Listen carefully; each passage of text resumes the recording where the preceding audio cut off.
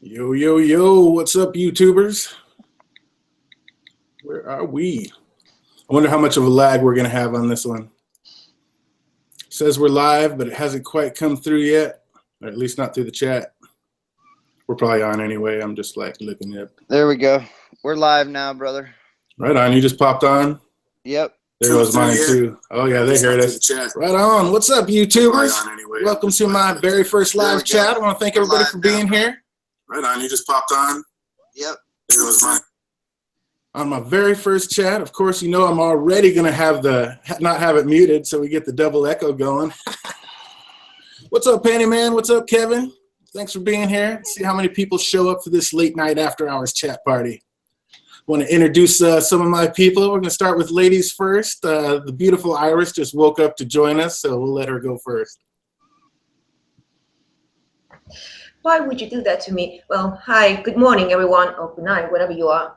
I don't know why I'm here. I should be in bed asleep. We are glad you're here. Thanks for getting up and hanging out with us. And, of course, we have Nan with us. Say what's up, Nan. Hi, everybody. Thank you for letting me be here. And I hope you all have a great weekend. And let's start the chat. I love it. After midnight, and she is kicking it with the best of us. That's awesome. Thanks for being here, Nan. Let's hear from the BBM. How you doing tonight?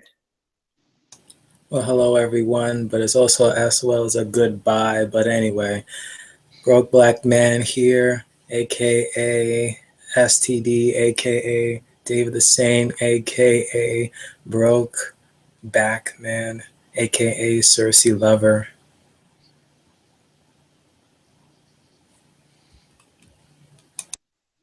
Got more names than the mother of dragons herself.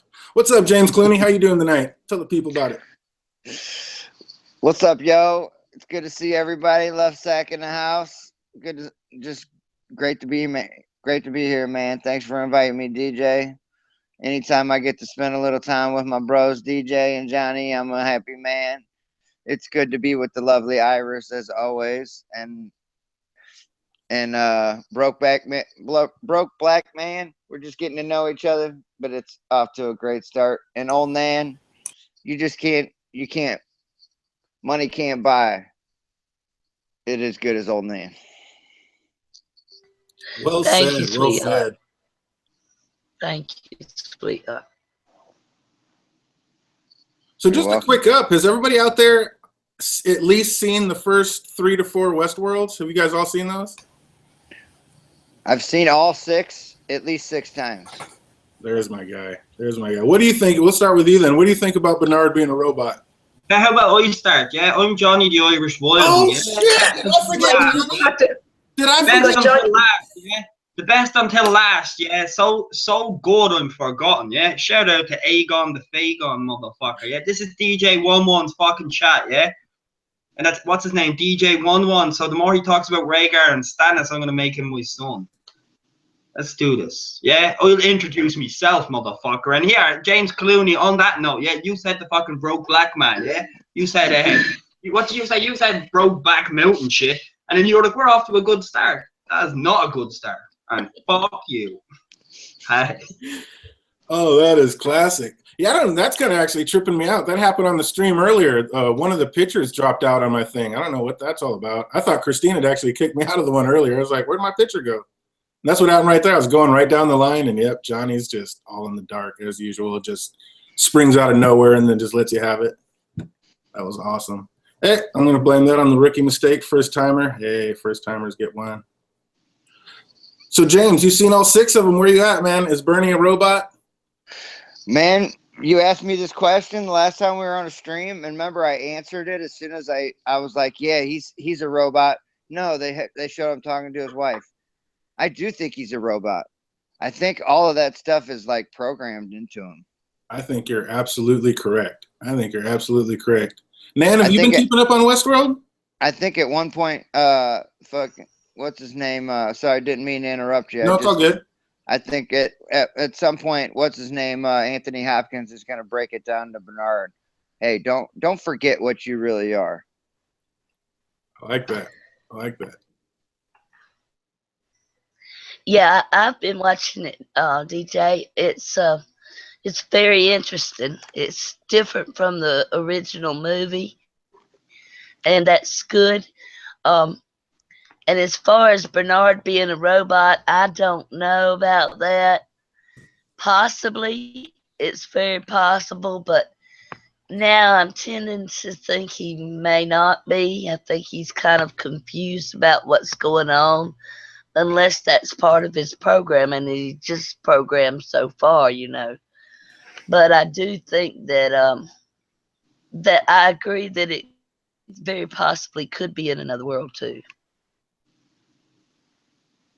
Nice. What do you think about that, Iris? He's not a robot for sure. And I don't want to say anything, I don't want to say too much because Johnny hasn't watched the episodes. So the last two. So no spoilers for me. There you go. Yeah, nothing. Like I said, everything I'm asking is for about the first 4 episodes. Nothing about the last 2, because Johnny hasn't seen the last 2, right? Exactly. But Johnny knows my theories. So. Oh, yeah. No, anything I'm asking about only has to do with the first 4 episodes. I gotta throw this in there, Johnny. What are you doing? What are you slacking, brother? You are slacking.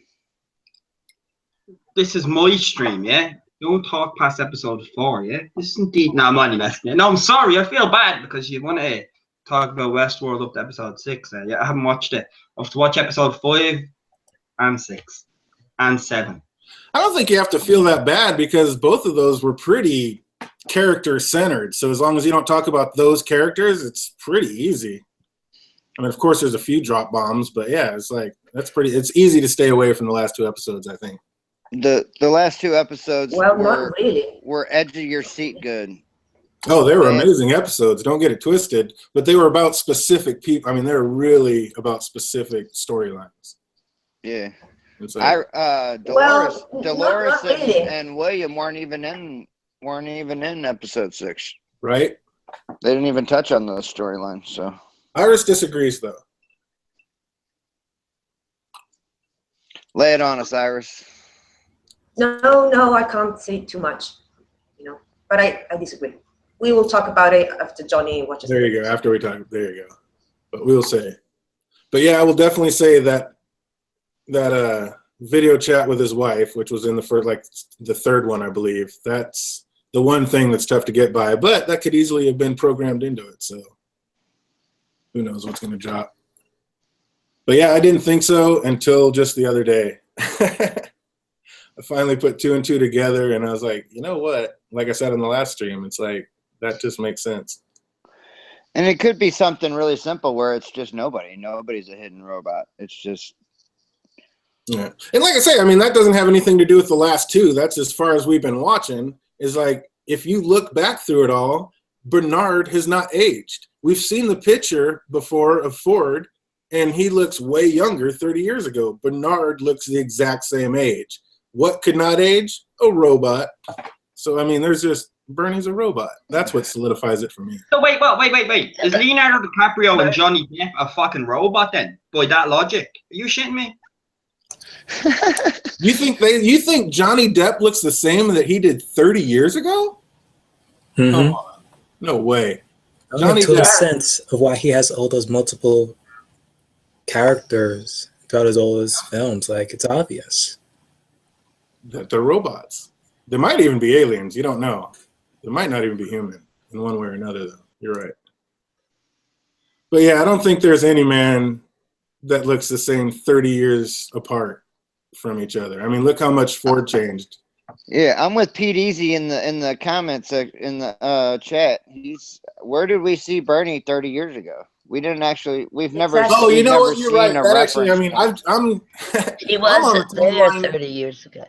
I'm on the timeline that we're in 2 split. That's true. I've already kind of taken for granted that we're in 2 separate timelines. I think we're on a 30-year.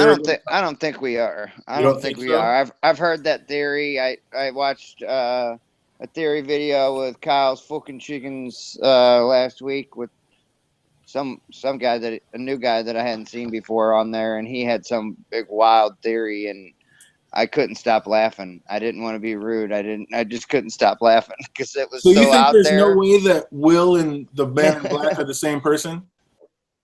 No, they're not the same person. The Men in Black guy, he was friends with Arnold when the park first opened. He became friends with Arnold. Arnold spent a lot of time in the park talking to the hosts, and this guy became friends with him. And then all of a sudden, Arnold disappeared, and this guy has had a question of what happened to his friend for 30 years. And so I'll tell you what, I agree with all that, except for I actually think the Man in Black is Arnold's brother, but I'm with you with all that. Yeah. But I still think it's on a split timeline from then till now. I think it's a way to, I mean, it's 100% a different timeline. We know that for pretty much a fact. But whether it's 30 years, I mean, does everybody not think that? Like, what do you think, John? You think it's on a split timeline? I just don't. I think the split timeline theory, I think it's a pretty good one. I don't believe it, but if it does come to fruition and they execute it well, I can't see why not. I think it'd be amazing if they can pull that off. It'd be great. Yeah, I don't think that's that crazy. The Man in Black, and then I call him Jon Snow, the other dude, and so yeah, them two correlating as the same person. It'd be some fucking mind fuck if they can pull that off. Yeah, it'd be amazing. If you were to ask me, do I believe it? No, I don't believe it. But it is a great theory. I think it's a really good theory. To be honest, I don't think it's a shit at all. I think it's all right. And PE's fuck you and Rhaegar. Anyways. No, I was referring to his theory that somehow this world was created for bringing back your former loved ones, people that you used to love, and they created this world so that you could go back and see people that from your past that had passed away. I just think that's a little too far out there. This world was created by these two people, the one that can create the robots, which was Arnold, and Anthony Hopkins' character, who's the one that created this world that they're in. Those two are the ones that came up with this idea as a way to get away from normal people, you know. And I think what's his name, Men in Black's character, he's done something special. That's why that guy said something to him about saving his sister's life. He's done something special in the real world, but I don't think that's definitely not why this world was created, so that you could go back and see people that. No, this world was created for rich people to go live out their fantasies and be able to portray a different life. That's what this world was for. That's why it costs $40,000 a day and $1 million for a trip. I mean, this was. Although I know nobody will believe me, but I did call it. The very first time we saw that little boy in the woods and he says something to somebody, he's like, "Are you lost?" Careful for spoilers. Careful for spoilers. I know. I am. I'm just saying that little boy, he's definitely. We don't know what he definitely is because Johnny hasn't seen the last 2 episodes. Oh, that's right. That's right. That's what I was trying to give you the heads up on. So we'll just go ahead and nip that. But, no, that's Anthony Hopkins. I did. Kid. That's not here. Yes, and I mean you can kind of get that from that. I don't even think that's that big. Yeah, Johnny's picked we up don't on know. it. That's Anthony Hopkins as a kid. That's him as a kid. Yeah, I think we said that, Johnny, on the first stream that we had about WestWorld. I think we both said that, right? I see something. What did I just see in the chat a minute ago? It was from. I apologize. This is the first time I've had a chance to talk to anybody about it. So I feel you, and I want to get down too. Eli, I see there's a scene with Stubbs where he clears the pyrotechnics with MIB, and in the same episode he hones in with Dolores, and she is with William. Yeah, Eli, they bounce back and forth between the 2 timelines the whole episode. That absolutely. What's up, David Adams? Thanks for the sub. I think that's funny you weren't there yet. Dish is back. Nice. But yeah, there's definitely. I mean, I know to me, there's absolutely no doubt there's 2 timelines. I mean, there's 100% 2 timelines. We know that for a fact. They're definitely playing with. How far apart are those timelines? But they're 100% 2 different timelines. Does anybody not agree with that? No, I don't. I agree with 100% because I saw the only way I actually agreed with it because when I saw the WestWorld icon, it was like different from one scene. I was Mhm. like, what? So is this 30 years? So is the present really just the Man in Black scenes, and the past is Dolores with William, like going to the maze for the first time, and it's just the Man in Black trying to re-get there, because that's the only thing that's interesting him throughout this whole Westworld amusement park. That was my theory. There's absolutely two different See, I logos. just in don't film. think there may be I- different timelines going on, but I just don't think it's two separate stories. I don't think it's the Dolores same. wants to be- It's the same story. It's a linear timeline, but it's two It's separate times of that linear timeline. It's 30 years apart, is what I think. But it's the same timeline story. Zelda Ocarina. Go ahead, Nan. I don't know that it made it's timelines, but is it memories? You know, you've got Dolores and you've got Maeve and all of them. What they're experiencing are memories from previous scenarios, and Mhm. therefore you have all of this playing up, and you know Dolores kind of went in a different direction um, than what she was actually supposed to be at some point. So you know, and Maeve, she's you know it's like they're progressing their personalities and they're becoming sentient beings, um and it's pulling them to that.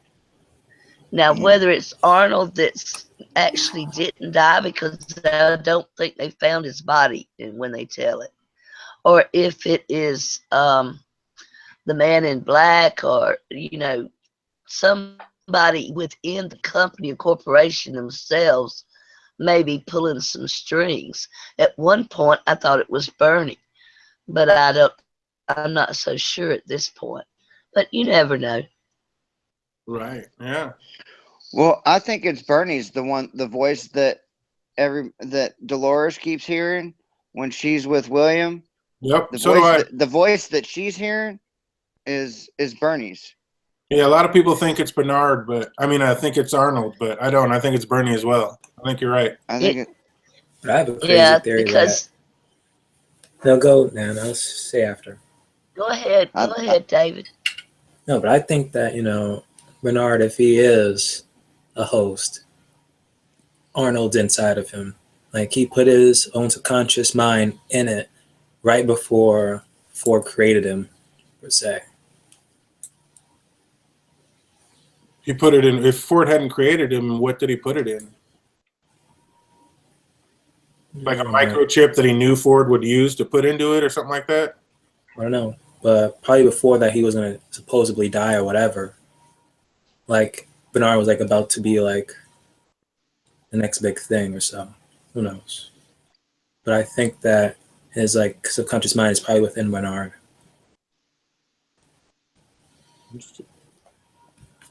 What were you about to say, Nan? As far as the timelines, I think that it's very possible. I don't really think so myself that the that it's 30 years apart. Yeah, but you're getting some flashes because some of these hosts have been there for 30 years. You're getting a different timeline, but they're in memories, I think, a lot of it, when you're looking at it in the point of view of the hosts.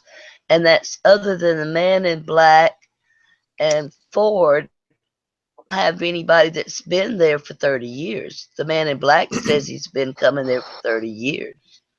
So the rest of them, I was just going to say, even the Bernie. girl does. Yeah, the girl does say Bernard or Bernie's been there forever, but she doesn't quite say 30. Yeah, it's not though. That's the impression I get, that even if he was a robot or one of those beings, he would have been an addition after the 30-year event. I think so too. I think he might have been, because they said that was like 34 years ago, and I think maybe he's been there for 25 years. I'm not sure. But yeah, I don't know, it's interesting. And just like, if you go back and kind of hear some of the words they say, like, you know, Ford tells them, I know how your mind works, or the other girl's like, you've been here forever. There's just like little tiny sublines. But like I say, the thing that gets me the most is if my timeline thing is right and he hasn't aged, he's got to be a robot. But if my timeline's wrong, then you don't know. But the thing is my thing is when they do timelines, I mean, you see the whole company comes down, they make a big event of it. That guy had written it all out and had everybody there and showed everybody, and like, this was going to be a major deal. And they have to, like, you saw that big machine that like kills and, you know, moves all the dirt, and like they buried a whole church. I mean, a new timeline or a new scene in that world is huge. It's a massive overtaking.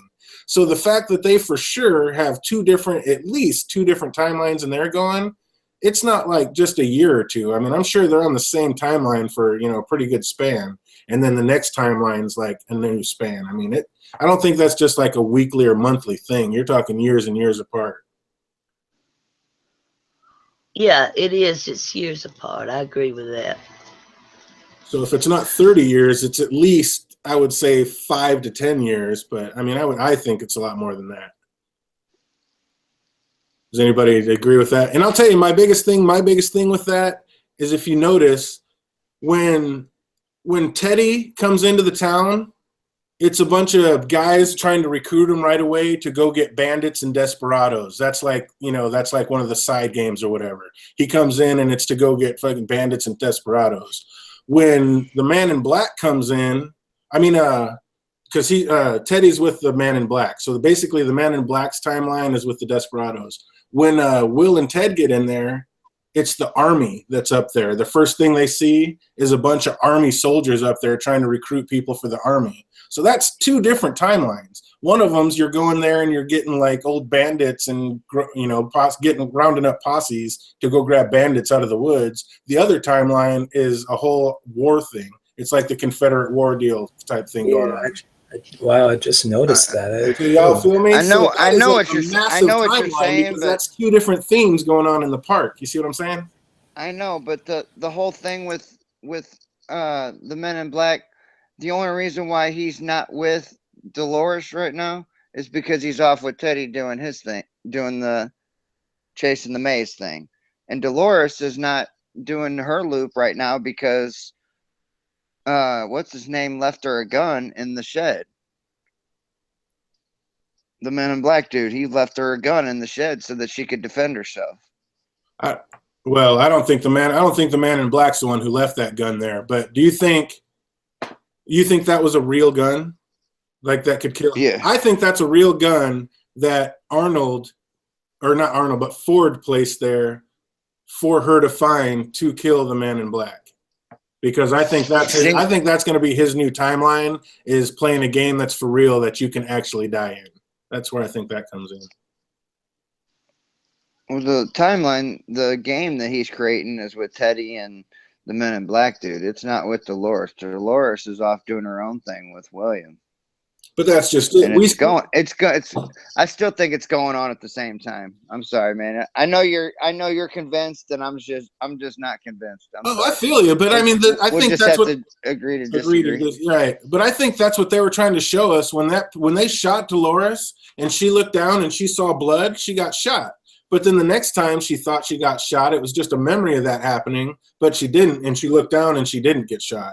And I think that's their way of telling us that that's two split timelines. One of them, in the scenario, she got shot, and that's what happened. In the other timeline, she didn't get shot, and that's why there was no bullet wound there. I think that's them letting us know for sure that there's two timelines. But, yeah, that's my opinion. What about you, Johnny? You've been quiet. What do you think about all that? Whose side are you on, Johnny? No, I agree that it's what do you mean side? Me and Ellie is fighting against fucking Pete and Kevin here in the chat. Are you shitting me? I made the point, yeah, if life was a music video, then Stannis produced it and Rhaegar twerks in it. So I agree that Rhaegar is a pussy. That's the whole fight. Sorry, I got lost in it, man. I was letting you do that WestWorld dandle. I'm sticking up for me and Aloy are holding it down for Stannis. Eloy. We're holding it down for Stannis in this motherfucker, yeah? WestWorld can fuck off, yeah? I said Johnny Depp Johnny Depp and Leonardo DiCaprio, yeah, I compared them into the example as in you can't age within 40 years and look the same. But yeah, well, whatever happened to Gilbert Grapes, mate? Oh, that's fire. Leonardo DiCaprio, Johnny Depp, whatever's eating Gilbert Grapes, no? Johnny, I just got to say respect. I can respect everything you just said. I agree with you then, James. DJ Wun Wun is wrong. Fuck him. Yeah, there you go.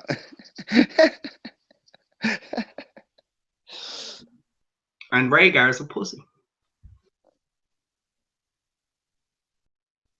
I have to ditto that.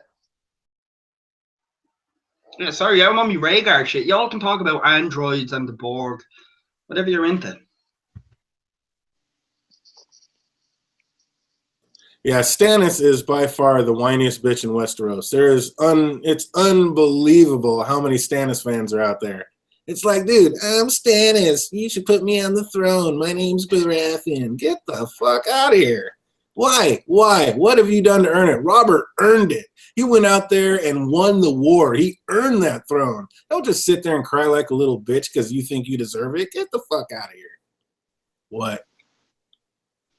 Oh, that's so cute. That's so cute. It makes me want to give you a little purple rose. I think a purple rose would look awesome atop your little crown, Mum. And then I can pinch your little cheeks and then people can say I'm so cute. Fuck Rhaegar. This is where I say my goodbyes.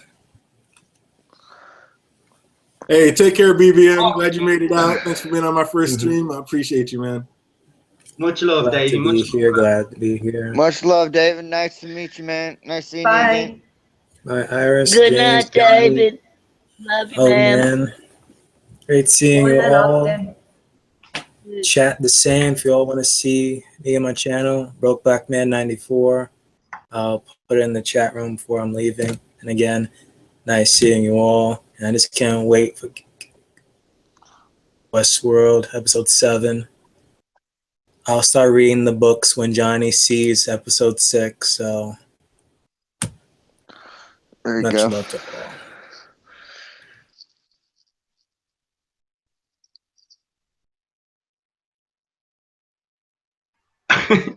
That's so cheeky, man. I love how he waits to get that line as his goodbye. He's like, yeah, I'm just going to throw a little stone at Johnny. And then he's gone. Davey, if you're rewatching this, fuck you. I love Davey. Davey's awesome, but he's not broke because he has the balls to be rich enough to come in with that shit. Fuck that. And buy pillowcases. Can't be broke and afford pillowcases. Westworld is my jam. Westworld's my jam too. I like that time, Tormund. Welcome. What's up? Just got done. What's up? Jay Measy's out there in the chat. What's up, Jay Measy? Good to see you again, boss. What's good, James? What's Dude, good? I'm telling you, that cat would give Val a run for her money. That's all I'm going to say. But that, holy shit, that kid knows his Game of Thrones. That kid is a boss. Kid, he's probably a grown-ass man, but I'm just saying that man is the man. As Tupac once said, if y'all ain't down with Stannis, well then fuck you too. Yeah, Stannis is mind-boggling. How are there so many Stannis fans? Is he one of your top 3, Iris? What? Sorry. I Is got Stannis lost. one of your top 3 characters? Nope. Not in the show. I don't know about the books, but not in the show. Nice. What about you, Nan? What's your position on Stannis? I can live with him or live without him, but he burns people, and I can't live with that. There you So go. you know, I'm sorry, but he burned people for no reason. Just because you don't agree with their religion, don't mean you gotta. And Melisandre had that. He didn't have the balls to tell her, you know, you want to burn effigies. It's one thing, but people is another. And that. You know, that he should have done better. And when in the show part, when he burned Shireen, you know, I had a lot of respect for his military aspects, respect for his justice as far as Davos and stuff like that goes. And I have respect for his mission. He should have taken over after Robert, by the current law. So what he did was uncalled for, and I just don't think the gods look kindly on that, and that's what happened to him. I agree. Well said, Nan. Well said. Yeah, and then so many people don't just like to forget about that or be like, oh yeah, that happened, but it's like he burns people for no reason, like you said, because they don't agree with your religion. Come on, and then your daughter. DJ, I'm only for you all the time in your hangouts, mate. That doesn't make me evil. Oh, how do you just sit there and hear your daughter? Yeah, Stannis scream? lost me when he burned his daughter. Dude, father Stannis did lose me when he burned his daughter. I want to talk to I was my a fan. father. I was a fan until he burned his daughter. I couldn't do it. It's terrible. That was one of the hardest 10 minutes of TV I've ever seen in my entire life. Yep. As a father, the first time I saw it, as a father, it was just like, what the fuck? It made me angry. It absolutely made me angry. Show Stannis is a prick, man. Show Stannis is a prick, yeah, but book Stannis is the shit. Yeah, I still have hope for book Stannis now, because in the books he hasn't burned Shireen. He's burned, other people have died, but he hasn't burned Shireen yet, and I keep thinking maybe he's got, something there. But we'll see what George says. Time will tell. I don't know. Yeah, that's gonna be a nice. Can I just say one thing, DJ brother and old Nan of the legend, is that this is just to P Easy. This is to nobody else. It's P Easy in the words of Euron from the show. Yeah, that's how low I'm going right now. Yeah. It's like, what type of man says gallivanting? A man without a cock, yeah? So you keep calling Stannis bland, yeah? What type of man says bland? Blandis, yeah? I'll call Euron on you, you cunt. That's all. I love you, Pete. I seen you, Pete, the big cunt. He's like a mountain of dark skin. Don't kill me. Eli brought up a great point. The book Stannis and show Stannis are two completely different characters, but they're both lame. Oh, Eli is what's that? Eli Swaggis Baratheon. Yeah.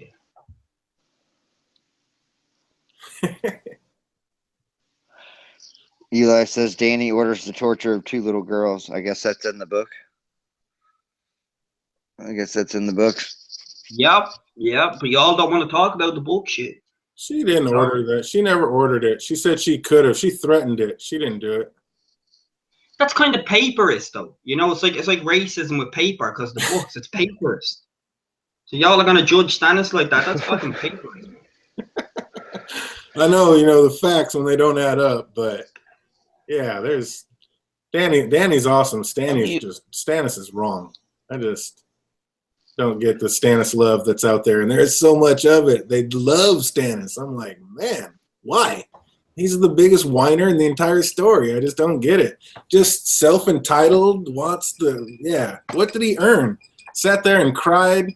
And I understand he got screwed being sent out there to Dragonstone and not getting Storm's End, but he should have fought for that. He couldn't even fight that and get up to Storm's End. He wants to be king. You couldn't even beat your brother to get the castle you deserved. What makes you think you can rule a kingdom? Come on. If I may, though, one point. But he was just being a good brother. He was just being. Hold on, James. Let Nan go. What were you saying, Nan? I'm sorry. He was given Dragonstone, and if he really was, Azor High, that would have been very prophetic for him to have that, because that's where all the dragon glass is. And that would have been an excellent weapon for the White Walkers and stuff. So,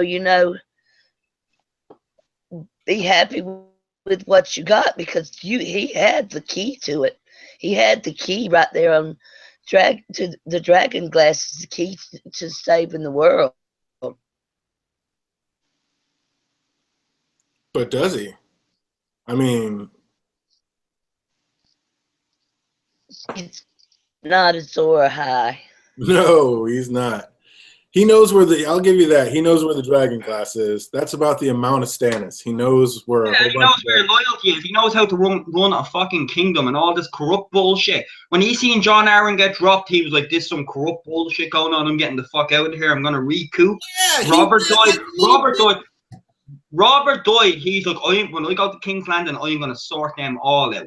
Are you shitting me? That's why King's Landing, that's why they were all afraid of him. Look, all the people in King's Landing, that's why they were afraid of Stannis. Because he won't fucking adhere to their bullshit. They weren't afraid of him. They whooped his ass and threw him back in the sea. He tried to come back and he couldn't get it. Stannis will see right through all them motherfuckers. The likes of Littlefinger, all of them, Varys, all of them. Like, I'm afraid of Stannis because he sees right through my bullshit. Stannis is not the smartest person in the game. He is the smartest tactician in the game. But Stannis knows bullshit, and their games are bullshit. And Stannis will cut right through that. Stannis is taking over King's Landing, we getting the fuck out of here. Now, that's a man I want to follow. Yeah, that's a fantasy land, and if that's the way it really was, it'd be cool, but that's not even close to how it was. Don't be a paperist. That's the way it is. That's how it is on paper in the book, exactly. The facts that we that's what I'm talking about, mate. Papers. He tried to take over King's Landing, and he got his ass thrown back in the sea. He failed. Absolutely epic failed. That's why he had to go for broke up north, because he can't be known as the king that ran, because he ran. I want to know, what kingdom did he rule? You're like, oh, he's the one that could rule the kingdom. He didn't rule a kingdom. He saw John Arryn get got, and he said, shit, I'm out of here before they get me. He ran like a little girl. So what was so majestic? What's royalty about this? What is so great about Stannis?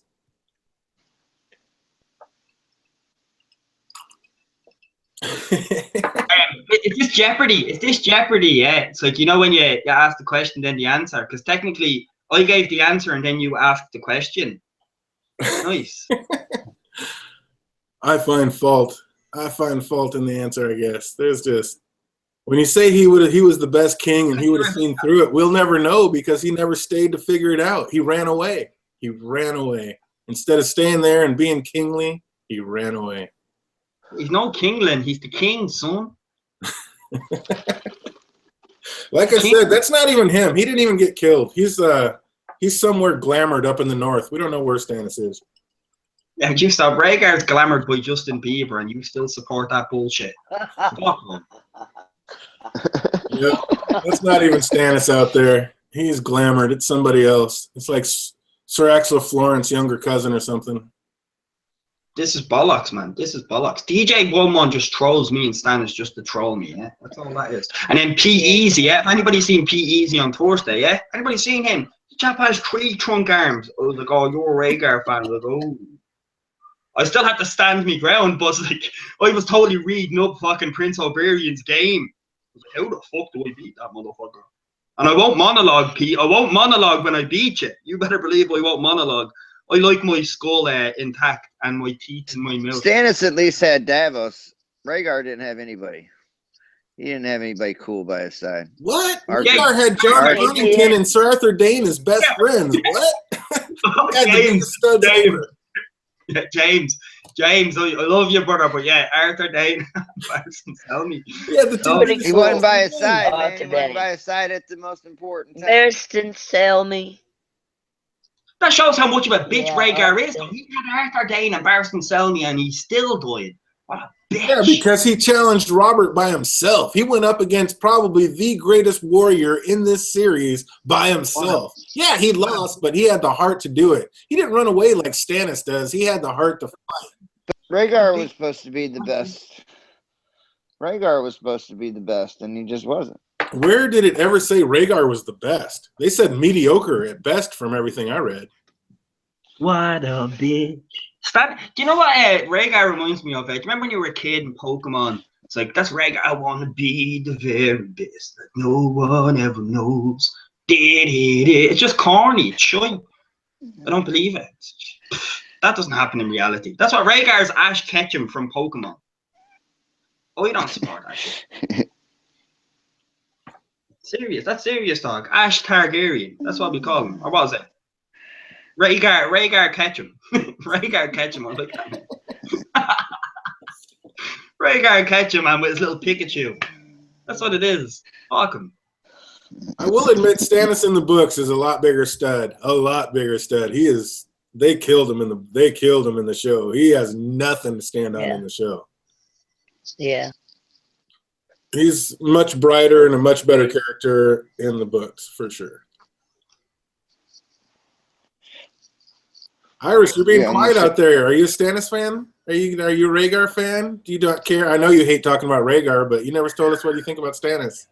No, I told you I'm not a fan of show Stannis. I don't know about the books, but how can you be a fan of Stannis in the show? I mean, it's pretty hard to like him. And this may sound, that's a lot coming from me because I actually like Joffrey. But how can you really be a fan of Stannis? Burns his daughter on the stake. My God, that scene was brutal. That little girl did an amazing job, though. Seriously. Yeah.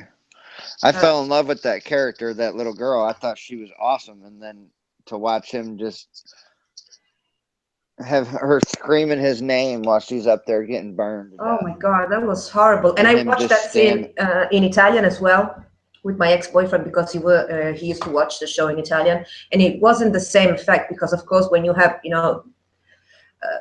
not the original language, it wasn't the same. And I showed him in English and he was, oh my God, you were right. This is so brutal because he didn't get the same effect watching it in Italian. I showed it to him in English and he was heartbroken as well. I said, there you go. Now you know why I was crying the other day.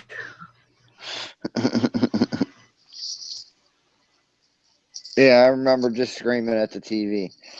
Just screaming. Like, what the fuck, dude? Yeah, but what seriously, is wrong with you, dude? How can you be a fan of him? He burns people alive and come on, give us a smile every once in a while, dude. Seriously, cheer up. Show some joy for life. Yeah, exactly. What the hell? For fuck's sakes, you're fucking a redhead who's hot as fuck, Give us a smile every once in a while, Sorry for the language.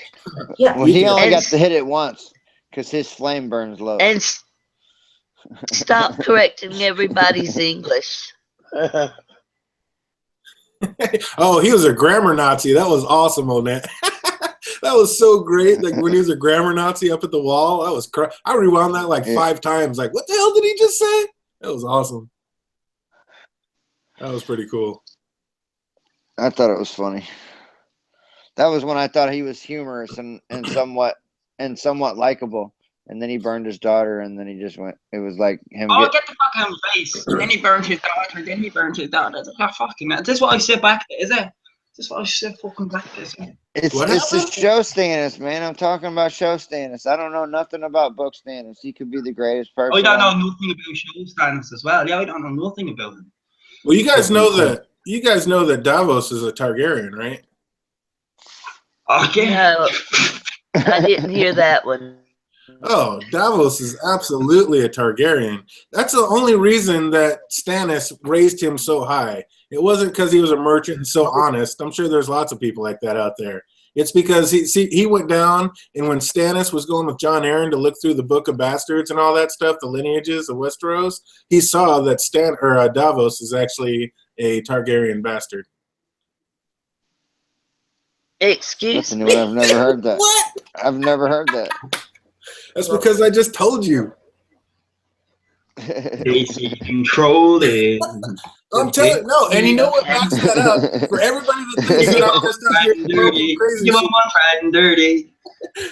When Davos gets arrested and they put him in the dungeons of Dragonstone, if in the books, this is for my book readers out there, in the books, Melisandre comes down there. And she says, come back to my chambers and I'll show you such pleasures and fantasies. She wants to get with Stannis, and we all know that Melisandre only sleeps with royalty.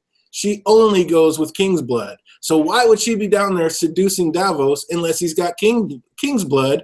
Boom, Davos is a Targaryen. What?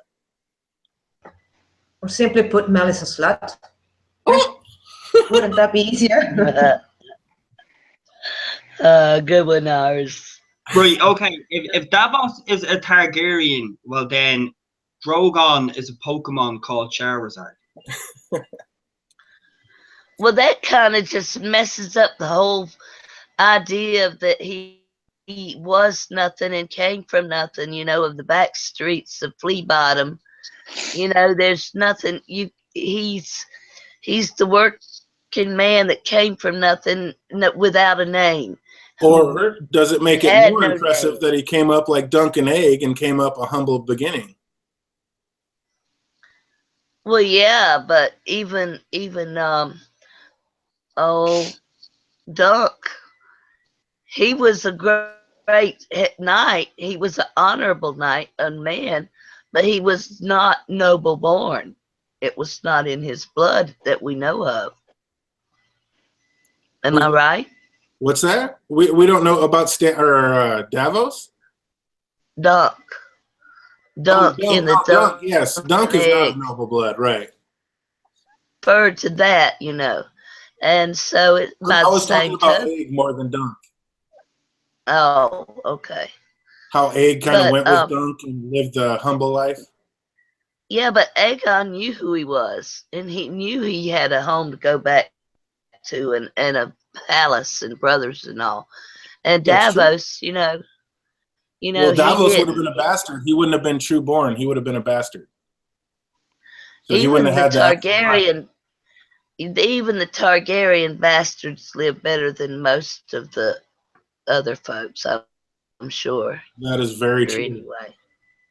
But like What we I saw gather. with Robert Baratheon had a bunch of babies that were living in brothels. I mean, not all bastards got that high life. A lot of Blackfires did, but most bastards didn't get that high life.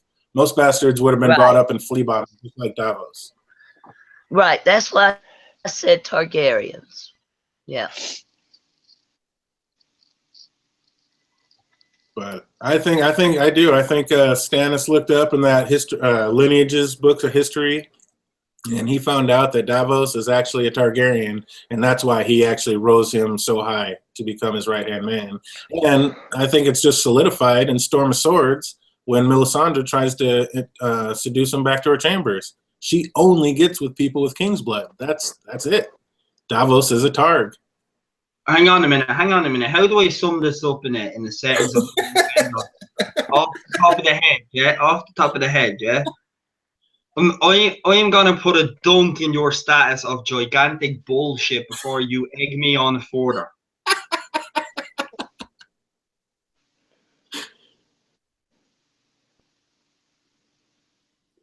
I'll take that. Tupac would be proud of me for that. So would Stannis.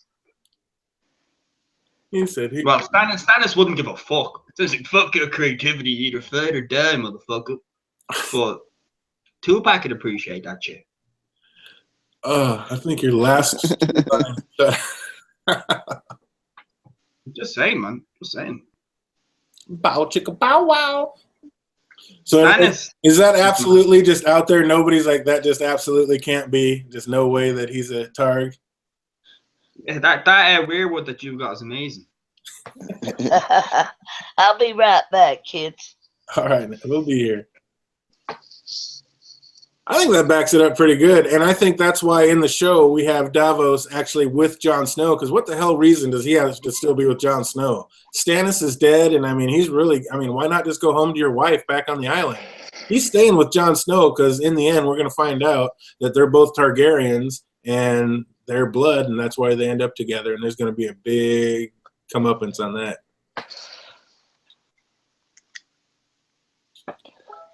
It sounds like a whole lot of hot air to me. Bullshit. You heard it here first. Shout out to DJ Wun Wun. When he's wrong, come back to this stream. That's right. When he's wrong, come back and blast me. When he's right, you will bend the knee. If he doesn't bend the knee, I'll bend his neck. That's what Stannis said about the Greyjoys, and how correct was he? Stannis said that. Robert made him bend the knee. I'd have made him bend his neck. Or I would have bent his neck. I fucked that awesome saying it. But Stannis is the man. He's a better tactician. He's smarter. He's clever. He's not as charismatic and entertaining. I agree. He's not the most likable dude, as in socialistic-wise. I agree. But just as a man and principles, he is the moral judgment of it. Do you know what I mean? Look at Jon Snow and him. Jon Snow knows an arsehole when he sees one. Look at the relationship with Jon Snow and Stannis. Because It's like Stannis is stunning Jon Snow the whole time, but there's a camaraderie there that only people with real valor and honor would know. And Stannis and Jon Snow harbor that between each other. That's not a coincidence. Now swivel on it. What? Johnny Americans say sit on it and spin. Yeah, well, I'm not fucking American, mate. I'm Irish, yeah, so sit on it. I'll spin if you want. Look, I'll spin for you. Look. Yeah.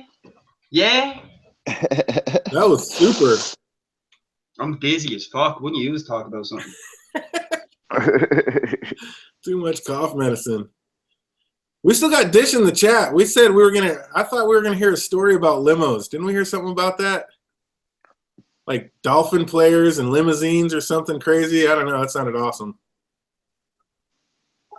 Oh, snap. Okay, let's talk about some other arsehole in Westeros. I'm done winning for Stannis, yeah? Wow, how did you say he got blasted? And that's what's going to be the biggest. That's going to be the biggest middle finger to everybody is the fact that he's going to be a Targaryen. That Davos is going to be a Targ. Stannis' number one dude is going to be a Targaryen. When I wear this T-shirt, yeah, it says Stannis. When Stannis wears this T-shirt, it says Superman. Yeah. I got a good Game of Thrones question. Hey, I got a good Game of Thrones question. Sorry, Nan, didn't mean to interrupt. Guys, what's Arya gonna do next season? Seriously, where's her arc leading? What's Arya's end game in the story? It can't just be to be a faceless man. Oh, she's not one now. Well, she's still using their techniques, but yeah, she's using their techniques, but yeah. Where will Arya end up? I just hope she lives. I got worry about her. I like to always ask what people think if they think she's going north or south from the twins. I kind of think she's going to King's Landing to kill some more people, but everybody else seems to think she's going to heading north to Winterfell. Where do you guys think she's going to end up? I do think she's going to go north and see the family again. But I mean, do you picture her fighting White Walkers?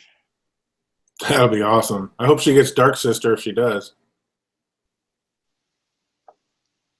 If she wakes up with Dark Sister, she'll definitely end up fighting a White at some point, I believe. I mean, everybody else's storyline, you can pretty much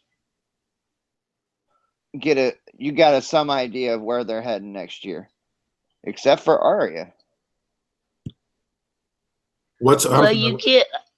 Go ahead, man. With Arya, look at her wolf, Nymeria. Nymeria was a conqueror. I mean, she did come and conquer other places. She moved.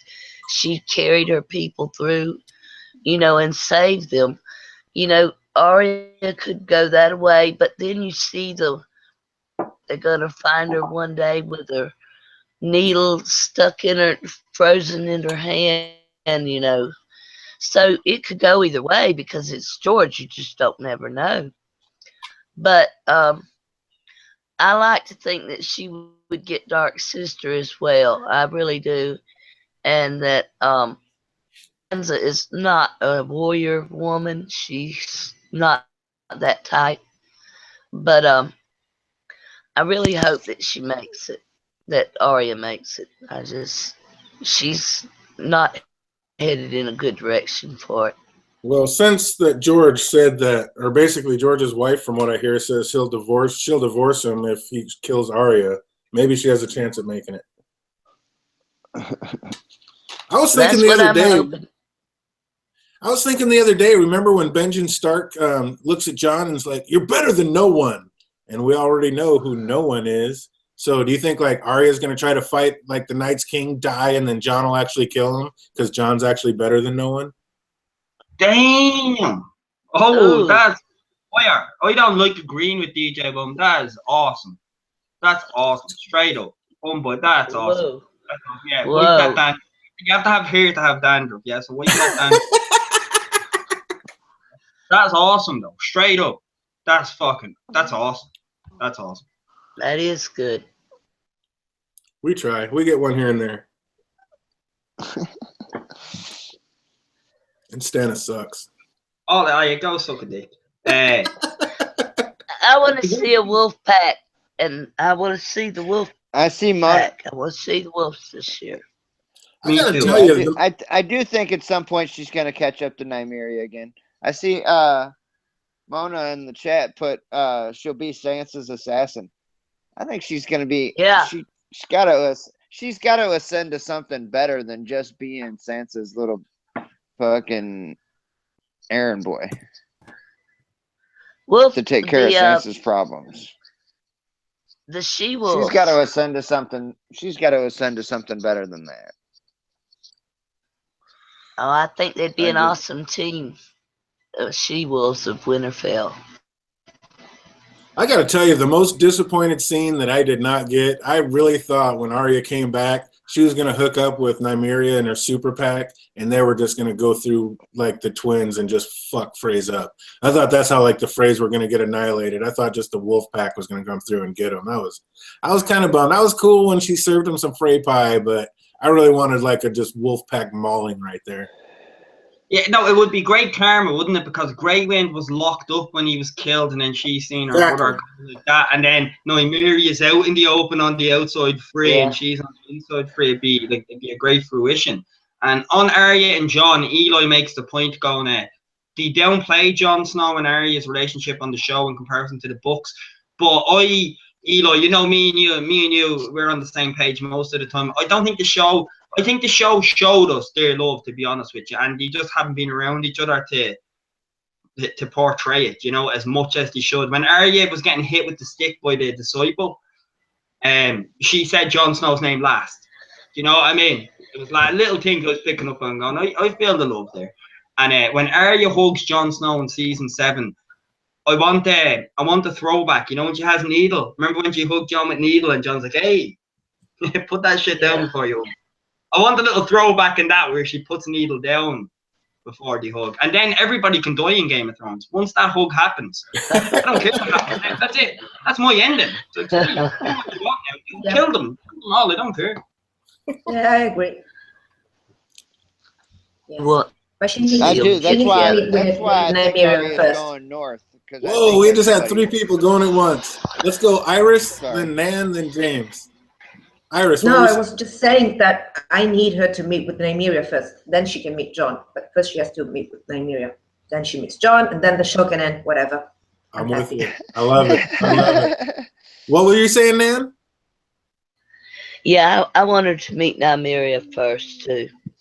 And I think I would like for her to go north. At first, after season 6, I thought she would go to King's Landing, but there's been so many things happened since then, obviously.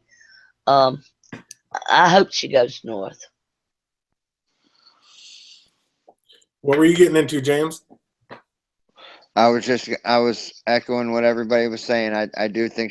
I hope she runs into Nymeria, and I do think she's going north. She's got to come up with that hug with Jon. She's got to see Jon again. That's where she wanted to go before she went to the Faceless Man camp. That's where she wants to go. She wants to go north. She's trying to go home. Nice.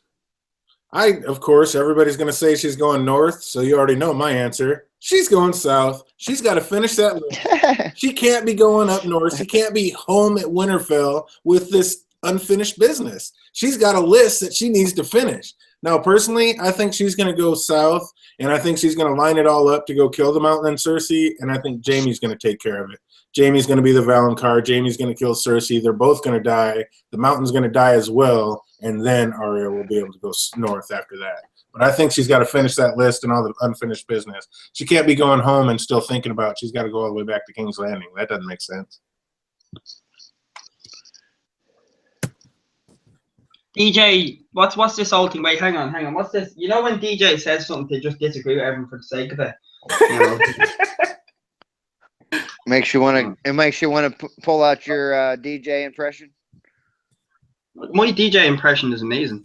It is pretty. When y'all go left, much amazing. I go right, motherfucker. I just add motherfucker in because it sounds awesome. It's like when y'all go left, DJ likes to swing right. Like, go on, DJ. I got you already. Don't worry about it. Fucking troll. He said fucking troll. Such a negative condensation. Yeah, but I love you, so sorry. Troll is just a different of opinion. Troll is so harsh. Alright, yeah, well, that's DJ, I love you. I'm harsh with my words. Well, I got love for a DJ. Yeah, so sorry, you fucking troll. Oh, it'd be so fucking boring if we agreed on everything. Yeah, I feel so shitty because I hate being right most of the time in air conversation.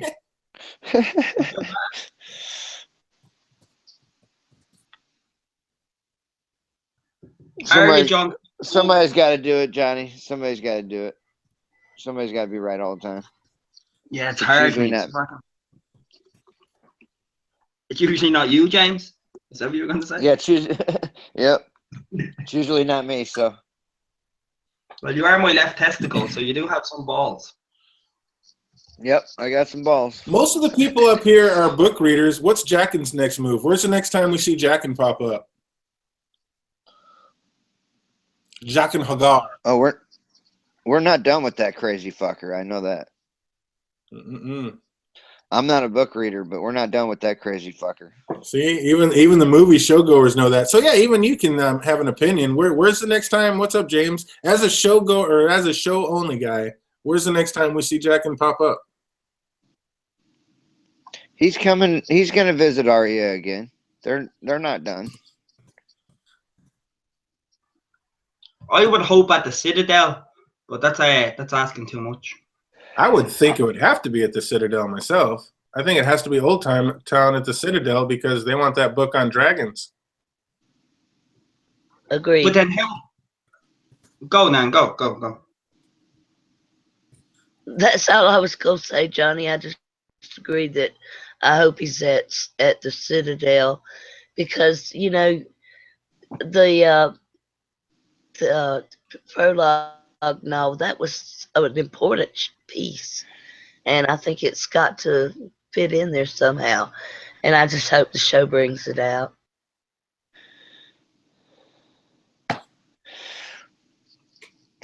Mona in the chat said, "Did you hear the Jack and his Ned?" I've never heard. Oh, you heard that, Doozy? Yeah. That sounds like something DJ Wun Wun would say. Troll. Honestly, that sounds a bit far out for me. Yeah, that's bullshit. Seriously. Actually, though, I'll go with it. Yeah. All right. Do we need this argument? You already know me. I'll jump in any side and take over. I don't care. Yeah. Jackin is Ned, absolutely. Where did Jackin come from? He came from the Black Cells. Where was Ned being held before he died? He was in the Black Cell. The Black Cell. Jackin is a faceless man. We already know he can already take people's face.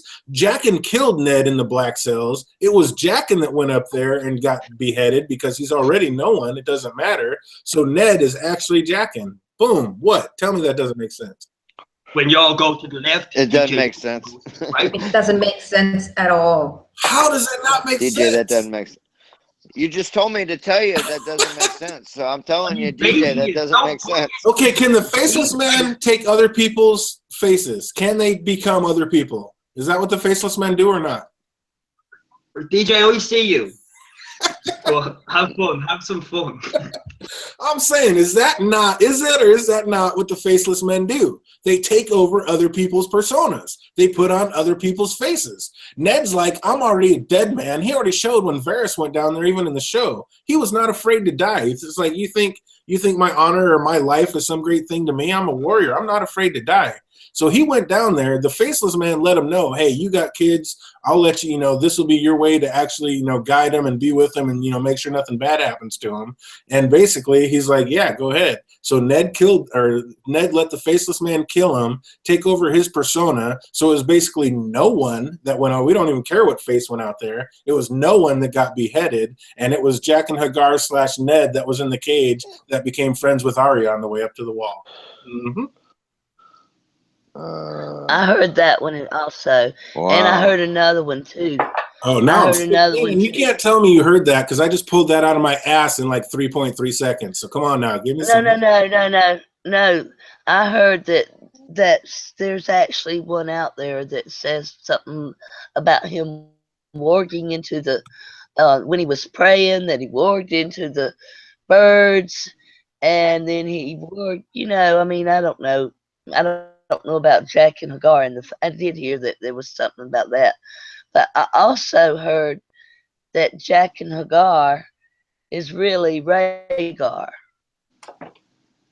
The rubies and not finding his body and all that, and the streak of blonde in his hair. So, I think Jack and Hagar has been linked with just about every single person on the show. Yeah, really. He could be anyone. Jack and Hagar is no one. It's just a name. It's no one. Yeah. Yeah. It's just a name and a face. That's it. Good point, Iris. I'm with you, Iris. Especially when it comes to the TV show, the simplest answer is usually the right answer. Exactly. When I talk to people about it, I say, "Oh, Jagan is that? Jagan is nothing. Not really. It's just a title. There's nothing there behind him. There's nothing there."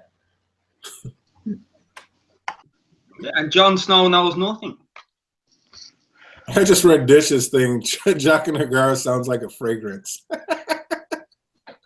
It does, doesn't it? Oh yeah. Yeah, it does. Yeah. If I saw Very Jack and good. Hagar on a cologne bottle, I would think nothing of it. Oh, that is, dude, Dish kills me. She's got the best. Yeah, what would be the title for that fragrance? Would it be like Jack and Hagar? Make that BO smell like nothing.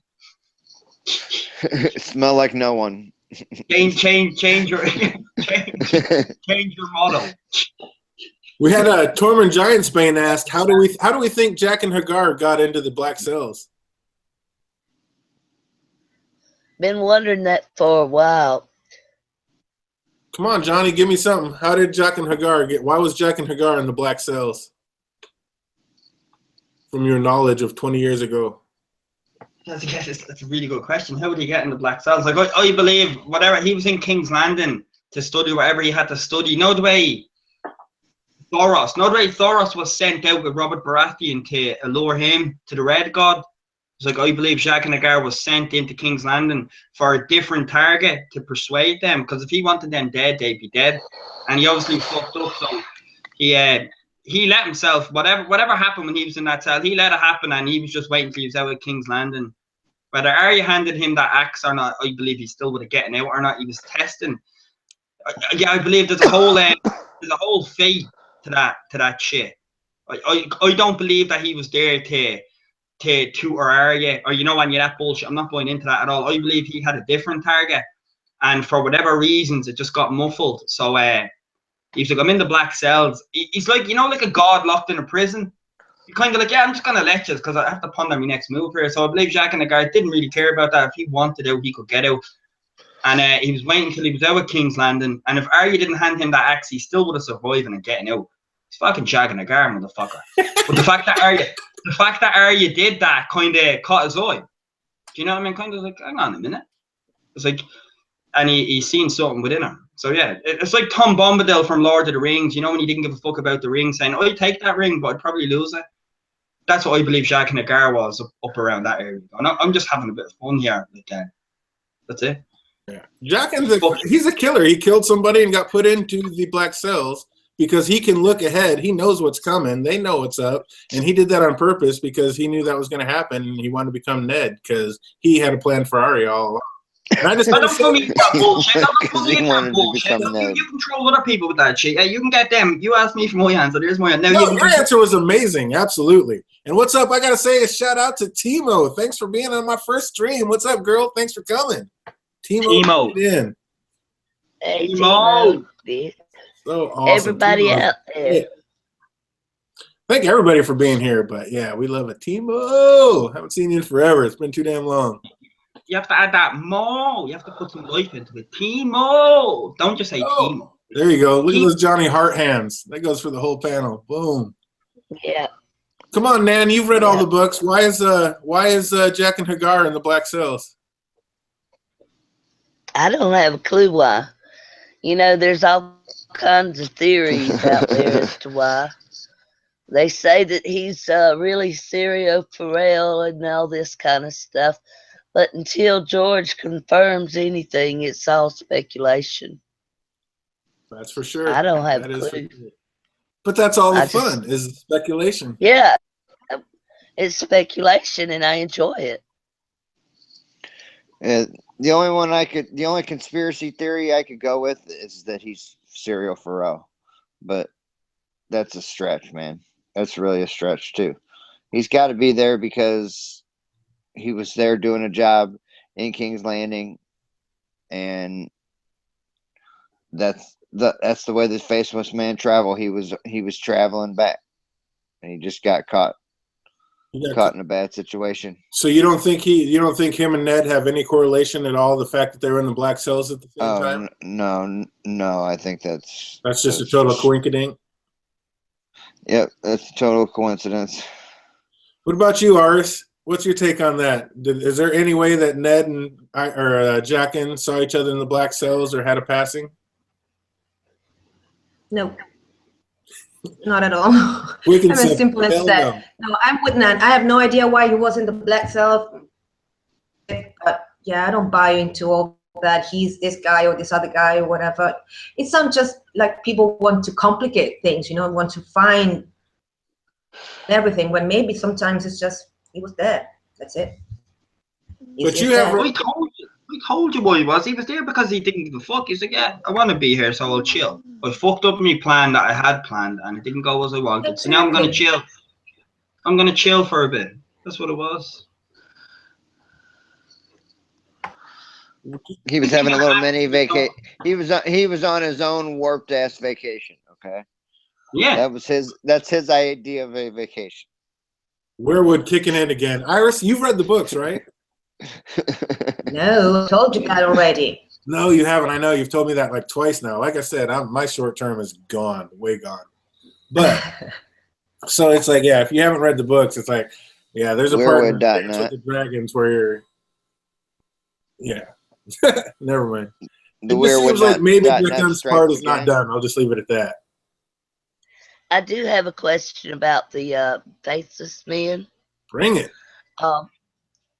In the books, the one that has like the face with the worms and all that Arya talks to,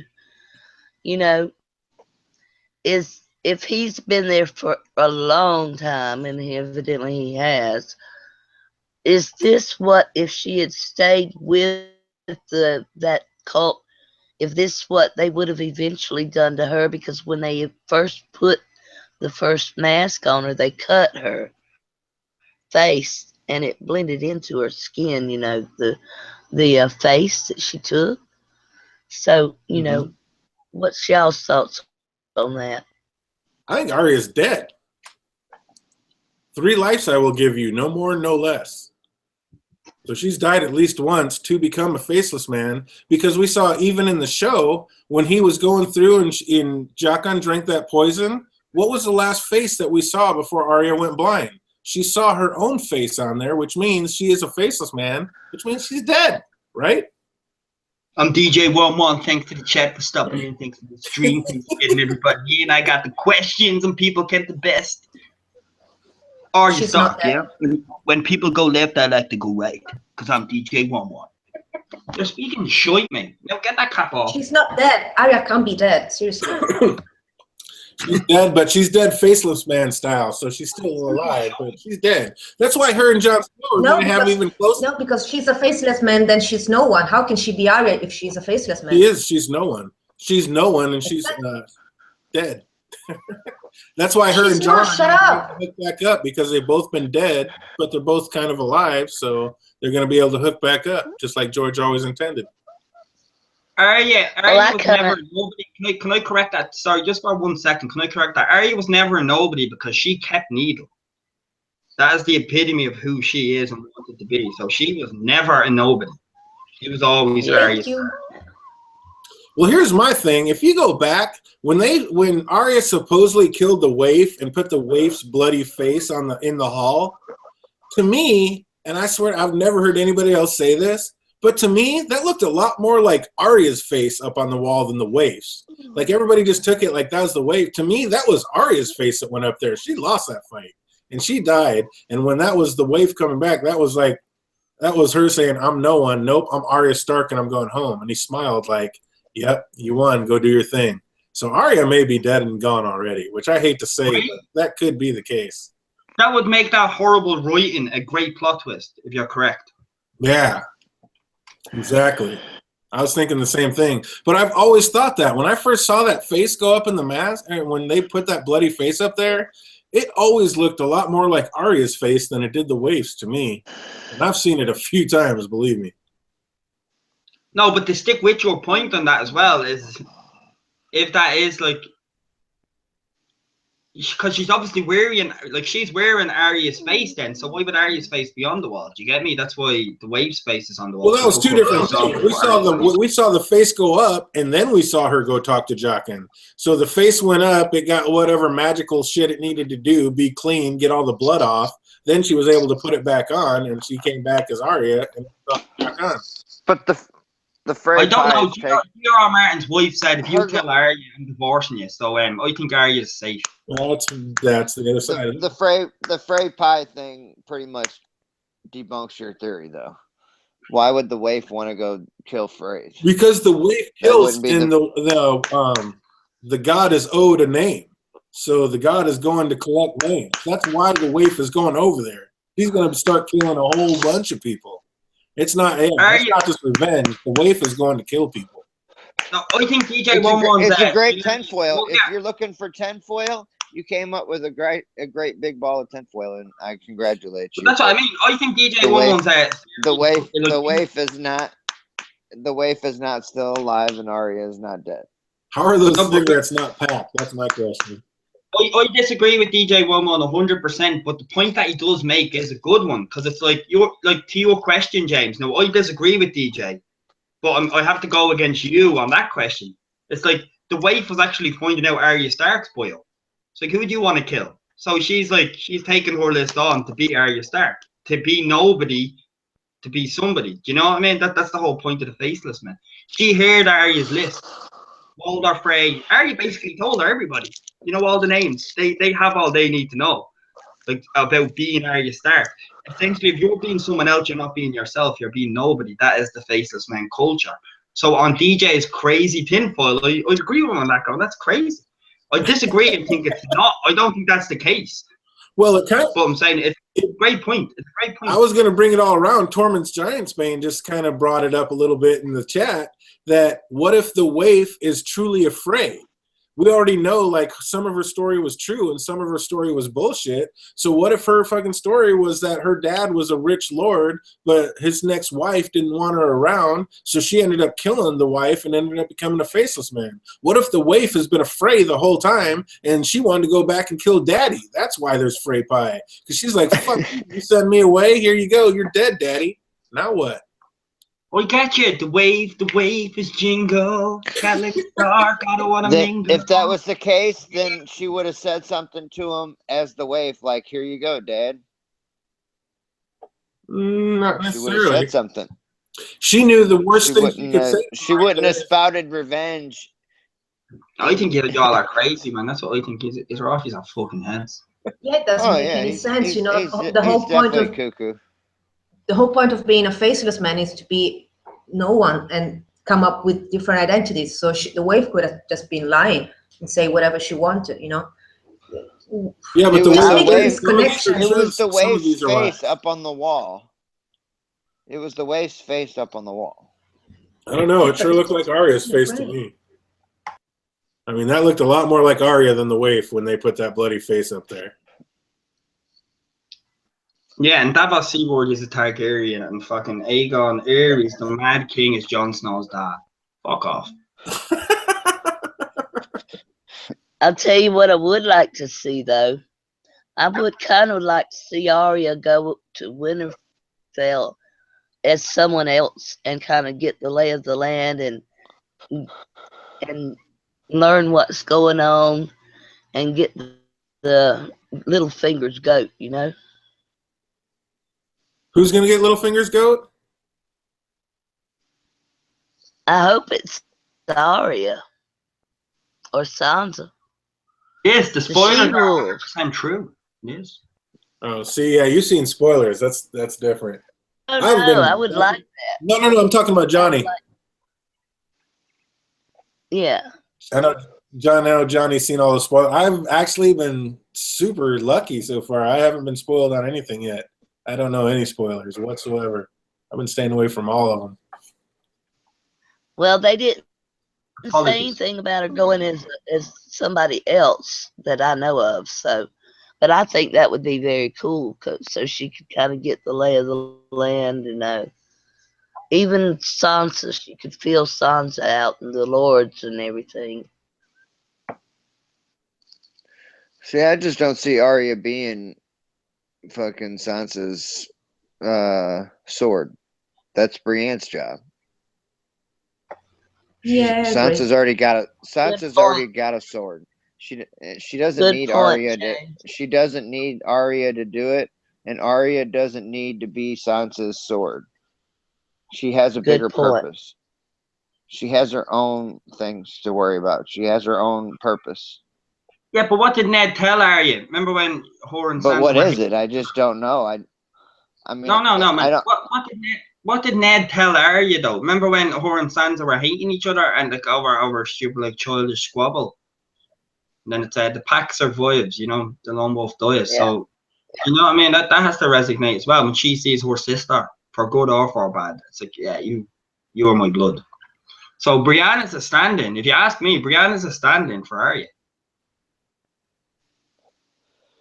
Well, let's I mean, hope maybe that right. no more long I don't know what Arya's path is. I just, you know, that's my biggest question mark going into the season is really what are they going to do with Arya? I just got to give a shout out to Eli. What? I've never, and nobody's ever agreed with me like that. Like, I really thought that was Arya's face when they put it up there. I thought it looked a lot more like Arya than the wave. I'm just going back up through the chat and I saw, oh, holy shit, somebody actually agreed with me? My God. But yeah, it really did look like Arya's face. But yeah, continue. But you had to give a shout out to anybody that agreed with me in the chat. This stream had gone for 5 hours, DJ. Yeah, get off that horse. Eh? Eli is crazy. Eli is only not crazy when he agrees with me and not you. Holy shit, I'm telling you. That I Arya, just yeah. give a shout out to all the chat. That's a way that's a way George can kill Arya, but not really kill her because she's half waif, half Arya. She's dead, but she's not really dead. The only place they'll ever get creative as DJ has been tonight is in the books, and I just don't see George ever. What's the point of doing that kind of stuff? Because it'd be awesome TV. What would be the point of killing Arya and have the wave take her place? Because it'd be a great plot twist writing wise, and it'd have everybody going, whoa. Which is kind of what this whole story is a bunch of plot twists and theories, crafting, and I mean, it kind of fits right in with the main theme of things. Yeah, I know you disagree with DJ Wun Wun on them points, but I have to agree with him there. The reason as to why that would happen is, yeah, a great plot twist. Simple answer. Could be. Even though you're wrong, and then Arya gets chased by Terminator T10 down the street. In every other case. You come to the point of, this isn't, oh, it is. Yeah, no, oh, it is.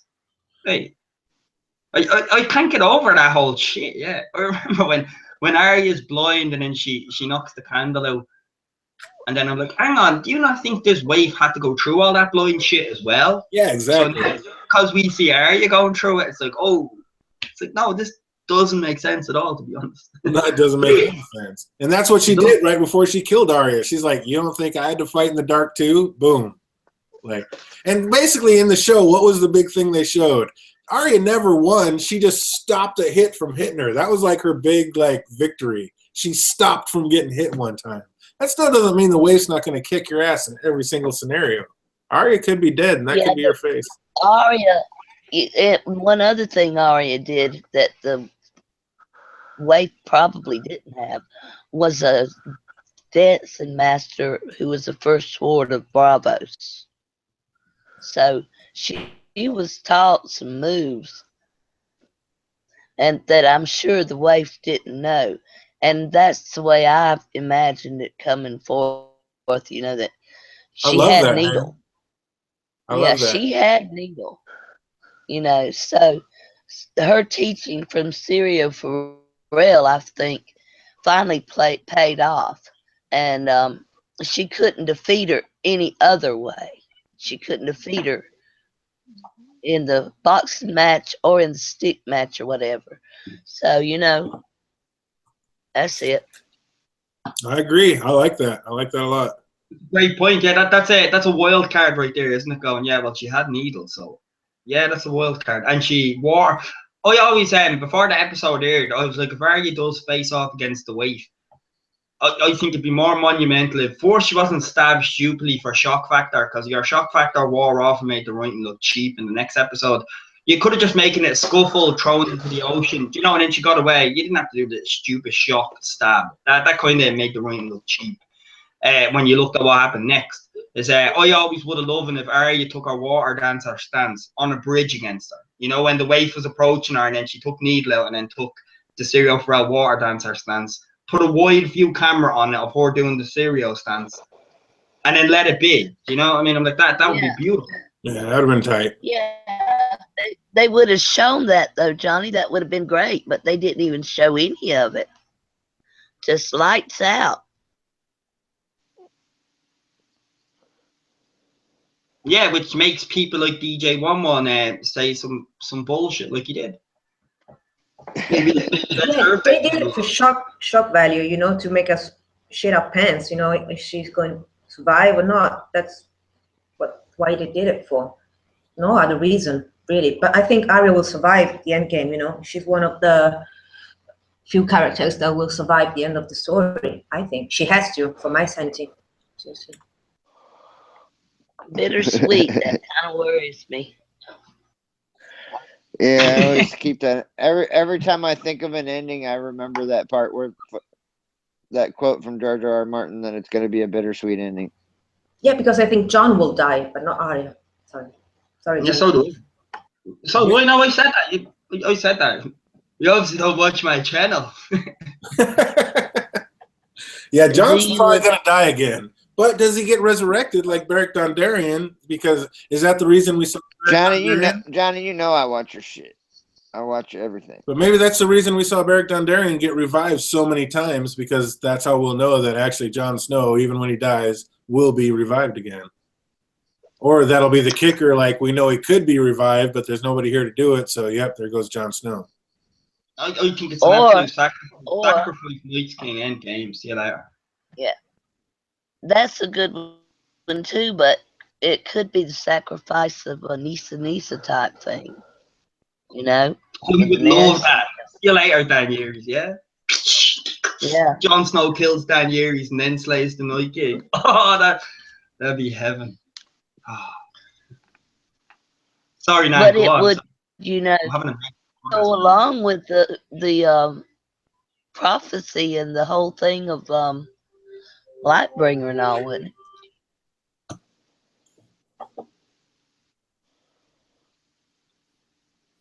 Huh. If Jon Snow killed Daenerys and then still was the absolute hero of the show, that's orgasmic for me. Like, oh, Danny, I hope you're Nisa. I hope you're Nisa. What if the Night's King is Nisi and Lightbringer is the children of the forest jabbing dragon glass into his heart? Say that again. That's fucked up. What if the Night's King is Where did you come up Nisa? with this, DJ? Is that in the chat or is that coming out of your head? That's just coming out of my crazy little brain, man. You know how I do. But we already know that we kill a loved one and we shove a sword through their heart. So what if Nisi is the Night's King and Leaf is the children of the forest? Maybe they were in love and that was a bond. And they're like, we're losing this war. We need help. I need to kill you to make you strong enough to defeat our enemies. And that's Nisi Nisi shoving the dragon glass, which is Lightbringer, into his heart and creating something that can actually win the war for him. DJ, if you want to get this, Johnny, go ahead. They're like ready to line up. They're like, this is the crazy bastard. I got a return for that. Man. That just made my brain melt. I'll simply say, the Children of the Forest, in my opinion, that's important to say that. Is that they just made the White Walkers with the Andals and all the war coming in. They were losing, so they made a creation they couldn't control, kind of like Doomsday. You know, Doomsday, comic book fans. Doomsday Superman shit. You kind of made something you couldn't control, and then it's just too far for you to control, and it's like fuck. I think that's what the White Walkers are, aka fuck. That's what they are. I don't think they're like necessarily evil. Like there is that twist. Like I think in the show it'll be Jon Snow will die killing the Night King as a sacrifice. Samwell Tarly will be telling stories about Jon Snow as an old man, kind of like fucking Lord of the Rings shit, Bilbo to Frodo, maybe. Or in the books, I could see it going that there's an alliance made with the White Walkers and humans. See, the book and the show are two different entities completely. Because in the book, that's what I think will happen. In the show, I think that's what I think will happen. And I think, their creation was just, they fucked up. It's kind of like, say, with Ireland, it'd be like, if you go back into history with all the monarchy and all that shit, like, imagine someone was coming in from this side of the sea, and then the English armed the Irish. We're going to blow England up, not these enemies coming in. Then England's going to go, bollocks, why did we do that? Do you know what I mean? It's like, so I think that's what happened with the White Walkers and the Children of the Forest. And it's actually taken from an Irish story of the Shiites, and I can't remember the name of the other one, but it's from old Irish mythology that J.R.R. Martin took that, and it's so fitting. It's like, you equip the wrong thing out of fear, and through fear came devastation. It's an old saying in lore here, and that's exactly what happened with the White Walkers. That's what I believe. Check out old Irish ancient history, man. It's so similar. That's pretty clean. What were you going to say about it, Nan? Well, if I may, and you're referring to the Children of the Forest and the first White Walker, when they made the first White Walker, Correct. as being a type of Nisa's type story. Correct. Yep. Okay, first place, Nisa bared her breasts willingly. That fella was tied to a tree. That is and true. I don't think that they was actually lovers. You know, they'd been fighting men all their, for generations and generations. So I don't think Leaf and the fella were exactly lovers. Because she was so adamant to create this thing, And so that kind of just goes away for me from the Nisa comparison. He was a pretty big guy. I mean, and remember that history is written by the winners, so it's not necessarily exactly how it went down. I mean, that's lore, and it's it's an old school, myth basically. So we don't know exactly how it went down, and maybe that's correct, but maybe he had to be chopped down because anybody that once they see a dagger coming through their heart is instinctively going to fight back. And he wanted to help, but he didn't want to hurt him. So he's like, you're going to have to tie me down or it's not going to work. So that's why they had to tie him into it. He was willing, but he knew once that thing got put up to his chest, he might fight back, and he didn't want that. So maybe he's the one that told him. You keep thinking that there, JD. Go ahead. Just trying to take a look at the other side of it. I don't know. But who do you think Nisa is going to be? Who do you think that story is going to turn out to be about? Or is it going to turn out to be about anybody? If it comes up, I'm thinking either Daenerys or Jon. What about you, Iris? Who's Nisi? I have no idea what you're talking about, so that's my answer. Oh, shit, that's right. Buck on. James, who's Nisi? Do you know anything from just the stories? Just from watching the show only? No, I have no idea what you're talking about, man. That is the crux between the show only. Sounded like a nursery rhyme. Sounded like a nursery rhyme. Something they got the little kids at school and chanting every day. Kind of is a nursery rhyme. So who's everybody's top three? James, who's your top three characters in this show? Being a book or being a show only guy? John, Arya, and man, it's a toss up. I like the Hound, and I like yeah,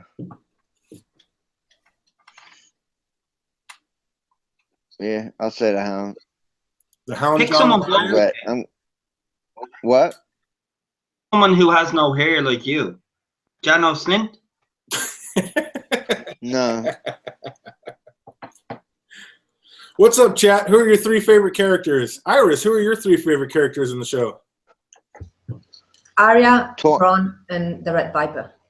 Arya, Bronn, and the Red Viper? Yes. Oh my God, those are three great freaking answers.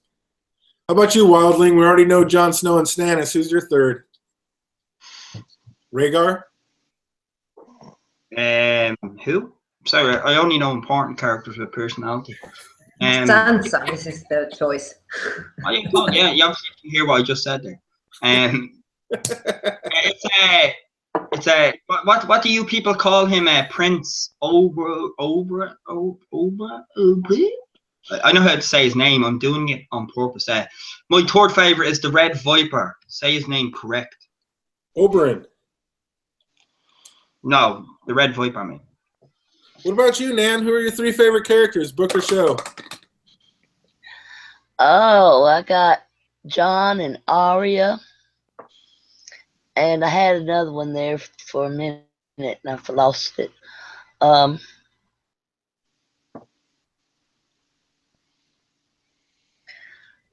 guess I'm going to say Sam or Davos. Excellent answers. Excellent answers. David Adams likes Arya, John, and the Night's King. Do we know enough about I forgot Tyrion, man. I forgot Tyrion. I gotta say Tyrion. That was gonna be my third one. I froze for a second. Weirwood is fucking kicking in, man. What would you say, okay, Iris, you can't. Johnny, do you like the book Tyrion or show Tyrion better? Oh, Peter Dinklage brings a charisma. Peter Dinklage brings a charisma that's amazing. Fuck. Book Tyrion's more agile. It'd have to be Book Tyrion because just the intellect of Book Tyrion. But I don't want to take away show Tyrion. It's just if I have to choose, it'd be Book Tyrion, obviously. What about you, Nan? Who's better, show or book Tyrion? And chat, put it out there. Who's better, book or show Tyrion? I don't know, DJ. I'm thinking that it might be. I like the book Tyrion a lot, but I like Peter Dinklage, and then the fact that they didn't cut his nose off in the show, and I think that has a lot to do with it. So, yeah, right. Yeah, they need to. He's too pretty and nowhere near the acrobat, and nowhere near. Yeah, he's just way too pretty. That's the main thing. Way too pretty, and he needs to be able to bounce around and be more acrobatic. I agree, 100%. Uh-oh, did we lose James Clooney? Oh, he's back. I'm back. Nice. My phone died. 1 second. I don't know. I always say Tywin from the show gave me a new respect for him. When I read him in the books, I didn't know much, and then Charles Dance blew me the fuck away his time. Shit, I kind of get you now. I get you. I could link that actor as Tywin from the show straight to the books, going, "This is Tywin." Do you know what I mean? I have a whole respect for Tywin, like him or not. Exactly. Him and Peter Dinklage are kind of in the same boat. They did such an amazing justice to their characters that even though they're not exactly like they are in the book, it doesn't matter because they just knocked it out of the park. Absolutely. What is the biggest? I'll tell you. Go ahead, Nan. Another one that did a good job for her part was Michelle Farley. I mean, she played such a mean mother to stepmother to Jon Snow. I mean, she told about how she to die and all this stuff, then prayed for him to live, and then she couldn't keep her promise. I mean, she made a pretty good um, conflicted person there with her. You know, does she want him to live or die or whatever? You know. I think she did an amazing job as well. I hear a lot of people say like she's supposed to be a MILF and she's supposed to be hotter or she should have been better looking and all this. I'm like, she's a mom to like 5 kids up in the north. I mean, I think she looked fine. I think they casted her just fine. I think she did great. Which was going to lead me to my next question. What do you guys think are the top 2 or 3 worst castings? Who did they not acclimate at all from the books to the show? That's just like, what are you doing? I get hate for it, but I say Oberyn. You think Oberyn? You think he's a lot different in the books? I think the actor is fucking. He did what he had to do. Oberyn, Ramsay. I know these are doozies, man. I think the Ramsay actor is too pretty, and he's an amazing actor. That's what I'm saying. Don't think I'm saying they did shit as an actor. I think they did amazing.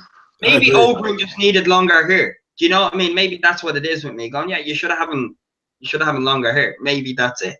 But him, Ramsay, because he's too pretty, and Tord, who would be Tord there? Can I put the sand snakes as a plural? That's too obvious. No, see, that's too obvious. Don't way too obvious. Yeah. Don't do that shit. Let me see, off the top of the head. That shows how good the cast is, isn't it? I have to really You come back to me for the last one, but I've already given you 2 bombs, Oberyn and Ramsay. I'm gonna get absolute shit for that in the chat. I have to defend myself for the next few minutes. All right, man, it's up to you. Who are the 2 worst castings that you've seen from book to show?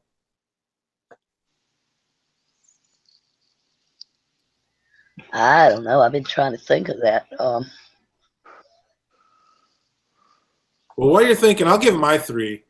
I think Tyrion, Tywin, and Dario by far. I mean, I don't even think it's a question. Those 3 by far, and that's just it. Tyrion and Tywin both knocked it out of the park. They were amazing actors, and I have really little complaints about what they've ever done. But book to show, that's nothing how either one of them were. I mean, Tywin was a bald, bitter. I mean, he looked nothing like that. Now, how he acted, they did a pretty good job, but he didn't look anything like that. And Tyrion, the way he acted and looked was completely different in the books than he was in the shows. And Dario, oh my God, night and day. Like, that is not Dario. The Dario I got described is not either one of the 2 characters we've seen in the show. I think they did a terrible job portraying him, but those would be my 3. Tyrion was more spiteful, wasn't he, in the books? Like, they kind of make him charming. They sprinkle more charm, but he's very spiteful as well. You made him good-looking, charming. I mean, he's a hell of a guy, somebody you'd want to hang out with. The guy in the books is a monster that you'd never even want to be. You'd be afraid to hang out with. Just look at him brings fear. And until you read his point of view, then, isn't it? It's like, you're not. Good point. I think one of mine would be Sansa. I mean, really? Yeah, I think so. The actress does a great job. Don't get me wrong, but I think it's the fact that they didn't do the Jane Poole instead. You know, of the. You know, I just that was kind of strange that they didn't do the Jane Poole with her, and then because in the books, technically, as far as the world knows, Sansa is still married to Tyrion. You know, in the show, they got her up there with Ramsay. So yeah, I don't like that change, and I don't like that they didn't bring out the Blood Raven thing. It made this little guy in the tree. They may have called him Brendan, but they didn't go into the fact that he was at one point in time. You know, the Hand of the King and stuff. Bastard of the Targaryen bastard and all of that. I didn't like that they didn't bring that out. And the Ghost of High Heart. Oh man, I missed that completely. That is for sure a character that should have been added. Yeah, You're right. it wasn't in the show at all. And then, you know, you got one thing I liked about the show was I liked Arya and Tywin Lannister's exchange. I really thought that was kind of cool. Nice. I think Tywin did a great job as far as portraying what Tywin Lannister was. He just didn't look anything like that guy. They should have shaved his head or something, because he's more of a warrior. He's like a bald, bitter warrior. Like, he can hold his own on the battlefield too. And that character we saw, I don't see him holding his own against anybody. I think Arya would have whooped his ass.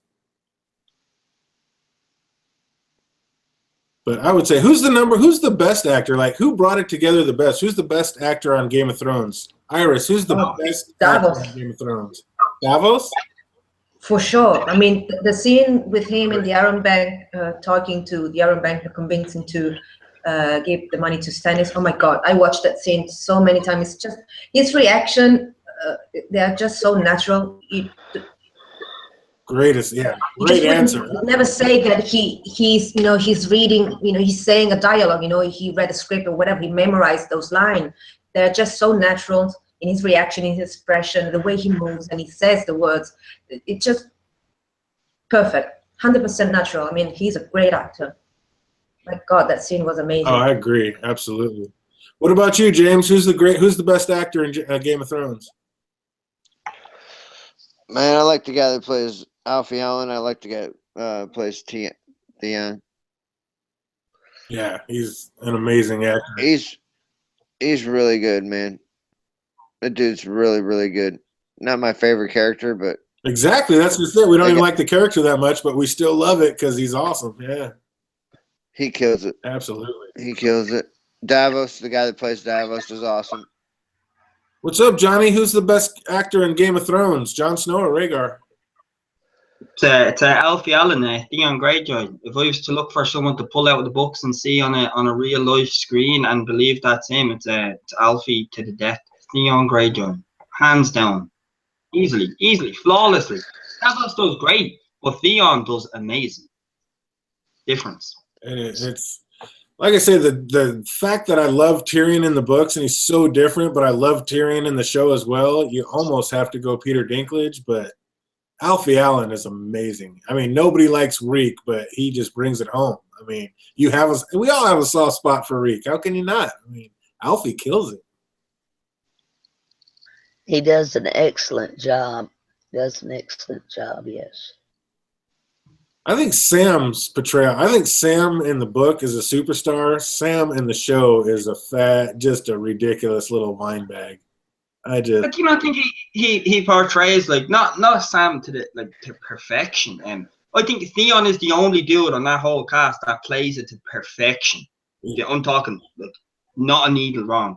But I think Sam does all right. Not amazing, not great, not shit. I'm he kind of plays the foolishly lovable oaf that's clever as shit. You know what I mean? I think he does what he's supposed to do, if you get me. Yeah, for sure. I have to agree with somebody in the chat. I think Cersei was spot on. I think Cersei was spot on, and what's his face? I forgot what I was just gonna say. I was like, yeah, Cersei. But I'll have to come back to it. I was thinking about 30 things at once right there. But yeah, Cersei was definitely one of the best characters cast for this show. Oh, and Yara, that's what I was gonna say. Yeah, Yara Greyjoy. Yara/Ara or Asha. I think Yara was cast perfectly. I think she did a good job. Alfie and Davos, yeah, it's hard to go against Davos. Is real. I mean, Davos. Yeah, you could say Ned Stark, Robb Stark. They were both perfect as well, to be honest. Yeah, I was going to say Ned Stark. Yeah, them two are just behind Theon for me. Who was the best cast? Who nailed? Oh, you can't say that. The girl that plays Arya does great too. Yeah, that's her first job too. Yeah, that's it. Yeah, That's it. Maisie No, that's Williams a great being point. a new actress. Yeah, sorry. No, go ahead. You She's guys done a all say great. those points. I'll be right back. She's done it great as a kid and growing up into the role too. But Same that's what I with the mean. girl that plays Sansa. Leanna Mormont. If They were anyone says both- Leanna Mormont, I swear to God, I won't take your opinion serious because she was only in a few scenes. She done superb for the scene she was in. But you can't name her. It's like what? That's like comparing 5 minutes. That's like comparing a single song to somebody's album. Do you know what I mean? So I'm talking about the people with albums, as in how long they've Yeah. been around and how to Yeah. record it. So it's unfair to say that. I think Brianna Tart, I think anybody could have been her. If you're a big female, a big robust female, I don't think Brianna's hard to cast because she doesn't. Don't hate me for this, but she doesn't have that much personality that's hard to portray. The likes of Theon is weak. The shit that he has to go through, like there's a lot to portray. With a woman, it's like a big female and she'll fuck you up. I think a lot of females could do that. Theon, a lot of people couldn't do that. Do you know what I mean? Macy as Arya, you could get a good fucking child actor in, female actor, make her a bit ballsy and likeable. It's not hard. Macy's awesome, but her role is not hard to cast, I believe. That's just me. I believe I'm looking at the roles of the characters. That's the first thing. How hard is that role? Ned Stark, that's not a hard role. Robb Stark, that's not a hard role. Theon Greyjoy, that's the hardest role in Game of Thrones to ever portray. Ramsay is as well. I know you said Ramsay failed it. Do you know what I mean? So I'm sorry if I smashed all y'all's favorites. They did great, but I'm speaking of amazing. Theon is the only amazing one. Can you give me someone else who's at that level? Really?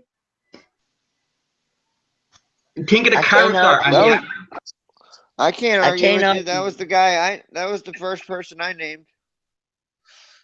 But there's just been a lot of good people that have done Yeah. a really good job.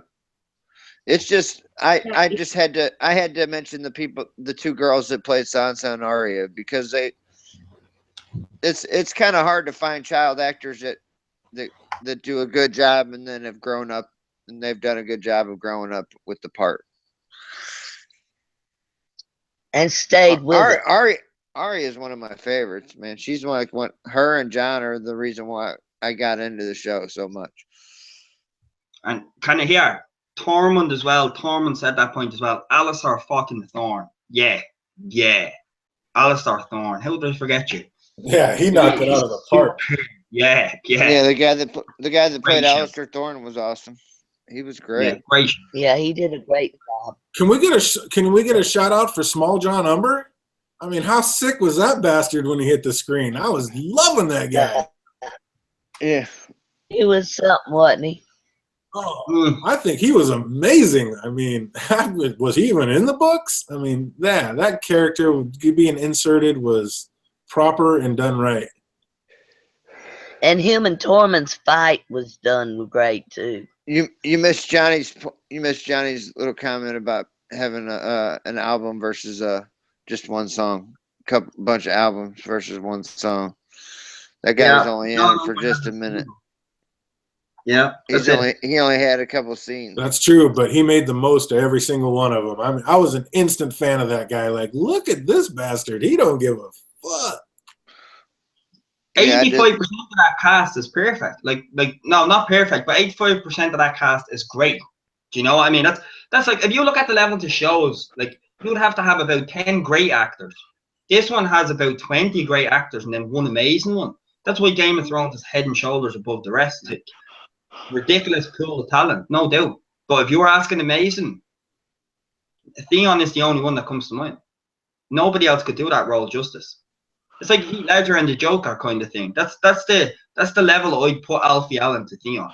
Going, fuck me. You just. I'll get off Theon's dick. Oh, sick. No, boom, boom. No, he brought his line justice.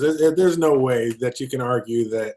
And I don't know. I mean, Cersei, Lena Headey, she killed it, knocked it out of the park. I mean, if you're trying to put somebody head to head, I think Lena Headey as Cersei was right there with Theon. She brought that life to part. I hated her guts. I felt sorry for her on the Walk of Shame. So bringing her back, I mean, Yeah, she's bringing me through the roller coaster. I think Lena Headey's doing a hell of a job too.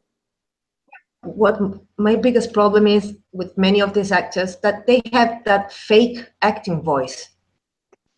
Because if you hear her talking normally during interviews, she has a different voice, but when she acts, she has that voice like that. And same goes with Kit Harington and Jamie, the guy who plays Jamie. They have that fake acting voice, and it's not natural. And this is why I'm saying that people like Davos and Theon are way better, because they don't have that. They are more natural. They sound fake most of the time, and you can tell if you pay attention. That's my problem. They're good actors, but... Sorry. He has the same voice in interviews. It's the same reaction. It's natural. So you don't think it's acting, you just think they cast the perfect person because that is them. I'm not saying that they are bad, but they're not as good. That's my problem. And this is something that my drama teacher used to tell us all the time. Stop making that face acting voice. It's not natural. Davos said one point, I always remember that scene, is remember when he's with Jon Snow setting up the armies, and then they're all fighting behind him, and then he goes over, and it's so Dublin. Davos does hold a little bit back on his Dublin accent. He's from my fucking city. I think I know when people are putting on an accent or not. For 90% of it, he is his accent, but he lets his real Dublin accent out when he's in the back. I rewatched the scene when Jon's talking to Sansa, and Sansa's saying, "Would you trust him?" And then Davos kind of goes to the back to sort of fight out, and you just hear in the back, he's like, "For fuck's sake!" It's just complete 100% Dublin, because he's trying to split them apart, and he's like, "For fuck's sake!" I think they just left that in just because it came off natural. I don't think that was scripted. It was just kind of like, yeah, just leave it in. And yeah, do you know who else actually? Theon is an amazing actor. Do you know who else is an amazing actor? Joffrey. Too amazing. Sorry. There you go. Yeah, absolutely. How did I forget Joffrey? Too amazing actor. Absolutely. Yeah. Joffrey. And I got to go with, I want to give a shout out to the Quiet Wolf in the chat. What's up? Thanks for being here. And I agree. Walder Frey was pretty perfect as well.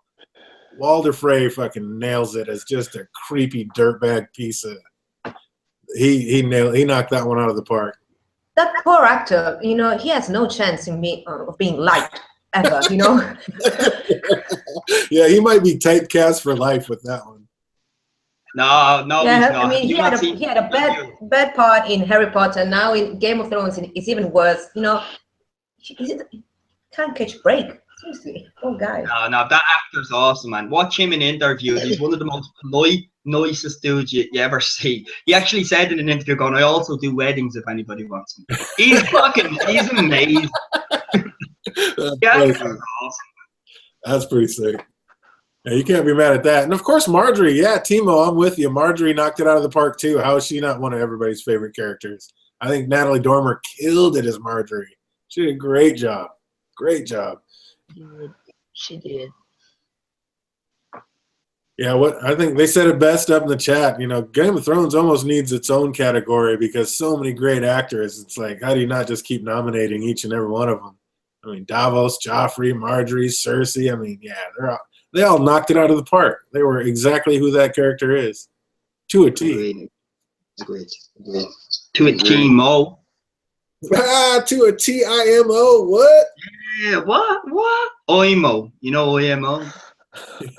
I agree. The only thing I don't get is Timo typing in the chat there saying, yes, Joffrey, that little shit. And then if you ask her favorite, she has Ramsay in there. You fucking hypocrite. Joffrey is awesome. Leave him alone. Joffrey, I feel sorry for that character. I guess he was getting blasted all over the place when he tried to go people. People were like running on him. Like, dude, it was a character in a fantasy TV show. Get over it. But yeah, I felt bad for him. Yeah. He quit acting after that. I felt so bad for the poor boy. No, he didn't quit. No. What? You have your stories wrong. He quit acting to study Hebrew in Trinity College in Dublin. Right. Oh. Joffrey. Oh, okay. Patrick Gleeson, a.k.a. Joffrey, who puts on an accent the whole time as Joffrey, can I point out? He's learning Hebrew. He was so humble as a dude. He's like, I want to learn Hebrew. I'll go back to acting later. Right now, I want to learn Hebrew. He's a unique individual. He's unique as shit. Wow, that's cool. Yeah, That's for a little bit. very cool. Yeah. Yeah, I was feeling so bad for the poor boy because I knew he had gotten such, because of the character he played. He did such a great job at it. You know? He got more credit than he got hate because people accepted it, going, you are shit. Yeah. Maybe when we remake Game of Thrones, he can replay as Rhaegar before the war. Recast him like they did Tommen. I think he was a little more noticeable than a Lannister cousin.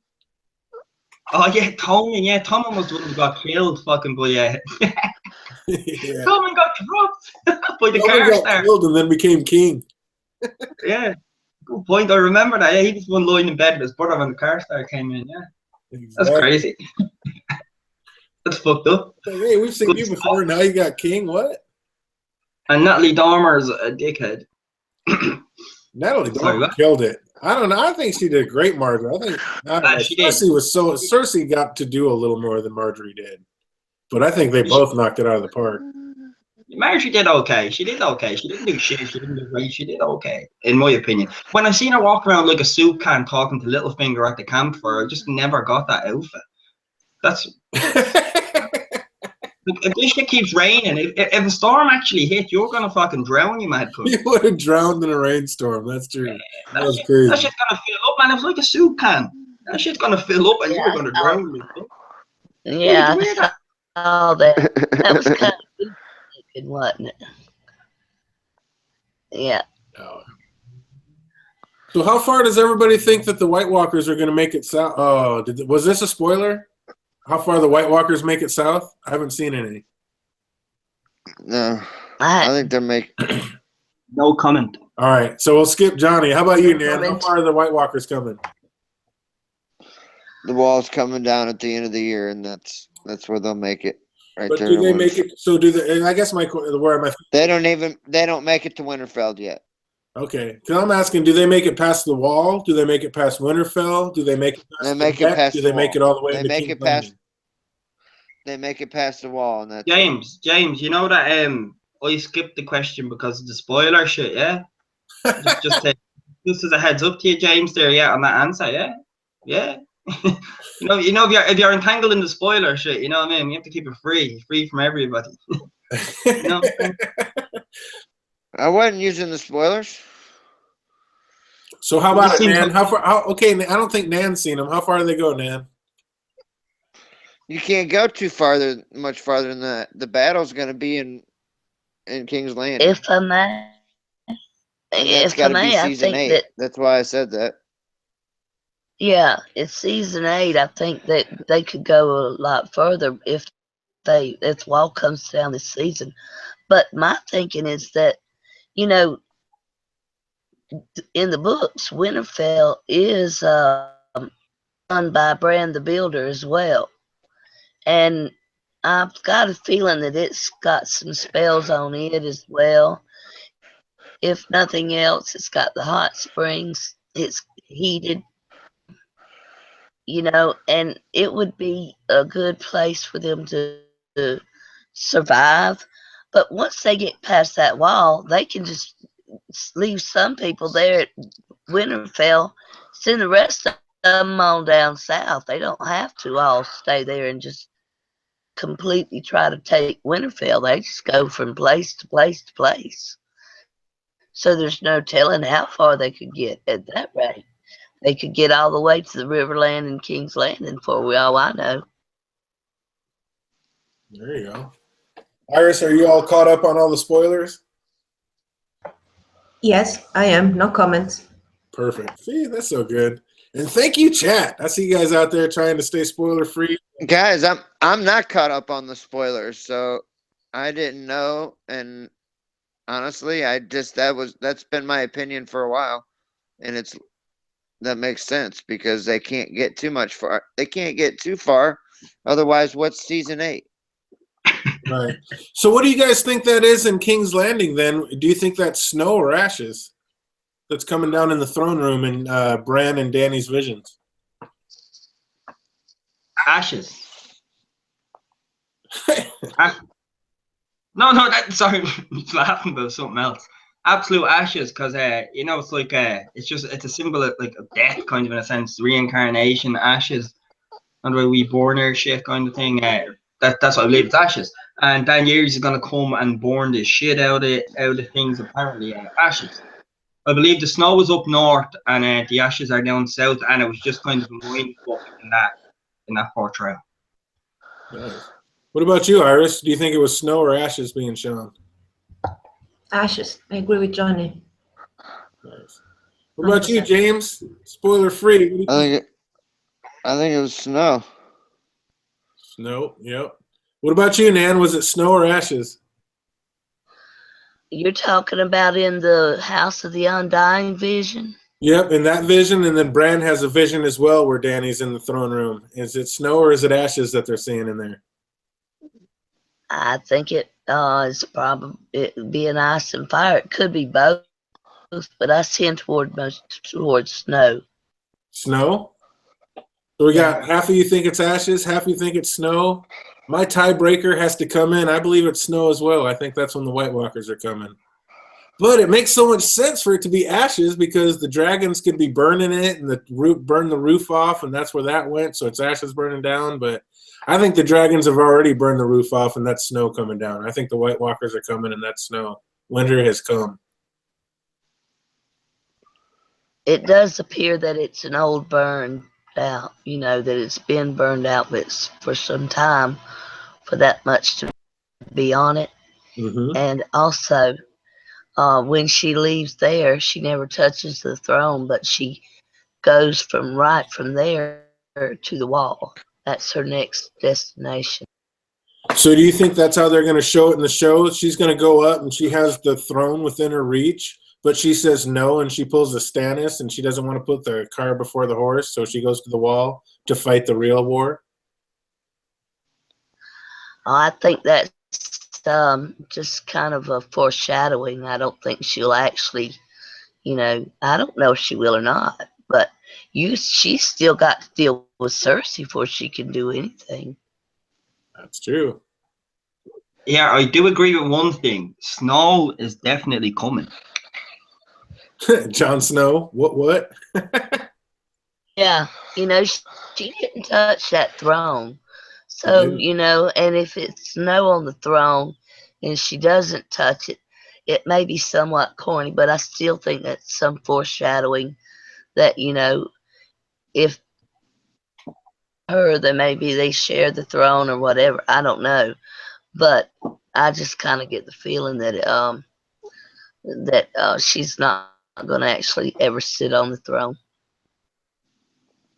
Yeah, I got to agree with the Quiet Wolf. That's my thoughts exactly. I think the vision is pointing out that Dany will never sit the throne because of Jon Snow. And that's what that snow coming down is Jon Snow stopping her from taking the throne. I do believe that, absolutely. I've always thought that. Can I interrupt for a second? I'll be right back. Sorry.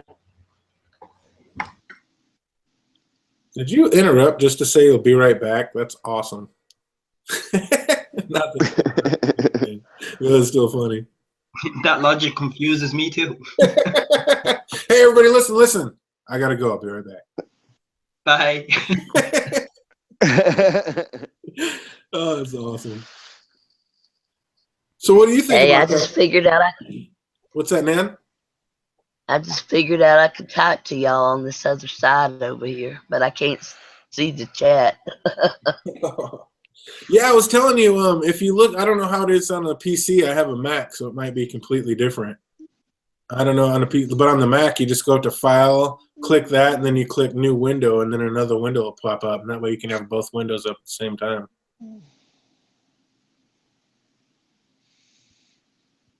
But I am the worst, most computer illiterate guy out there, so I'm not the one to ask about how to do things on a computer at all, I promise.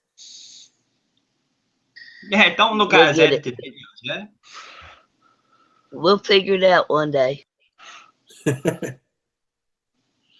All this Dany hate out there just blows me away. I love the mother of dragons. She hatched freaking dragons, and everybody's just got so much hate for her.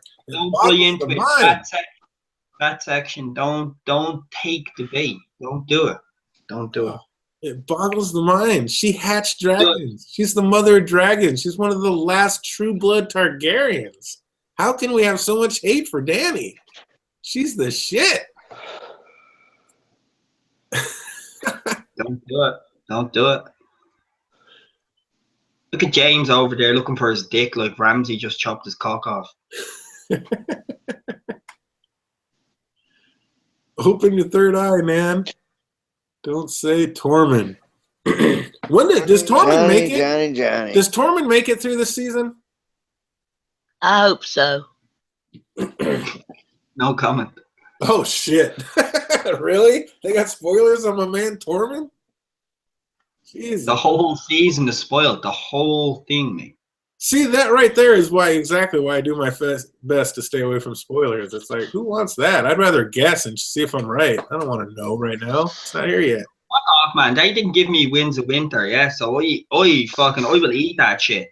Look, I'll fly to shit. Give me that. No. I want to know, motherfucker.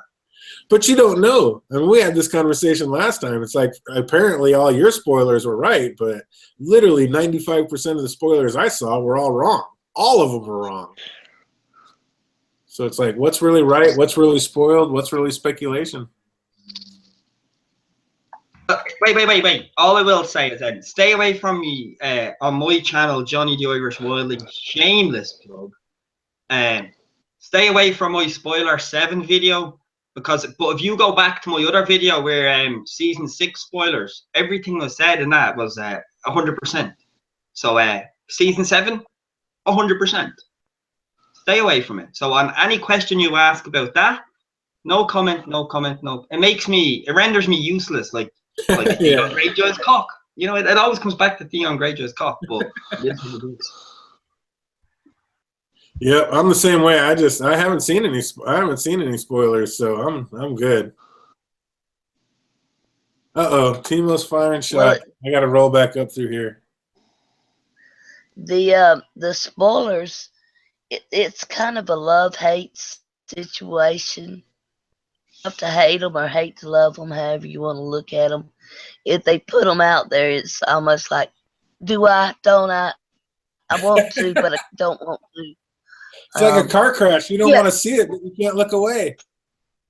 Yeah, you know, I mean, if it's there, you want to see it. But then when you see it, you kind of like, well, this doesn't have to happen, but it might. So be prepared. Yeah.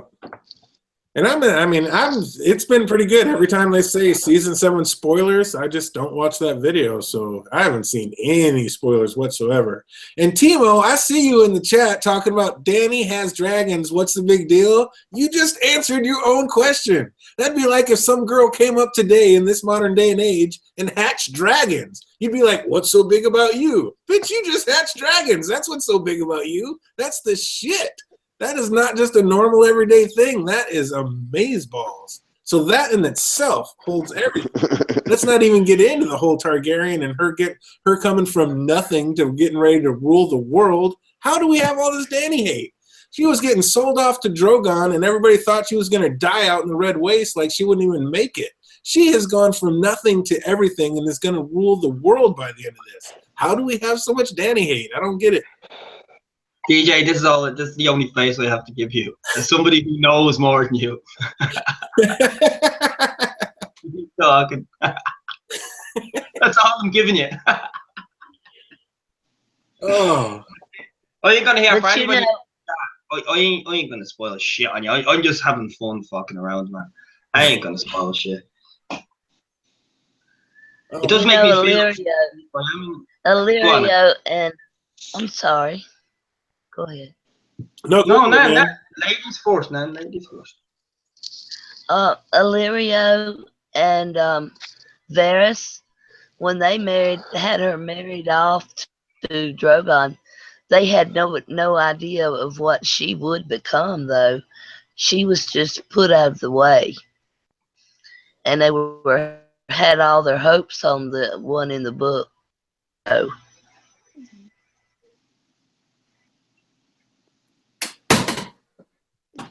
I agree. They totally thought that she was going to die and wasn't going to make it. And the fact that she did, these two brilliant masters that are behind half the master plots in this whole story basically wrote her off for dead, and she didn't die. She triumphed and is getting ready to rule the world. How do we not have respect for that? I'm DJ Wun Wun, and I like to troll people about characters who they say they hate, so I can pretend like I love them just to troll y'all for a few minutes. Fuck off. That's when you know my points are coming through, when he starts feeling like that. Yeah, you know, that's when the DJ Wun Wun cheap impersonation comes out. You know he's getting to me. Fuck you, and fuck our dragons. Dragons are not good for the world. It's not natural. It's not real. It's not legit. It's an unfair advantage. And anybody who likes dragons, then fuck off and play Skyrim. That's it. I mean, you hatch dragons. You bring them. And who says dragons aren't good for the world? The masters? What are the masters ever right?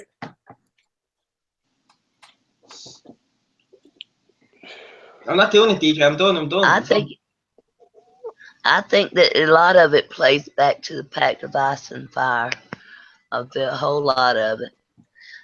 You know, you've got to have a balance, and you have to have one to balance out the other, and it's still at play. I mean, we got to look. Aegon came over and conquered, 300 years ago or whatever, and he had the dragons, but he didn't care. He didn't come over. He wasn't bringing in through the Red Witch, or he wasn't bringing over his own religion. He came over and he's like, okay, this is your main religion. We'll go with that. That's fine. I mean, he was a great ruler. Targaryens were great rulers. They came in, they tried to figure out what was best for everybody, and they laid it down, and they, had peace and harmony for a while. And then, of course, there's always going to be turmoil in the kingdom, but how can you say the Targs didn't do it? If you didn't like it, Maegor you get roasted by a dragon. Maegor the Cruel, Aerys the Mad King, the Greens and the Blacks. Whose fault was that? Anything else there, Johnny? Miss anything? And I'm not saying all Targs are great. That's what I'm saying. In a realm, in a kingdom, I mean, when they have a 300-year dynasty, of course there's going to be some bad ones in there. But you can't say they're all bad or they're all worthless, can you? Oh, what was that, Nan? Sorry, I didn't hear you, Nan. Nan, sorry, there was some white noise there in between our It was like somebody else was talking there. Maegor the Cruel is a great example. Aerys, he fucked people up, and apparently by this white noise's theory, he banged the shit out of a younger girl, pedophile, by his mad theory. And yeah, I agree. And the Targaryens are the poison of the world. They were stupid fishermen before that fucking mad disaster hit. So get the fuck out of me face, Targaryen. Yeah? I'd like to know the old houses of fucking the dragons, the real dragons. These are pussies who lived on a fisherman's shore. That's how they survived. Fuck off and get out. I feel like I'm repeating myself. Targaryens are poison, overpriced cunts. Targaryens are the ones that were smart enough to know that the doom was coming, get the hell out of Dodge and start somewhere else before they burned and incinerated to death. You're going to be mad at them because they were smart enough to get out of the way of danger and death? How were they smart enough? They lived on a fucking little fisherman island. They were the ants compared to the giants. Shit me, they lived on a fisherman island and then just happened to survive. They're going, shit, everything's gone. We better get the fuck out of here. They didn't avoid anything. They were lucky placement on a small island of nothing. They were minuscule. Yeah. They did nothing. There's nothing minuscule about Dragonstone. That's where all the princes that are going to be kings go to start before their realm, before they take over. Dragonstone is basically the place you go to become king. And basically, since they were going to become king, they took over Dragonstone. Then they went over and took over Westeros, and then they laid it down. It's going to be our way from here on out. How is that bad? I know White House. Exactly, our way. Holy shit. Our way. You know, they were the biggest slave owners in the world. They did a lot of harm, and bravos. They ran from, they left them, and as far as Johnny's saying, they were on a little island, and when the flames heated up and the volcanoes, the 14 flames or whatever, when all that heated up and the dragons came into play, you know, there was some kind of magic or something involved that gave them that tendencies, because they didn't have it before. They did not have No, the dragons before. The dragons existed fluently because there's stories about Sudaros, about different like dynasties searching and going down there, amazing explorers searching. And when the Valerian disaster hit, they were just on a minuscule island. They were nothing. Do you know what the Targaryens were in the dynasty? They were the Freys of Westeros. That's what they were. But Johnny, you can't say all Targaryens are bad, because what about fucking Jon Snow, man? What are you talking about? That's just a theory. It's not a fact, James. You can't say, I'm just saying you can't throw them all. You can't say they're all bad. If Jon Snow, the Targaryens are the Freys. Jon Snow's more Stark than Dragon. Get the fuck out of here. He's more Stark. That's what happens when you inject a bit of loyalty and valor into blood. You know what I Jon mean? Snow will never be a Targaryen. He's a Stark. Jon Snow is a Targaryen. Actually, he's a Blackfire, kind of. It's pretty But much. he will never be anything other than a Stark. He's That's a it. Northern Blackfire. He never was a Stark. Catelyn wouldn't let him be a Stark. His sister wouldn't let him be a Stark. He's not a Stark. Rob, the notable lovable. His mother made him a Stark. Yeah, Lyanna. Yeah. Rob wouldn't let him be a Stark. Caitlyn wouldn't let him be a Stark. That doesn't mean shit. He's a king of the North, whatever his name is. Ned's father wouldn't let Arya be a warrior, and how's that going? Yeah. No, when they came in and they were playing cards and coming to my castle and all the little games, and the one time John tried to say, "I'm Stark, Lord of Winterfell," Rob shut that shit down instantly and said, "No, you can never be Lord of Winterfell because you are not." You've done it. You pulled me in. Fuck you. I'm only noticing. I'm like, you pulled me in. I'm right in there. Emily, it's like, fuck off, man. He's by no means a Stark and never will and never can be. He's like you said, may not have your name, but you have my blood. You have my blood, but you are by no means a Stark. Yeah, because he's Lyanna's son. Yes, because he's a Targaryen, and a great one, because Targaryens are awesome. No, but that makes him a Stark / Targaryen. I'm not saying the Targaryens are awesome. They've had some shit people, and they got some good people. Name me the good people right now. Rhaegar. Jon Snow. Jon Snow. How can you say that, man? Right? You know, when I get married to a lass, yeah, she's not just a McDermott like me. She's a McDermott, and like the son, whether it's a son or a daughter, they're a McDermott / the other half's family name as well. It's a split blood type of thing. Do you know what I mean? It's the same with Rhaegar. He's not fully Targaryen. He's Targaryen Stark. That's why Jon is redeemable, because of that Stark quality within him. That's my point. So Jon Snow does not count as a good Targaryen. So you're going to tell me, you and Eli both, this is for you and Eli both, you're going to tell me Master Aemon is just a piece of shit because he's a Targaryen. Yeah, Master Aemon, that's the other guy. Boom, there you go. Master Aemon's just a big asshole because he's a Targaryen, right? Boom. No, but he's associated with ourselves. What's that? He's not good, dude. Show me, how is I like Master Aemon, to be honest with you. But how is he, wait, okay, like, show me how he's an amazing dude. Because he's fucking blind. And the maester of the he took care of Sam and made sure Sam was okay when he's the fucking maester of the Night's Watch and Noble Order, and he's the maester. He's blind and he still acts like a noble order races the criminals who don't want to do it, and if they leave, get the head chopped off. The noble order. Okay, 100 years ago, is that what it was when he joined it? Is that what it was when he joined? Or was it a noble order? It was a noble place for third sons to go. And he went up there and he became master with no eyes, not even can't see, without all senses. Why did he do that? And what did he say to Jon Snow? It's the biggest regret I have in my life, mate. He said a Targaryen alone in the world is the worst thing ever, is what he said. Yeah. I'm sorry you were a little bitch and you couldn't look after your own. Apologies there, mate. So you're saying Master Aemon just sucks. Sorry for the Aemon hate. Yeah, no, fuck off. One's bringing this out in me. Yeah, I like Aemon. Yeah, so if I have to stand by my point, I will stand by my point. Yeah, and if Aemon happens to be in that slaughter, so be it. There's so many that the Targaryens have killed to us. So fuck them. I'm reading the chat. Even Eli's like, He denounced his name. He went to the wall. It's so funny. He's doing it. DJ Wun Wun just picked some flux. He's like, oh, I got him. What the hell is that noise? No, it sounds like James Spartan's followed through. Is that a sick We're mouth losing laser Jack. going on? That scared me. I wasn't looking. That tripped me out. I didn't do nothing. Oh, is Urtash in the house? Urtash, welcome. What's up, brother? One of the best Oh, in he the did. biz. Sick Urtash. I agree. I heard somebody earlier say one of these days we're going to be looking at a Game of Thrones calendar and it's going to be all Urtash artwork. That's going to be dope. What's good, Aircatch? What's good, you baldy prick? Everybody who hasn't seen it yet, go check out Urtash's channel. He's got a new video out. So dope. You got to check that shit. He looks like James only with a slimmer face, man. They're similar. Is that a Different good thing or a outfit. bad thing, Johnny? That's a good thing, 'cause I love you both. It's like testicle love. All right. His self-portrait was great.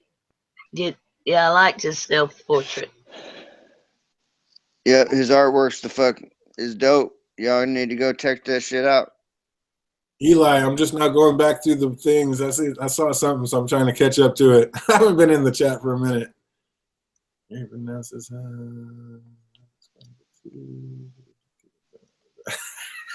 Eli says, you got questions, I got answers. Nice, yeah. That's how Eli holds the chat down, yeah? Eli holds it down. I hold the panel down. Let's go. Oh, it's awesome. Dave Adams as well. Dave Adams is a private sniper. It is just not going to happen. It's down with Stannis. How long I've ago? done that. I've already steamrolled you on that. Next. Do you think Stannis makes it through Wins a Winner? You think he lives through No. that book? No. He's going to die? Yeah. Valiantly. What about you, Nan? Does he die in Wins a Winner? Yeah, I think so. Eventually, yeah. We know my stance on it. That's not Stannis. He's glamored. He lives. Stannis lives. The child-burning bastard. It is just too much to know. What happens to Mance Raider in the books, though? Is he going to make it out of that cage? I think Mance dies. And I think Mance is Arthur Dane, like you've seen in one of my videos. And yeah, they go down in flames. Oh my God, seriously. Made a video about it. Don't know, just go watch. It's there. Mance Raider is Arthur Dane. I'm even checking that shit. Absolutely. That is You're crazy. down. Yeah, you're crazy, man. I love it. I love it. You're madness. You're madness and you're crazy. That's what you I don't think they're just going to glamour Lord of Bones and Mance, and that's going to be the end of it. Just like when we saw Lord Beric Dondarrion brought back from the dead, that wasn't the end of it. I mean, they show you these things because it's going to be a factor later on in the story. So where exactly later on in the story does it factor? Sounds like that's a good place to start. Yeah. I'm not saying that in DJ. It's fucking crazy, man. Maybe Arya is Sansa in disguise, because since Lady died, that's why Arya is not a lady anymore, and that's why she's finding a way. So she is Sansa, but she dyed her hair. That's why she wanted to rebel against Ned, and she went out because them faceless men. She wanted to find herself and her face as a woman. So now she's coming back, and then Sansa's not Sansa. Sansa is actually Ramsay Bolton's sister, who nobody knew about in the books that were never wrote, and then that's why Arya's gonna come back and be the So real. what you're saying is you have an idea of what That's what your Sansa's theory story. sounds like. No, that's what your shit sounds like. It's absolute madness. It's madness. I think there's some pretty good backings for most of what comes spewing out of my mouth. It's like it's got some kind of backing. There's something there. It does. Even if I disagree with it, it does. I just can't see your logic in it, but I love your creativity. So what happens to Sansa this year? Did that get spoiled in the spoilers? What's not going to happen to Sansa? No comment. So James, what's going to happen? You said you haven't seen spoilers. No, he but can't you comment either. He's seen the spoiler video. He can't comment either. No comment, apparently. Yeah, oh, James, do you want to comment? Yeah, have you spoiled it? The whole chat's coming down on you. I have no idea what's going on with Sansa. That's my comment. I have no idea. Yeah, if anybody goes to my season 7 spoiler video, yeah, pause it. Don't watch it. I don't spoil it until 2 minutes in. Pause it, go down to the comments, yeah, and see James Clooney's comment, yeah. Johnny the fucking legend, yeah. Hashtag, yeah. And what to say? Love the breakdown, Johnny. This is gonna be awesome. So fuck off. Okay, so maybe I have seen it. Yeah, so Spoiled anything? I haven't spoiled anything. yeah, but that's why you can't answer DJ's question, because you will, because you know. So But next. that was my answer. That was my answer. I have no idea what's gonna happen with Sansa.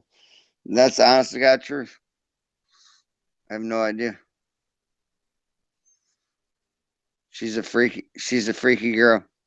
She might get freaky. So did they say in the spoilers who's going to take over the Dread Fort?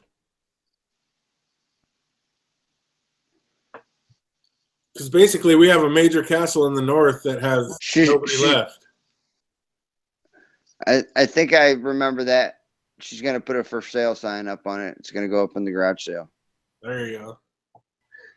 No comment. Oh, so there are just spoilers left and right. See, yeah, I've literally been doing real good not to see any of these. So, yeah, I don't know. And did they spoil what was going to happen to Peter Baelish? Because obviously everybody thinks he's just going to get thrown through the moon door. Did they spoil comment. No comment. No comment. He said, damn it, my whole season's ruined. I don't even need to watch it. I just know now. Do they bring Wun Wun back as a white? I would love that. No comment. Who has more of a chance of coming back as a white, Wun Wun or Hodor? Hodor. Hodor. Hodor. I have no idea. I just wanted to say it. Hodor. Is that literally something that they talked about? They didn't talk about one of them coming back as a white in the spoilers, did they? Yeah, DJ, get your camera off me. You have your camera on me the whole time, you prick. So sort that out. Yeah. Hodor. Yeah, get that camera off my ugly head. Boom, bitty, boom. Yep, you're off. I don't know how that happened. Dude, I have like 8 windows open. I'm just bouncing back and forth, so I must have double tapped something somewhere. If we're going to stick on somebody, let's do that. We'll stick it on there. Do everybody a favor. You don't want to show my ugly ass, so fucking put it on somebody else. It's a beautiful head, James. Don't let anybody tell you different. It's all good. Yeah, I was kind of mad at Ramsey for killing Wun Wun. I gotta be chemo. at work early in the morning, and I was at work early this morning. I'm about tired as fuck, y'all. I'm about to fucking crash out. How much longer we got? Probably not too much longer. Depends on how much they can go on with the Sands of Love. I miss Wun Wun too. That's where the chat's at right now. Wun Wun, that was just a damn shame. That was unnecessary. Wun Wun, there's no reason to just kill him like that. That was horrifying. Did you see that in one of your spoilers last year, Johnny? Yeah, I predicted it, yeah. Ramsey kills Wun Wun with an arrow to the face. Yeah, it's in the video from over a year ago. So it's horrifying. Absolutely horrifying. Anybody wants to join the dark side, then check my shit out. If you don't, well then, I don't spoil it, man. I've seen a lot of people in my fucking subscription line straight away, you know, with titles from the spoilers, and I'm like, why would you do that? That's not nice. You know what I mean? Anybody who wants to check the spoilers, Season 7 spoilers, be warned. That's it. Like that's it. That's a respectable way to do it for anybody who doesn't want to know it and stay clean. You know what I mean? Stop with that title shit. It's not cool. But don't ask me anything about Season 7 because I know everything that happens in it. I know. So you know for a fact whether Arya goes north or south then? Yeah. I have no idea. And you know who? So who's okay? So you know for a fact who the first major character is that's going to die next year? Yep. I have no idea. So who do you think it's going to be, James? I'm denying until I die, brother. So you guys really, like, they told you who the first major character to die is going to be? Dude, I'm plugged into the Weirwood at least 10 to 12 hours a day. You honestly think I remember anything I watched 2 weeks ago?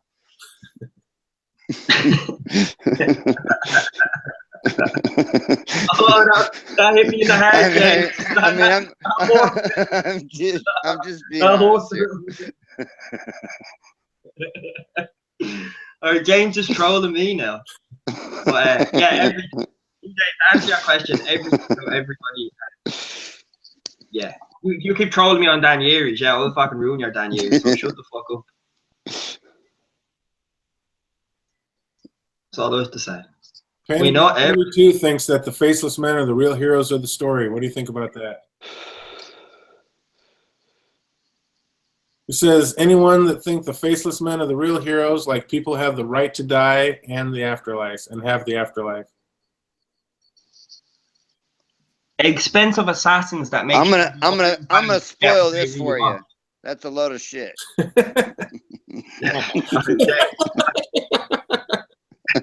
I'm sorry. I'm gonna spoil that one. The faceless man for me. They're expensive assassins. That's it. Assassin's Creed. That's what they are. There are a shitload of Altiers and Ezio's from Assassin's Creed that when the Iron Bank wants their money bank, yeah, go out and sort that, will you? That's why Tywin is like, oh, you don't want to fuck with the Iron Bank. Do you think the Iron Bank comes after Cersei? No comment. No comment.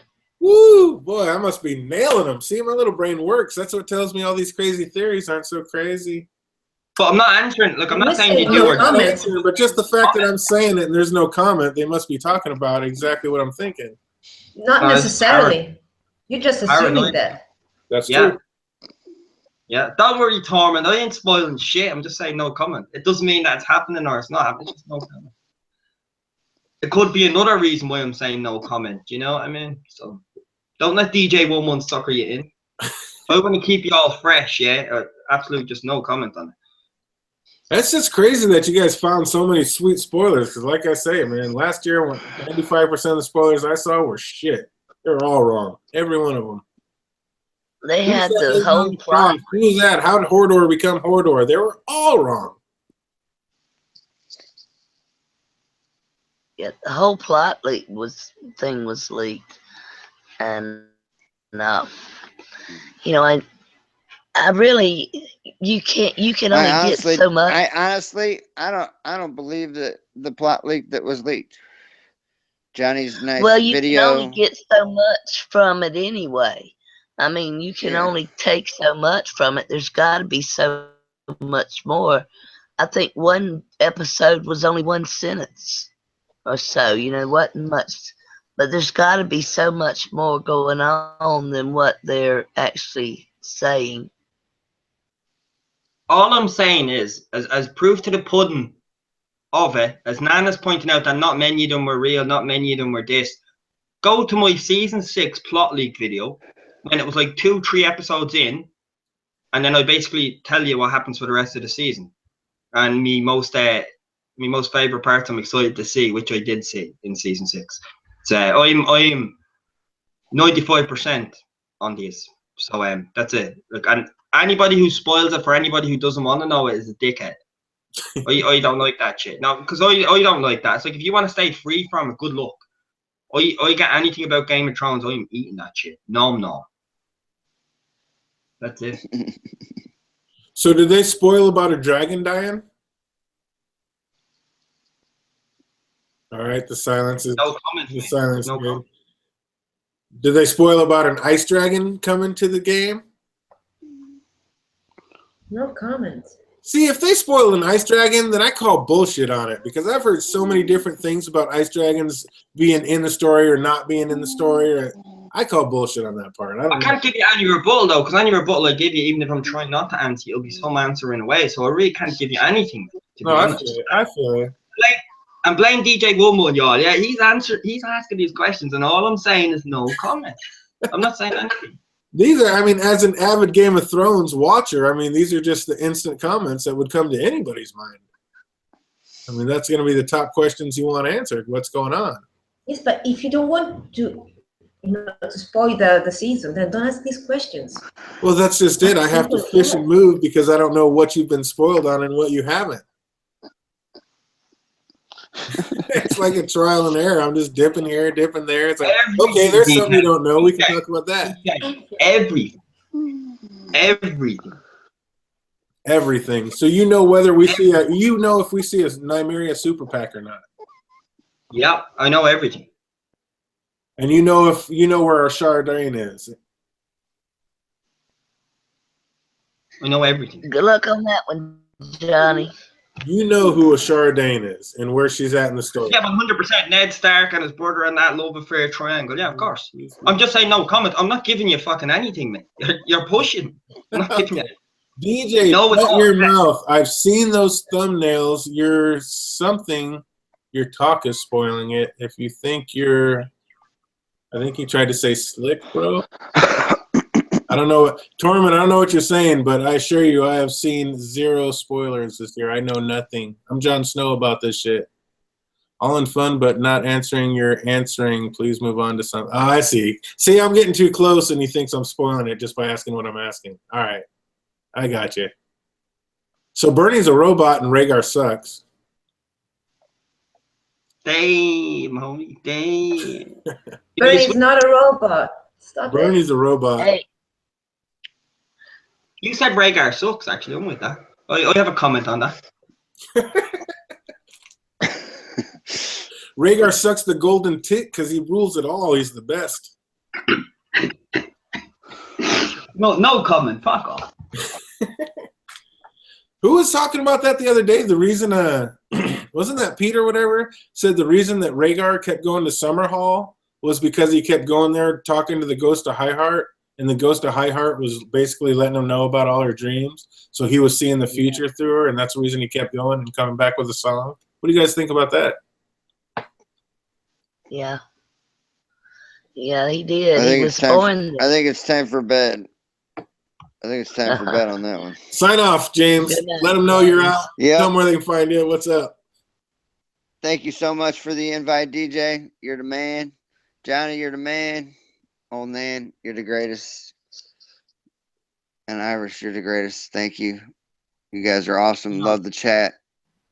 You guys know where I'll be. I'll be back on another stream somewhere sometime soon.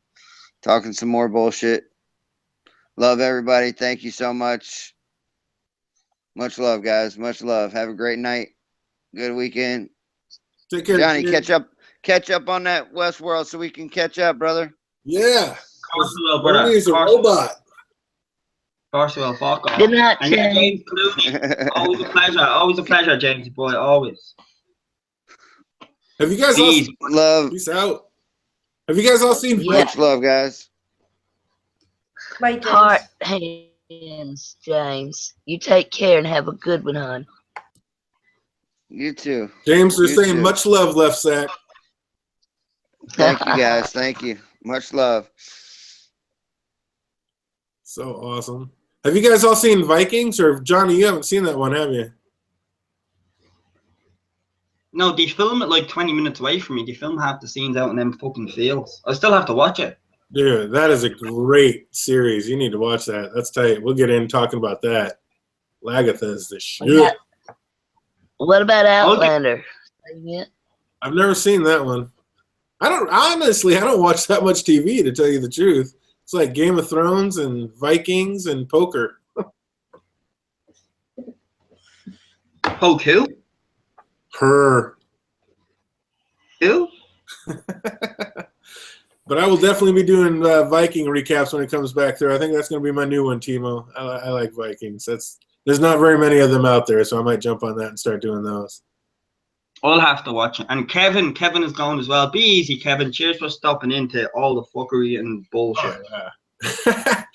After party chat. Thanks for being here, boss. We're definitely probably get another one going sometime soon. I'm sobered up in here. Bye, Kevin. That's the thing. You've been here so long. Dude, look at my bottle. You remember how this was when I started? I'm on the wrong page. Dude, look how full that was, and it's like going down by the wayside. That explains all the bullshit you've been talking most of the night. Good. Can you believe one can be that buzzed up and still come up with that much genius fucking insight to the show we all love? So, you know what, DJ is sitting there, yeah, the thing is full now, and it's half gone. He's like, and Davos is a Targaryen. There is not a doubt in my mind that Davos is a Targaryen. That's no And BS. Ned Stark is shagging the gar. Dude, the fact that Melisandre does not mess with anybody that doesn't have king's blood, and she was trying to seduce Davos, how can you not say that Davos is not a Targ? Davos is a Targ. That's just what it is. How much of that have you got left? I mean, there's no rebuttal against it. It wasn't like Stannis was like, let me chop off your fingers and you random dude come be my #1 right-hand man. He saw the fucking history and lineages of Westeros. He knows that that is royal blood. He saw the fact that Davos is a Targ. He's a Targaryen bastard. He has Targaryen blood. He's a Blackfire, basically. So yeah, he was like, okay, you're noble enough. You don't even know it, but you are noble enough. You can come be my guy. And Melisandre proves it when she tries to seduce him, because she does not mess with anybody who doesn't have royal blood. Yeah, how much of that did you drink? A lot of it. And I'm a great bartender, Dish. I can sling drinks. I can make grub. Yeah, it's a party in my house. All the time. Doing drinks like he does bullshit theories. I just don't even understand how you can argue. I mean, what's the argument against it? I mean, the facts are there. You just got to see them. I don't know, man. Did you ever see Gendry and that was his conversation in the cell, yeah, about that shit coming down? That was a very royal chat, wasn't it? Yeah, that was about him saying, yes, I too was brought up in Flea Bottom, because he doesn't realize he's royal blood. But that's just like, yeah, I got raised in Flea Bottom just like you. He was connecting. What I mean, he's still got royal blood in him. What percentage is that, DJ? Just asking. What's the potency level? You think they should just? I don't understand. Why does Melisandre try to seduce him? In your opinion, then? I mean, we've both said that Storm of Swords is both our favorite book. I mean, that's where it's at. It's in that book. Why does Melisandre try to seduce him? Because she's trying to play chess with everyone's fluid. Because Davos disagrees with her every step of the way, and she knows that Stannis confides in Davos. So it's like she wants to check him on side so she can do her thing. Simple. I think Nan's she's horny works better than that, except for I agree on both points. Half the people out there would have been more than happy to be with Melisandre, but she's obviously a 1,000-year-old witch, and not just anybody can be with Melisandre. She's only going to be with people that have king's blood so she can enrich her life and still live longer. That's how she gets her life force and be able to live that long. It's through king's blood. So she's not going to mess around with anybody that's not going to enhance and better her life. You have to have king's blood to sleep with that woman, and she wanted to sleep with Davos. I mean, it's there. Because he was there. He was a problem in the way. Honesty was in the way. Look what she did to Shireen. She was one that suggested and put that across about the Shireen thing, because she wants to fulfill her thing to the Red God. I don't think she gives a fuck if she dies or lives. I don't think she's afraid of death. I really don't. I think she just sees herself as a disciple and her purpose is to serve the Red God. I believe that's the only honesty she's ever given us. Other than that, she will seduce and fuck around with anybody to fulfill the Red God's wishes. If Stannis was the prince that was promised, which she originally believed, then she sees that as the Red God's way to shine the light there, so she will do anything to make sure he does. And if Davos is in the way stopping her plans doing that, she's going to seduce and fuck around just to keep her plan on action, because it's all about the Red God. The only thing I see about that actually being a little bit right is the fact that she says Stannis can't sleep with her anymore because his light burns low, and basically if he tries to sleep with her, she'll kill him. So maybe she wants to sleep with Davos because his light's burning low just to kill him and be done with him so he doesn't stand in the way of her. That's like the only thing I can see even about anything that you just said. Other than that, he's got king's blood and she wants to sleep with him. And she wants to, get her life force stronger and be able to live longer. And basically, that's all she's wanted. That's why she wanted to sleep with Jon Snow at the Wall. She wants to sleep with only people that have king's blood to keep her life force strong so she can keep going. And I think that's why she wanted to seduce Stannis.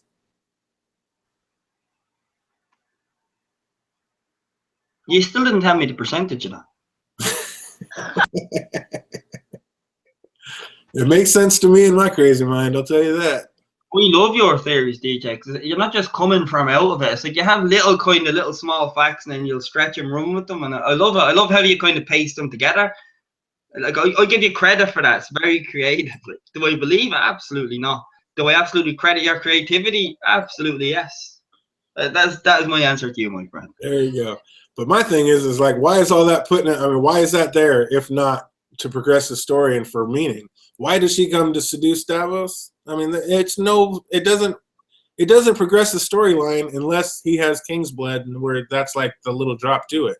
Other than that, it's pointless for her to even go down there. He has no power. She already has 100% of Stannis' ear. Stannis is doing everything she says. Stannis is burning people for her. I mean, Stannis is 100% in her pocket.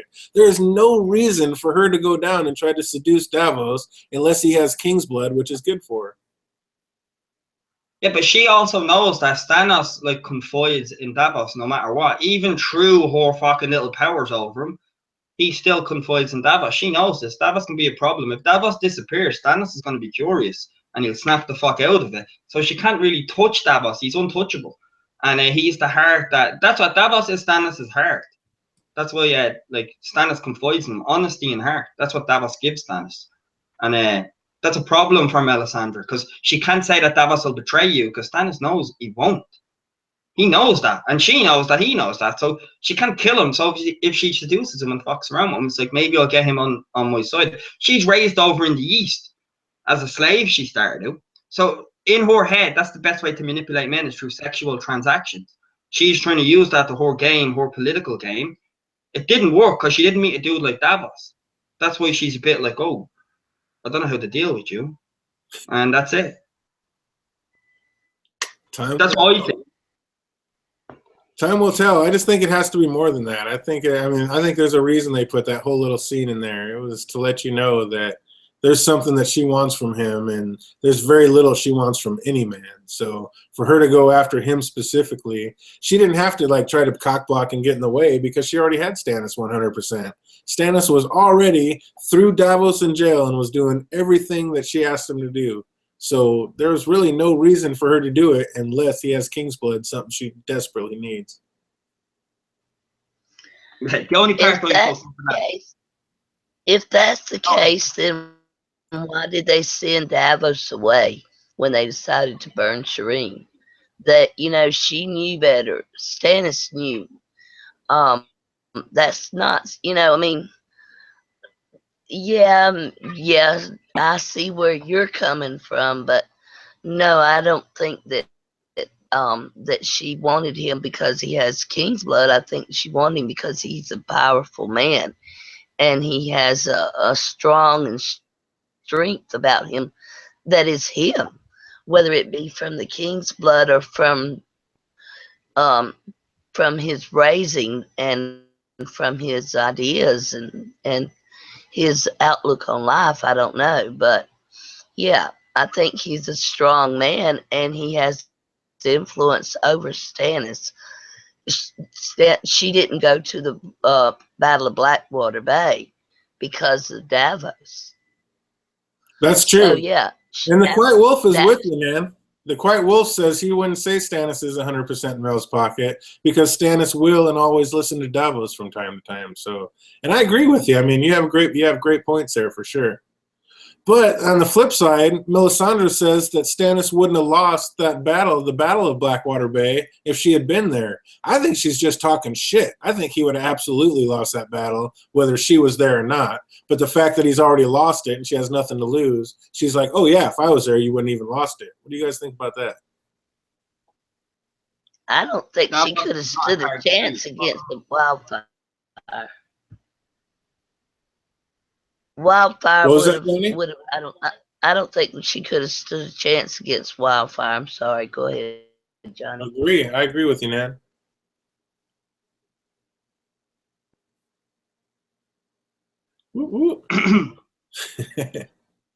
Davos is not a Targaryen. Fuck off.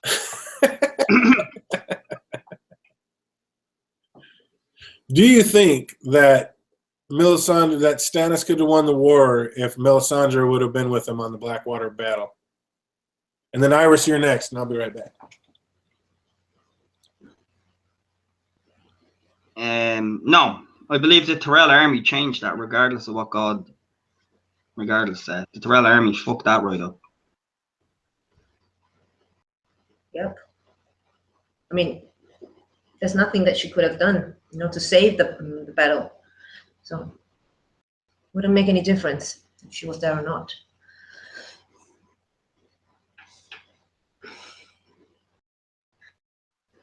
Agree with both of y'all. I agree. What do you think, Nan? What were you saying? I think they would have lost regardless, and like I said, I don't think she could have stood up against the wildfire. I mean, she may have some affinity for fire, but wildfire, that's something totally different. I don't even know that a dragon couldn't withstand wildfire, so, I just don't think she could have done anything to help them. Yep. Yeah, I 100% ship that, man.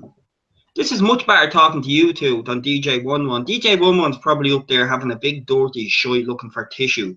Going, oh, I bet Ned Stark is related to Walder Frey, and now I'm going to speak some bullshit to make sense of that. It's just, he's absolutely trolling, man. That's what he's doing. He's having a big shit up there, looking for tissue, writing absolute bullshit to see how long can I bullshit these with absolute gibberish. Gibberish. That's what it is. Davos. Yeah, I just dozed off. Let you guys fight it out about Davos. I was texting. That's fun. It's fun. I love DJ for it. What's absolute tosh? Tosh. Gibberish. No point in talking to crazy people. Just kidding.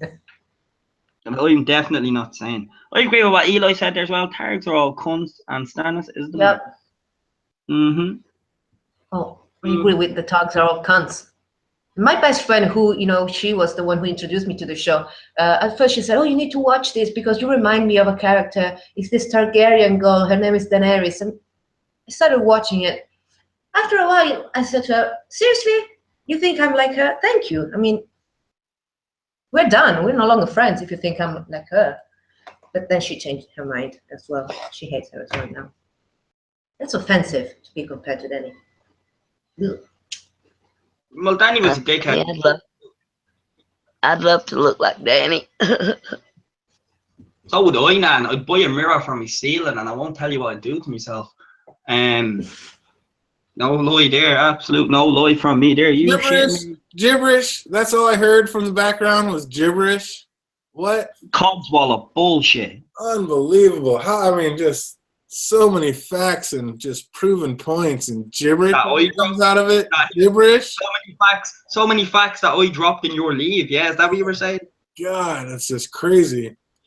I know you heard all that, Airtouch. So you guys don't think that Melisandre would have been able to save Stannis at all? You don't think there's anything she could have done to help this? No. Why you like call you Airtouch when you're DJ Wun Wun? What the fuck? Sorry, sorry, Johnny's off, and I'm sorry. You was gonna have a chat there. I fucked up. Airtouch typed something just as I was replying to DJ, and then I totally just called him Airtouch, and I totally tried to wing it as if I didn't. I was like, Airtouch. Brain fart. Yeah, I fucked that one up. Fuck you, Airtouch. And thanks for the comment, Airtouch, but fuck you. Go on, DJ. Go on. Talk more shit. I already made a theory about your theories that you go up and have a shit, and then just type absolute bullshit when you come back. Go on, tell us how. Okay, we'll start with right here. The Quiet Wolf says, DJ, if Davos is a Targ, how come he became a Crabber son? Because the wife had sex with a Targaryen, and it's Targaryen blood, but she still ended up marrying. I mean, she didn't marry the king. She was still out there. She was a single woman, just like any other place in life. And she had a kid, and she married somebody else. She married a Crabber. So that's why Davos always said he's a Crabber son. It still doesn't stop the fact that she had sex with a Targ, and she's a Targaryen. I mean, she had sex with a Targaryen king. He's basically got Targaryen king's blood. Then she was a single mom. Then she married a Crabber, and now he's known as a Crabber son. So that would be my answer to that. And Melisandre was with Davos and all them in the Blackwater Bay, the one and main thing that they always say in the book, and I believe in the show, is Melisandre can always see death and harm to herself. So if she was going to be harmed and she was going to be killed in this Blackwater thing, she would have been able to see that in advance, and then they would have been able to create a plan around that, like, well, this is what they're going to do, so we need to do something else. So that would be my answer to both of those. Gibberish that, you Irish wildling. Why did you say that to me in a Scottish accent? Exactly. That was the worst Irish accent That was ever. not even an accent. That was just saying, answer that. There was zero accent trying to be on top of that. That was the Kafka talking, if anything. Yeah. That's just his natural accent, like. Fuck off. Amy boy, DJ, I think you're pulling a lot of bullshit here. Really? I thought Yeah, get him. Yeah. Get him, man. Get him. Oh man, I really felt like that was like, yeah, that felt like a good one. So let's deconstruct it. What part of that was bullshit? Does or does not Melisandre always able, or is she not able to see her own death or any like danger coming to her own person? Is that not one of the main things we read? There's no fact or no documentation or nothing that supports your theory that Davos is part Targaryen. Nah, bringing that fire.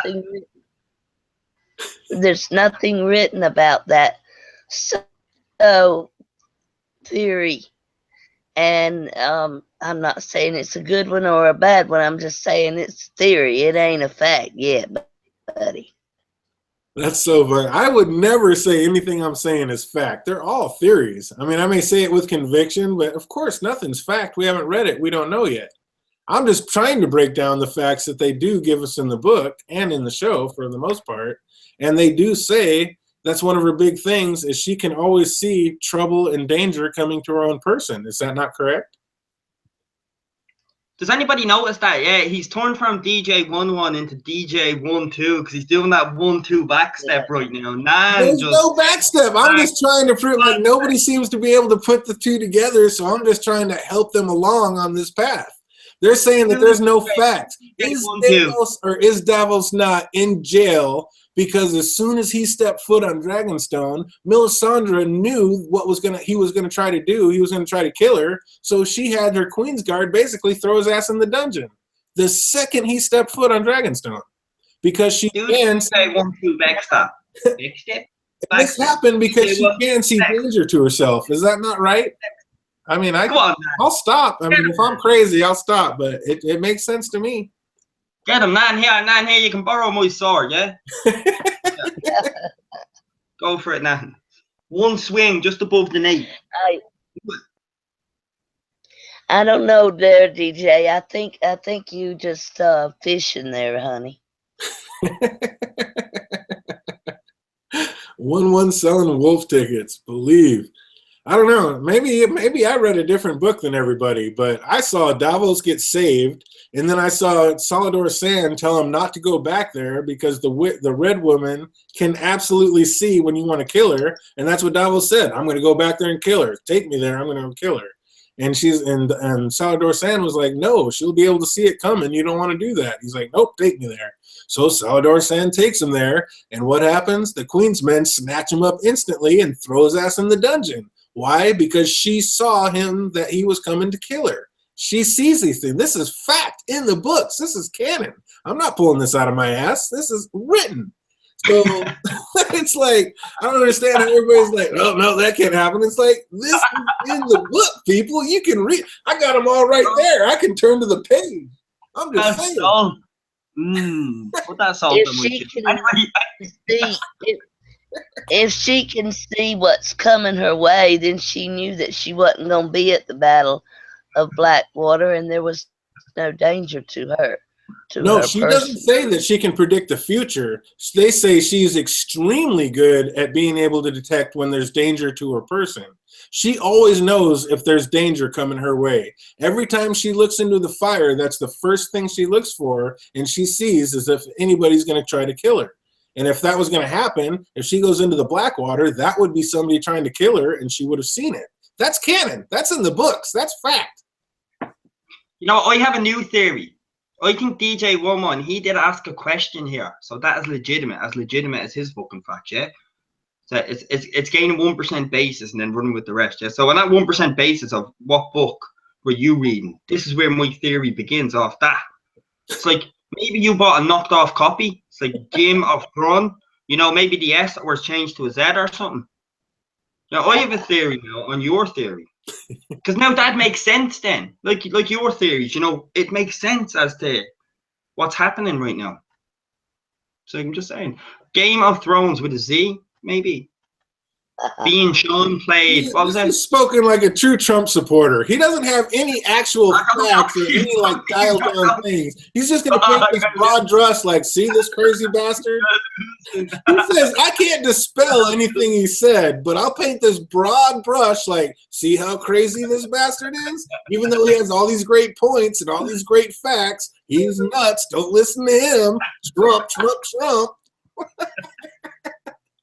Oh, you know, it's winning, yeah. It's winning, yeah. I'm gonna make Game of Thrones great again, y'all. Don't mind this corrupt bullshit. Quiet Wolf says, DJ, so what Targ was Davos' father or whenever his line became? I'd say Aegon the Unworthy, whoever his grandson was, would be Davos' father. I guess I could break it out in this thing. Give me a minute, but yeah. I think Aegon the Unworthy's grandson is going to be Davos' father, to answer that question. But anyway, go on, Johnny. Tell him why I suck. I love DJ, man. I love DJ. That's why DJ will always be on my fucking channel anytime, any day. I love it. I love it. I love it. It makes me feel so right half the time. I love it. I think he only does it because we get along, to be honest. I think he only sets me up for this.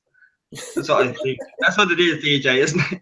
You just set me up just so I can be right for once in my life. I appreciate it. I really appreciate it from the bottom of my heart. I love it. And DJ knows. This is how me and DJ carry on, man. I love DJ. No homo, but I love DJ. I don't know what book he's fucking reading, but as a person, DJ is lovely.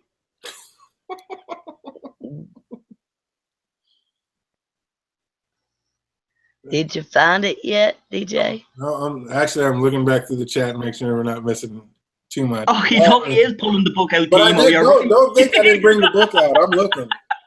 Yeah. I'm trying to double dip here. I'm trying to multitask. Oh, that's a worried man. No, dude, I'm trying to keep the chat going and prove my point. I'm multitasking. Oh shit. Oh, look after the chat, DJ. You look after that. Oh, there you go. No silence. I'm a DJ. I can't stand like silence. There has to be noise somewhere. Oh shit. Somebody's got to be talking. I don't know what, but there must be a reason at least for TV show to make those two together. Yeah, well, Airtat, you're in denial about the spoiler, so I've nothing to say to you. That man who's coming out says, DJ, you better believe it. That's what she said. Tormund says, Arya has someone else's face or glamour. I agree with that. Can you give me a sec? I need to say goodbye to you guys because I have to leave very quick. Thank you, DJ Wun Wun, for having me. Oh, man, you know I love you, and Johnny, you know I love you too. Bye, guys, in the chat. Take care, Iris. Thanks so much for being here. Thank you for having me. I have to run. Be easy, Iris. I'll be in touch with you later. Be easy. Ladies and gentlemen. Guys, I'm going to have to go here shortly, too. My body is wearing out, but my spirit and will is there. Man, you are a trooper. It is only 2 o'clock in the morning here, which means it's 5 o'clock in the morning there. So 10 a.m. here, man. After DJ checks this book, I've gone as well. I want to give him that plateau. I want you to get it. Don't worry, DJ. Everyone in the chat is saying Johnny is so right. I can't believe he's putting up with this. DJ, how could you say these about Davos? The other one is Pantyman says, DJ, are you serious about that bullshit? Eloy says, oh, I can't say what Eloy said. That's how we're lying. Read the book, DJ. Me and Nan got this till you read that. Don't worry about it. You said that just sounds wrong. I'm just saying it sounds like some BS coming from you. Ned is Littlefinger's uncle. That sounds like something DJ would say here. That's about right. Yeah. 6 minutes past. I can't see the chat. As I have it covered. I have it covered. There's love going to Nan. Eli's laughing at Nan smoking fucking DJ. 5:05 in the morning, Tormund. You're a trooper, mate. You're a trooper. I'll be asleep for the day. Panty Man. Does that say Panteel Man? You know Panty Man. That kind of Panty Man is cool, but that name, Panty Man. I think I have a brother called Bra Man. Oh, love me some Nan. Good night, sweetheart. Ah, Panty Man's dropping you love, Nan. He's dropping you love.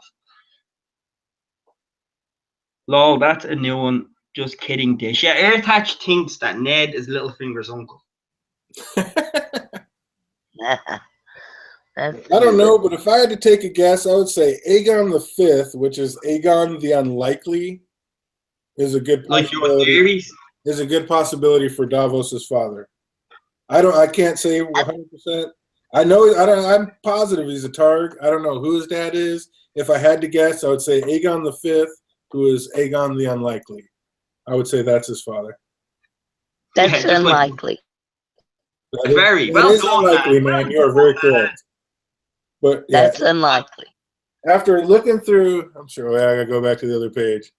After going through my little linear chart right here, that is who I'm guessing. I don't know for sure. I'm positive he's a Targ. Don't know who his dad is. But if I had to guess, going through here, I would say it's Aegon V, the Unlikely.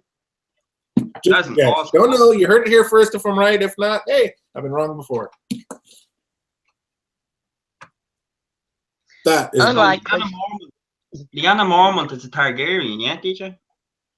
Lyanna Mormont is the greatest character, top 3, one of the greatest characters brought into Game of Thrones. To be able to do so much with so little and still be so punishing, there is very few. I mean, Alfie Allen and Lena Headey might be the only 2 that you can even put on that stage. Lyanna Mormont is the ish. She's only been on for a few moments, though, for a quick entrance and a lasting impression, yes. But on the full scale of things, she has a lot of work to do. Do you know what I mean? Oh, of course. I agree, though. I agree on the stand-up. Because he's not a cunty, like, whoa. I don't know if that's me or DJ. What's that? Okay, boys. Chat room, I love you guys. Nan, thank you so much for being here on my first chat or my first live stream ever. Appreciate it. Thank you. I'm going to call on you when I have mine if I ever figure it out. I'll be here for you anytime, Nan. All right, Johnny. I'll talk to you later on, hon. You know, Love Nan, y'all. you know this. You sleep well, Nan. You sleep well. You too. Good night. Nan agreed with me, you know. Sleep well. DJ Wun. And then there was 2. Yeah. Johnny said, I just gone as well.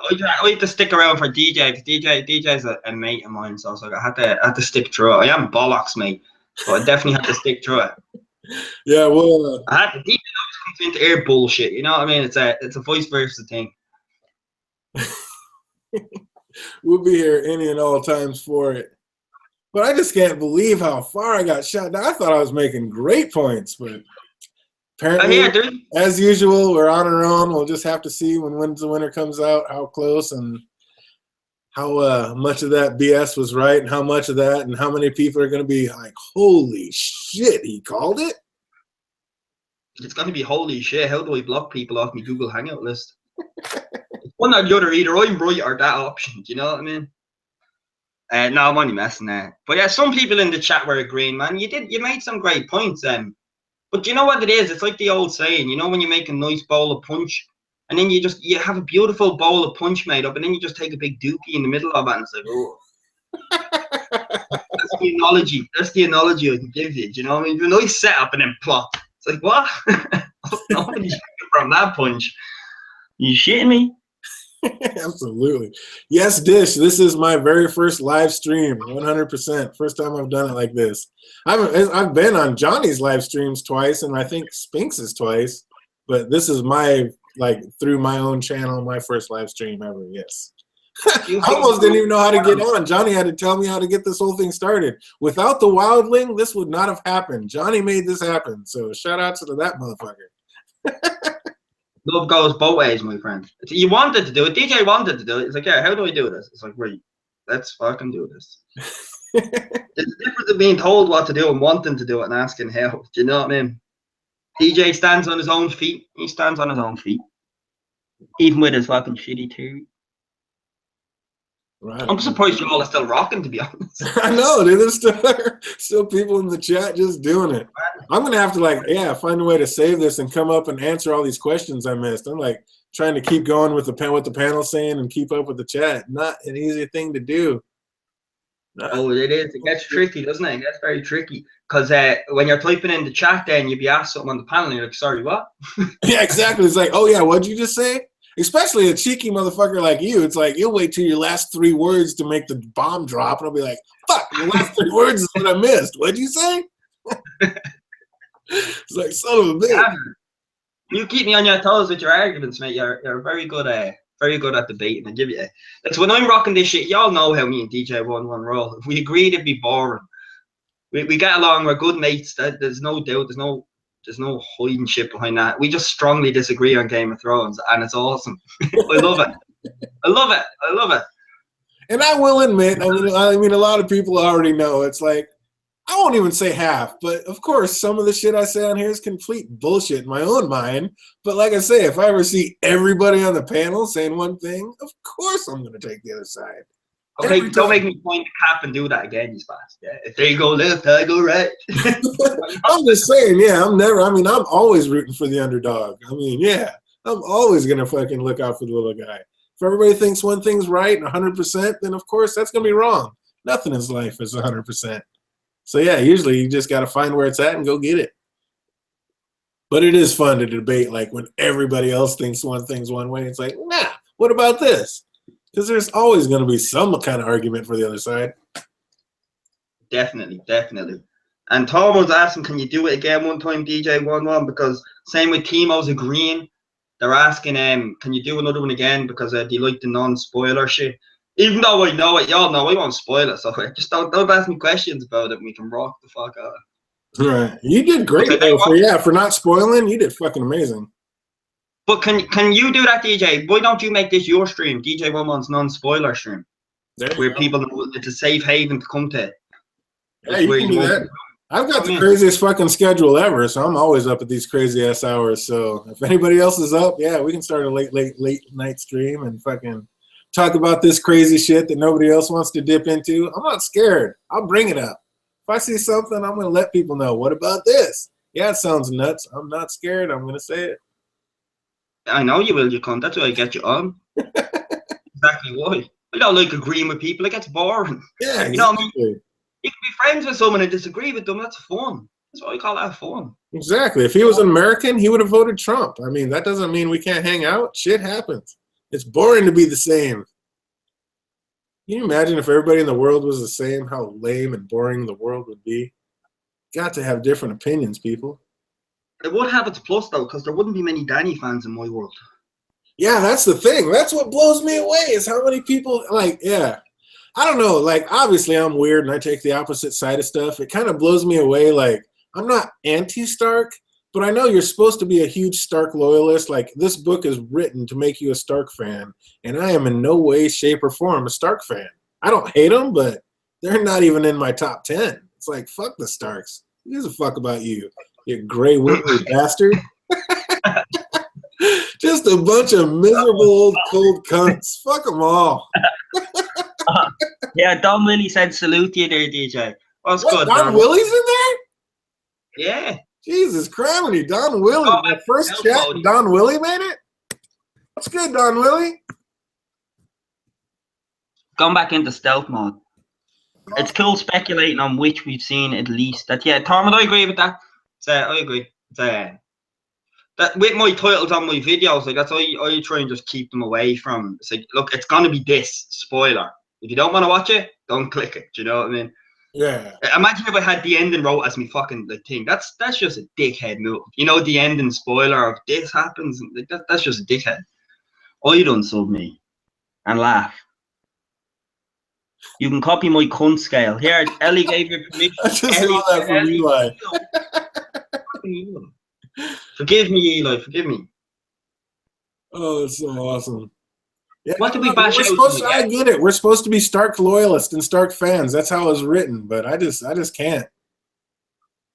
Yeah, it's a bit boring, yeah. John's the only dude in mine, to be honest. Rob's the only guy in mine, or Arya, I guess. I love Rob and Arya, but yeah. Because I would have done the same thing. If I was Rob and some fray prick tried to, I would have never said yes to it, though. I'd have been like, fuck it, we better figure something out. Because if you saw that hottie in the field, you'd have been like, oh, yeah, me and you, girl. It's like, forget them fray bitches. It's like me and you. I get it. But that's the whole essence of her character, isn't it? That redemption, like run, kind of the vengeance. That's what you kind of. She has to be a Stark to go through that, so you feel kind of more for her. You know what I mean? It's well played, it's well wrote, it's well crafted. So yeah, so my favorite. I'm not gonna say my favorite house is Martell because I am. I'm saying that because I keep saying Dorne. Yeah, my favorite house is Martell, not Kingdom. I keep saying yeah, I keep fucking that up. My favorite house is the house of the true house of the North, the true North. Bring it into the Giants. Some motherfuckers were there from day one. They do it. They've seen it all. They heard it all. The Giants have been there from jump. Well, like you were saying, DJ Wun Wun as your name because you were compensating somewhere. Dude, the Giants were there for it all. The Giants were there from the start. It's like, how can you not fucking love the Giants? I don't know, because they have shit dialogue. Snow. And they're boring to read in an actual book where you have to read. They're boring when you don't give them a damn weapon when you're going to war like a moron. Yeah, well, that is what it is, yeah. Don't blame Jon Snow for that. Jon Snow, you're the general of the army. You got your #1 warrior and you don't give him a proper weapon? That's just one more reason why you're a dipshit, Jon Snow. But he's a giant. Giants are supposed to figure shit out for themselves. Well, it's Jon to tell him, here, DJ Wun Wun, if you want to have a shit, you squat and then shit. Is that how it's supposed to be? It's like common sense, mate. You see me with a sword, you see everybody else with a sword. No, I see exactly. I saw everybody else out there with a sword, but you can't make a legitimate one for my man Wun Wun. Literally your #1 warrior in this whole thing, you can't get him a proper weapon? What kind of fucking general is that? That's a dipshit. What? Right. Let's go into that then. What is he supposed to do? Like what? He's supposed to make him like a 10-foot sword that can lop like 20 people's heads off at once. That's what he's supposed to do. And where is he going to forge this weapon, yeah? Okay, did he not go to or did he not go to Bear Island? Can they not forge weapons out there? Were there 62 warriors not out there worth every 10 islanders or mainlanders? They're forging shit out there. You're telling me You're milking one over logic, though. You're churning a different story. Let's stick with the logic here. Think of how quick Jon Snow wanted to go to that war and get it done. There's no way a sword that size could have been forged within that time limit. Are you crazy? Why not? Why not? Why could it not have been forged that quick? I don't know the workings between the forgings of swords, so I'm just suggesting, like, how long would that take? I'm saying, how long does it take to get from Bear Island back to the mainland? I mean, you got all these, soldiers and warriors. It's like you have time to forge a sword. You just have to make it a little bit longer. I guarantee they made like 50 swords for some of their guys going, oh, we're going to battle? Hey, we need to get you guys some good swords. We need to get you guys some new armor. We need to get you guys some new shields. I'm sure they were going to work on all that stuff. You couldn't make one triple the size for your #1 warrior in this battle? Come on. If you can't, then you suck as a commander. But DJ, that's for the armorer, not the fucking commander. The commander's the one that keeps people in line. It's that's on the armorer, not the fucking general. What are you talking about? I'm sure if you asked Jon Snow how to forge a sword, he wouldn't have a fucking clue. No, but he's the one who tells people what's first, and what's first is this motherfucker is my best warrior. All you guys that need swords, you're going to have to wait because we got to make something sick for him first. But he didn't do that. He just sat back and said, eh. It was already shown, though. It was already shown that Jon Snow was in a hurry. He just wants to get it done. He like, whether he dies or not, he doesn't give a fuck. He wants to get that done. You get me? So it's like, why would he give a toss? Why didn't DJ Wun Wun have the common sense? He could fucking walk up to Jon in season 6 in D&D's amazing writing and go, Snow. Why couldn't he turn around and go, Snow, sword? Like, why? Like, you know what I mean? Sometimes common sense. He's like, do I really tell you? Do I have to tell you that I need a weapon? You just came to me asking me to fight your war. Jon Snow came to the North. He came to the wildlings. He's like, I need your help. I know I told you this, but now I'm telling you this. We need to go fight again. And the fucking North was like, God dang it. But then one stood up. He's like, you know what? He's right. Snow, I'm on your side. So this is the first motherfucker that stood up for your cause and gonna come battle for you, and you can't get him a fucking weapon? What? Sword. That's all you have to do. Sword. Nah, yeah. Pull your head out of your ass is all you need. If you're not smart enough to fucking know you need a weapon in a fucking war, you need a weapon in a war. Let's focus on that sentence, yeah? If you're not smart enough, then you're stupid motherfucker. Simple as. Dish, I wish, on a quick note, Dish, I wish I could send this through the laptop and give you some, but I can't. We haven't gotten that modern technology. John, how many wipes does it take to wipe my arse? John, tell me. I need to know every common sense thing. John. It's like, no, DJ, you should be aware of this shit. DJ, I'm saying DJ Wun Wun, you should be aware of this shit. Anyway, it's like, you know you're going into war, mate. All you have to do is get some, pick it up. You went fucking barehanded like a stupid. You were confident, and your confidence didn't pay off. Nobody could even understand him. Nobody understood him. Like, he had to learn the one word that everybody else knew. Like, okay, your name's Snow. Snow, the giants are for you. And it's like, I'm going to be the first to stand up and battle for your cause, and you can't hook me up with nothing? Not a nothing? That's terrible. That's a general. Everybody says, why is it Jon Snow's fault? Because Jon Snow was the commander of this army. Jon Snow was the head of this force. Jon Snow is the king of the North. That's why it's on Jon Snow. I'm sticking by it, man. All you had to do was say sword. All you had to do, mate. That's on me. My last one was for the chat. The chat was asking me that. And I'm like, that's why. Because Jon Snow is the Lord Commander. It's up to Jon Snow to make sure all his warriors have what they need. And he didn't do it. Sword. That's my defense. I'm sticking with it. I don't care. Fuck off. Yeah, Wun Wun, fuck off. Well done for breaking the gates of Winterfell. Now die and let's continue with the story of more importance. Time for the story to progress now with the importance. That's all I'm gonna say. Yeah. No way. And I get it. I think Wun Wun was the last. Wun Wun should have a Hulk smash on the fools. I'd rather see Wun Wun with a massive shield. Yeah. Wun Wun pick up a tree by himself like he did at Hardhome. What do you need to tell John all of a sudden? Yeah. He could have grabbed one of them lances and shish kebabbed a couple fools too, but yeah. Give Wun Wun a tree. He could have ripped down a tree and done it, but everybody else had some shiny steel. Why couldn't he have some steel? Sword. All I'm saying is if I got my number one, like by a mile, my number one best guy, I'm going to make sure he's equipped. If I'm a commander in a war, I'm going to make sure my best warrior has exactly what he needs. Jon Snow, worst commander ever. Never gave one commander. Yes, White Wolf, exactly. Jon Snow is the worst commander ever. Ever. Fucking 10 a.m. here, man, and you're giving me Jon Snow shit. This isn't good at all, mate. This isn't good at all. Sword. I'm sticking with that. That's me reply. Like Nemesis from Resident Evil. Stars. Sword. That's all he had to say. That's all he had to say was sword. That's it. Dish, you and I are going to have these Dan Marino conversations. It's not going to be tonight, but you and I are going to have the. I got to hear this. I know there's something that is going to be an entertaining evening. Imagine Wun Wun to have that armor that the Mountain was wearing and going berserk. Unstoppable cunt, says Airtouch. Indeed, I don't think the Mountain's armor would fit fucking DJ Wun Wun to be honest. Not DJ Wun Wun. Fuck you for copying Wun Wun. Fuck my point up. Fuck you. Bullshit. Yeah, can you imagine Wun Wun in some Valerian armor like he has in the Forsaken? How tight would that be? Oh yeah, yeah. He'd never die. You just walk through life like fuck off. Yeah. So do you think Wun Wun was the last giant? I agree with that.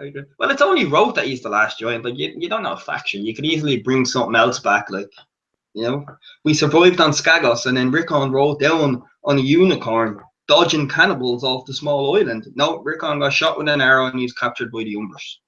Mm-hmm. But do you think Wun Wun's the last giant? No. There's a song believe about that's the what last they- giant, but I mean, we saw other giants in the show when we didn't see him die, right? Yeah, that's why. Yeah, I don't think. I think in this story, the way it's going, yeah, like he'll be the last giant that we see. But last giant of it, no, hell no. I mean, they kind of painted him as the last giant, but I mean, what about that pimp with the big ass bow and arrow that was shooting up over the wall? We never saw him die. What about that guy that was like pounding like post into the snow when Jon Snow first came into the camp? We never saw him die. I mean, we know Mag the Mighty and his understudy both died, but we don't know about these other two cats. I never heard about them dying. Yeah, I agree. They say he's I picked the Thens. You know, I'm just coming to the conclusion. I picked the Thens over the Targaryens.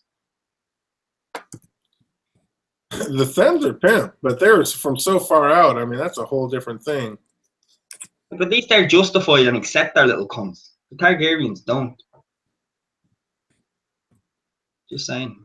The Targaryens don't accept who? I said the Thens accept that they are cunts, but the Targaryens don't. You know what I mean? So give me Team Thens all day, motherfucker. The Thens got punked by the White Walkers, but they battled. I mean, they stood up. I'll give him that. He was not scared. He went to fight. But there have been 3 giant. Okay, this is from the Quiet Wolf because this guy know. I know that the Quiet Wolf knows this shit about Game of Thrones. So let's read this out. There have been 3 giants in the show. The first 2 died at the Battle of the Wall. I disagree with that, Quiet Wolf. In the show, we don't know about the books. There's different. We don't know exactly.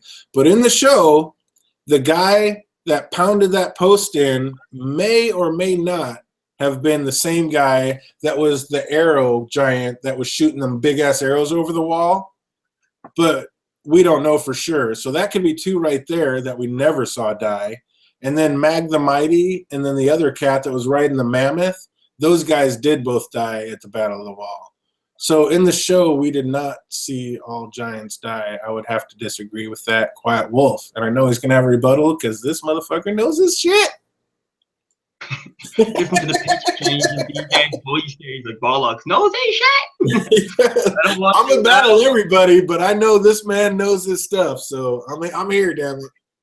That's I think, as I said to you in the answer, I think in the show, that was the last joint because how many times did they go out of their way to show it? In the books, hell no. That was my point. Says hell no. There'll be more of them. There'll be more stories wrote. J.R. Martin will pop a bastard son out and then he'll continue writing the books in a few more years and on we go. And then Jon Snow will kill the Night King and then Daenerys will get killed for being a cunt, and then Sansa will die of boredom and her true essence will come out. Then D&D will go off and finish writing the Twilight series. House Dorn will get their own TV show of how to do it correctly in the sands, and then everything will be amazing in this world. That's what I believe, man. I really believe that. I believe that. All right, let me try to go back here. Maybe. Okay, I don't know who Dongo is. Have you ever heard of Dongo? Dongo and Mag the Mighty both die at the wall. So I'm guessing you're saying that Mag the Mighty, and I'm guessing Dongo is the cat on the elephant that we saw die when the elephant went shooting away, or the mammoth ran away was because that guy got shot off. So yes, those 2 died at the wall, but that cat that was shooting arrows up over the wall, we never saw what happened to him. And we never saw, obviously we never saw Wun Wun at the battle. But yeah, we never saw him, and we still don't know that first giant that was pounding post in, that he said, John, don't stare at him too long. I've seen him, pound a man into the ground with 1 punch or whatever. We don't know if that's even the same guy. So that right there is 2 giants shown in the show that we don't know if they're dead or not, would be my exclamation to that.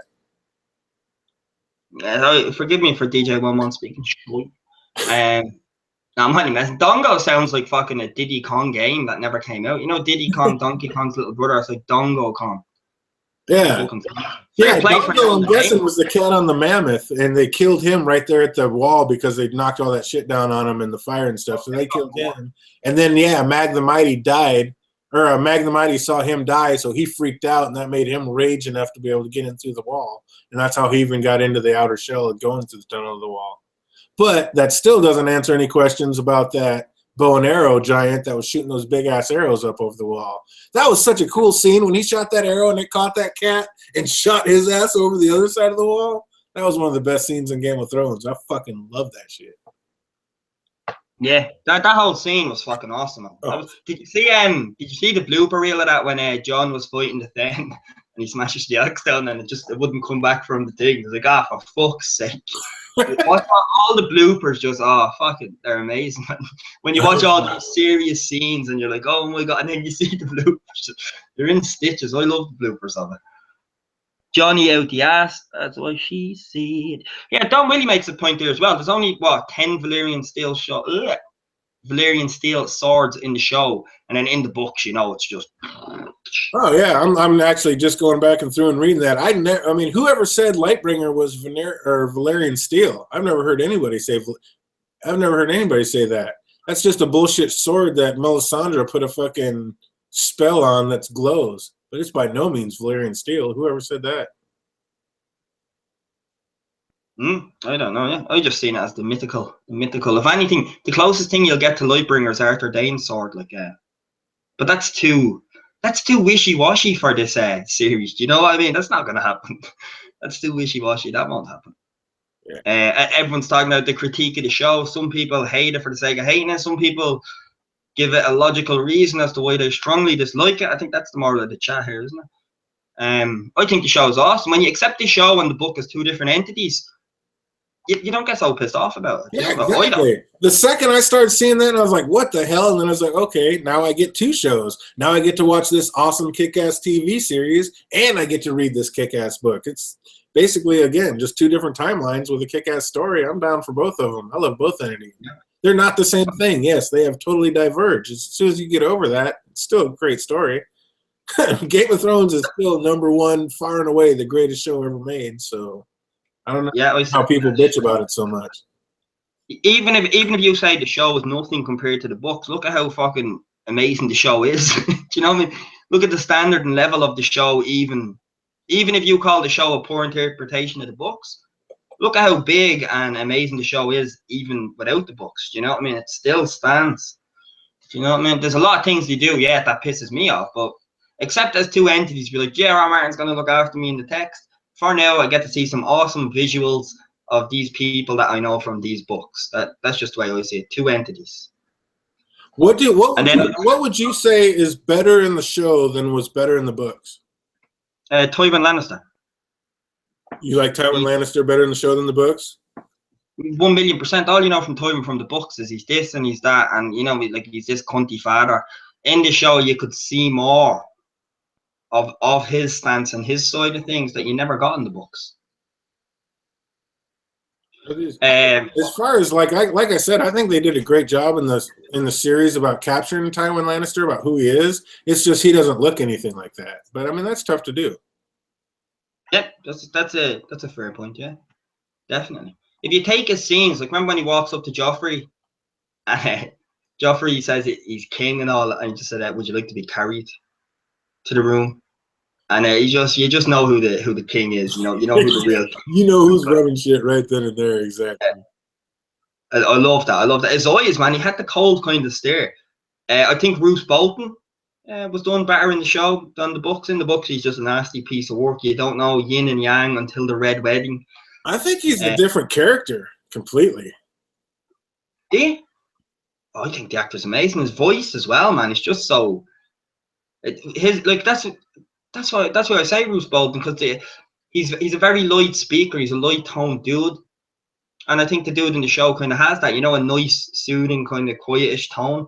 It's kind of they took that and went with that, and he doesn't look peaceful at all. What am I saying? But I thought they captured Roose superbly. Do you not think so? Hard home. Great. Sorry, DJ. No, what's that? No, as well. It's Hard Home as well. DJ Don Willie is saying Hard Home as well. Yeah, that was amazing. What about Hard Home? I know. Yeah, to your question about the show to the books, what did the show do better? Hard Home, yeah, definitely. Yeah. That was we don't know because we didn't get Hard Home. I mean, Hard Home was just like things dead in the water, and I mean, we didn't really get Hard Home. We just kind of got a vague description of it. But Like, No, go on, DJ. personally, I think it's the dragons, and I would say the Hall of Faces. The Hall of Faces is like literally like this little tiny room in the books, and the shit they did in the show was epic. It was like, whoa, that was hella tight. And then I thought seeing the dragons just by themselves was hella. I mean, dude, I think they did a great job. Every other story and movie, and even like full-on movie that I've seen, no dragons have looked cooler than Game of Thrones dragons. So I think the Hall of Faces and the dragons are where they did the cool, like a lot better in the series than they did the book.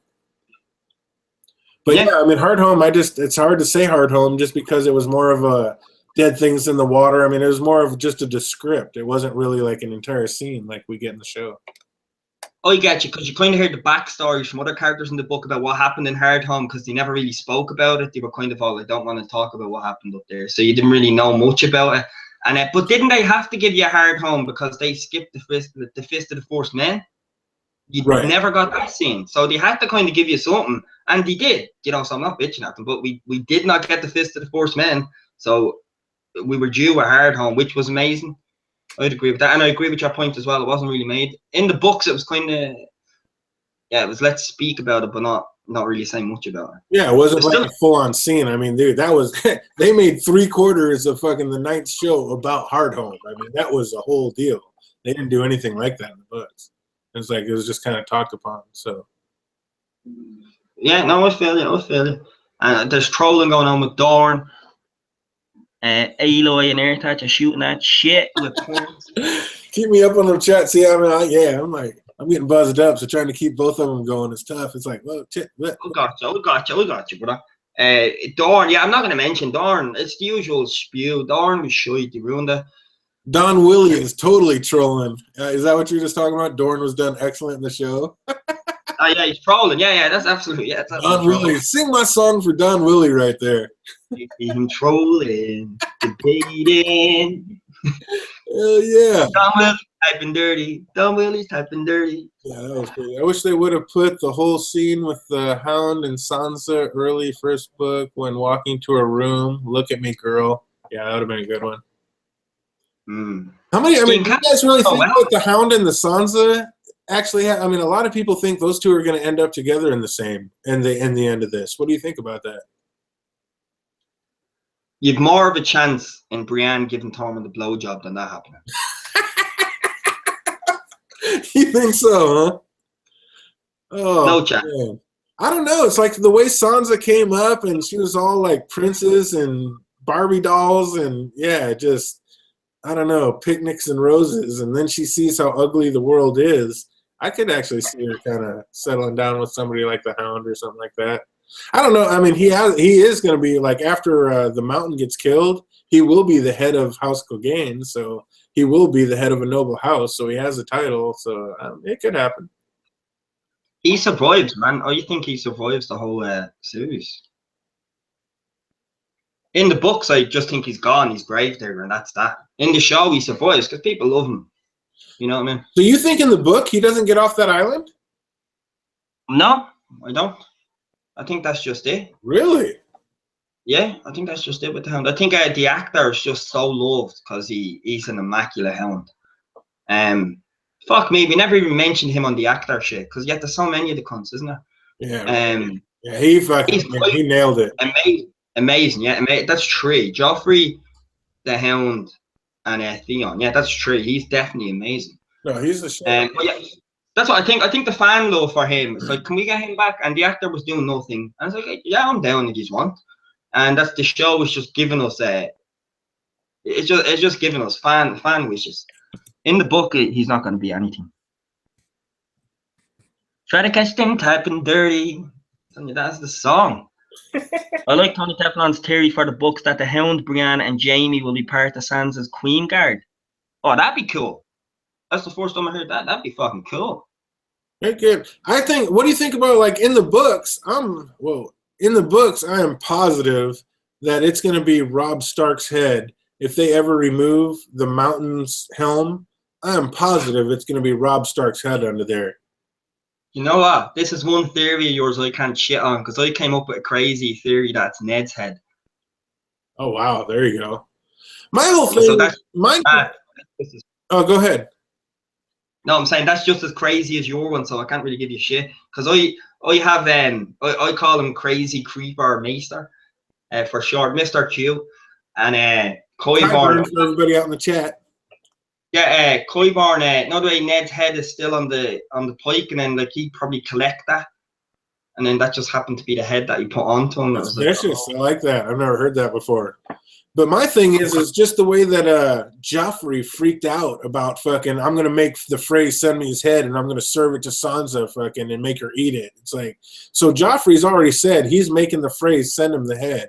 So he's absolutely got Rob's head sent to him. Now the head is in King's Landing. Everybody else is like, no, motherfucker, you're not feeding that to Sansa. So now they have this head there. I think Qyburn took it and sewed it onto the mountain.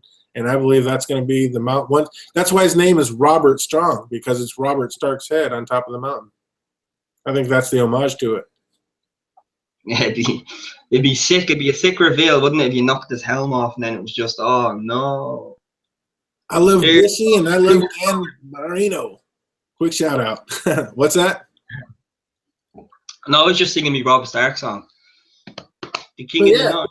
I mean, don't you think? Why would they call him Rob Strong if it's not going to be Rob Stark's head on the body?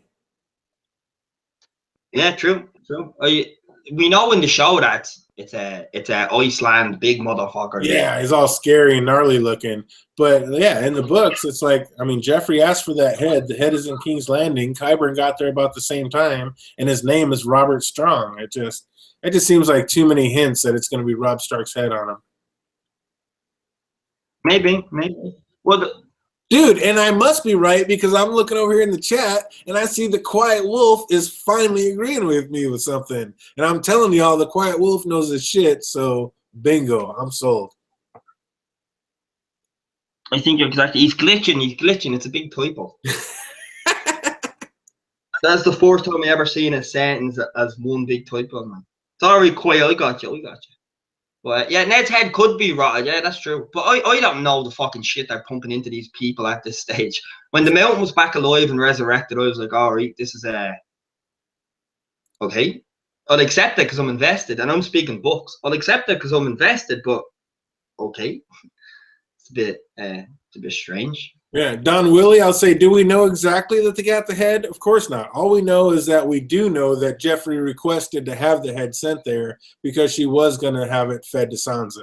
So we know that he did request it. He was king, and back then, how many people disavowed the words of kings? The king wanted the head. I'm pretty sure the phrase sent the damn head. So that would. We totally called him Joffrey.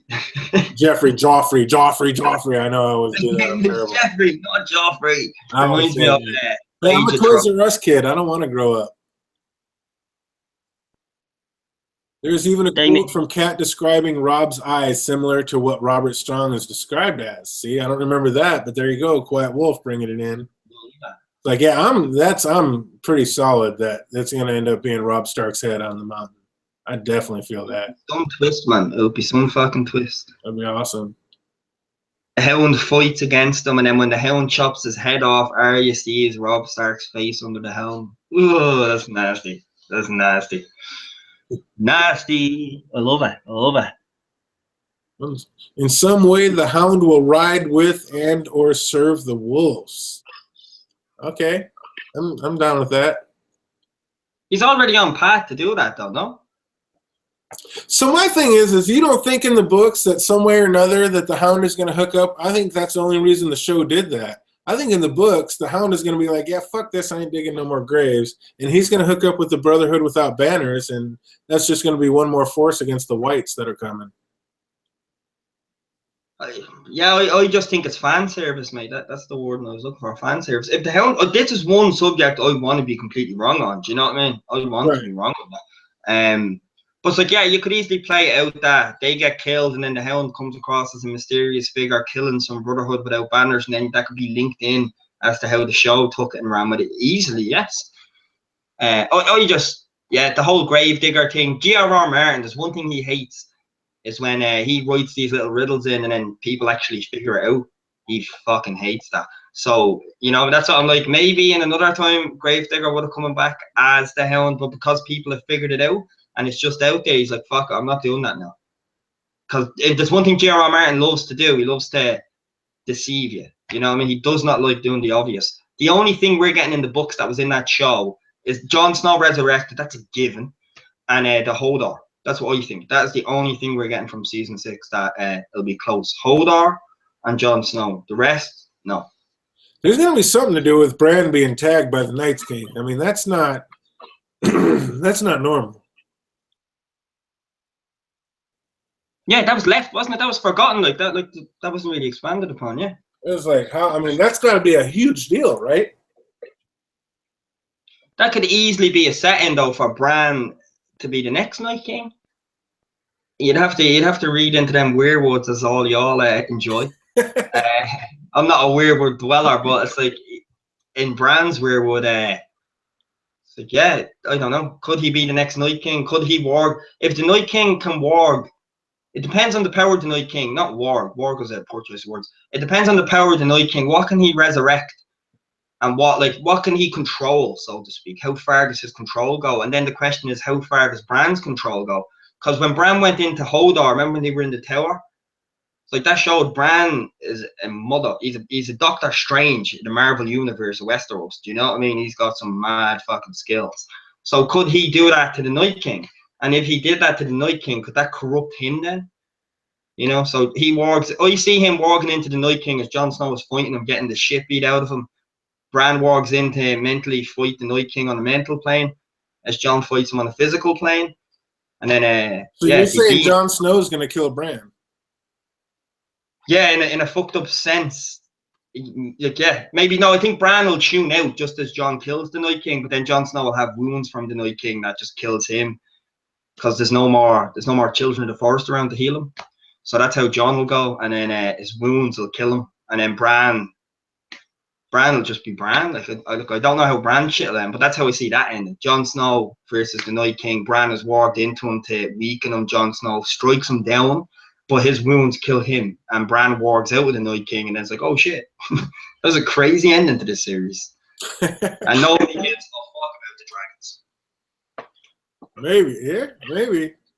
I see in the chat, Don Willie was talking about dogs are descended from wolves, so the Hound serving the Starks makes sense. But wasn't there a line about Arya talking to him like, so this, and this happens, and we'll see what really happens when a dog runs into wolves?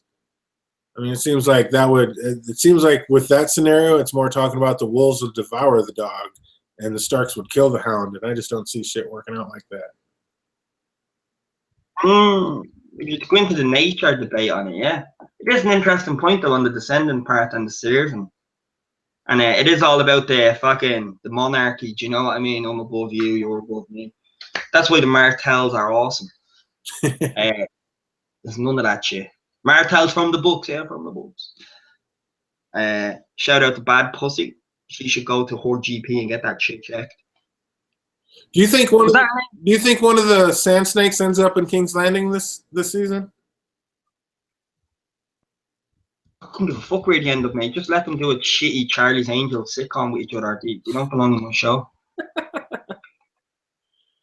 Sansa is going to be surrounded by the knights she would have looked down upon at the beginning of the story. Brienne because she is a woman, the Hound because of his face, and Jaime the Kingslayer. So the Quiet Wolf believes in the Queensguard theory, I suppose. I just don't see Sansa pulling up a one-handed anything for Queensguard. I don't think Jaime will ever be in a Stark Queensguard. I call that false. I see Jaime dying as well, a noble death. A noble death, as in my predictions video months ago, a noble death up north. He sees how much Cersei is an absolute cunt, and he's like, Brienne is the only one who sees honor in me in this world now. I wanna taste some honor again. So he goes up side to side with them, and seeing as he hasn't got as good fight in hand, he will get killed horribly by the Night King or one of his army, one of his minions.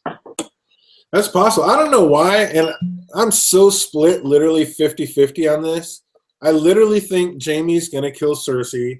And they've made so much comment to that they came into this world together, that they're going to go out of this world together, that I think they're going to both die. but yet for some reason I just have this nagging feeling in the back of my mind that at the very end of this is going to be Jaime walking around on a horse in King's Landing. Just him kind of on patrol or whatever it is. It's like I just have this feeling that Jaime's going to be walking around King's Landing in a horse, and that's the end of it. And what'll he be saying? Will he be just muttering away to himself saying "Moon Boy, Kettle Blacks"? No, Oh he'll shit! still be a King's Guard, and he'll still be in charge of everything. He'll still be the captain of the King's Guard.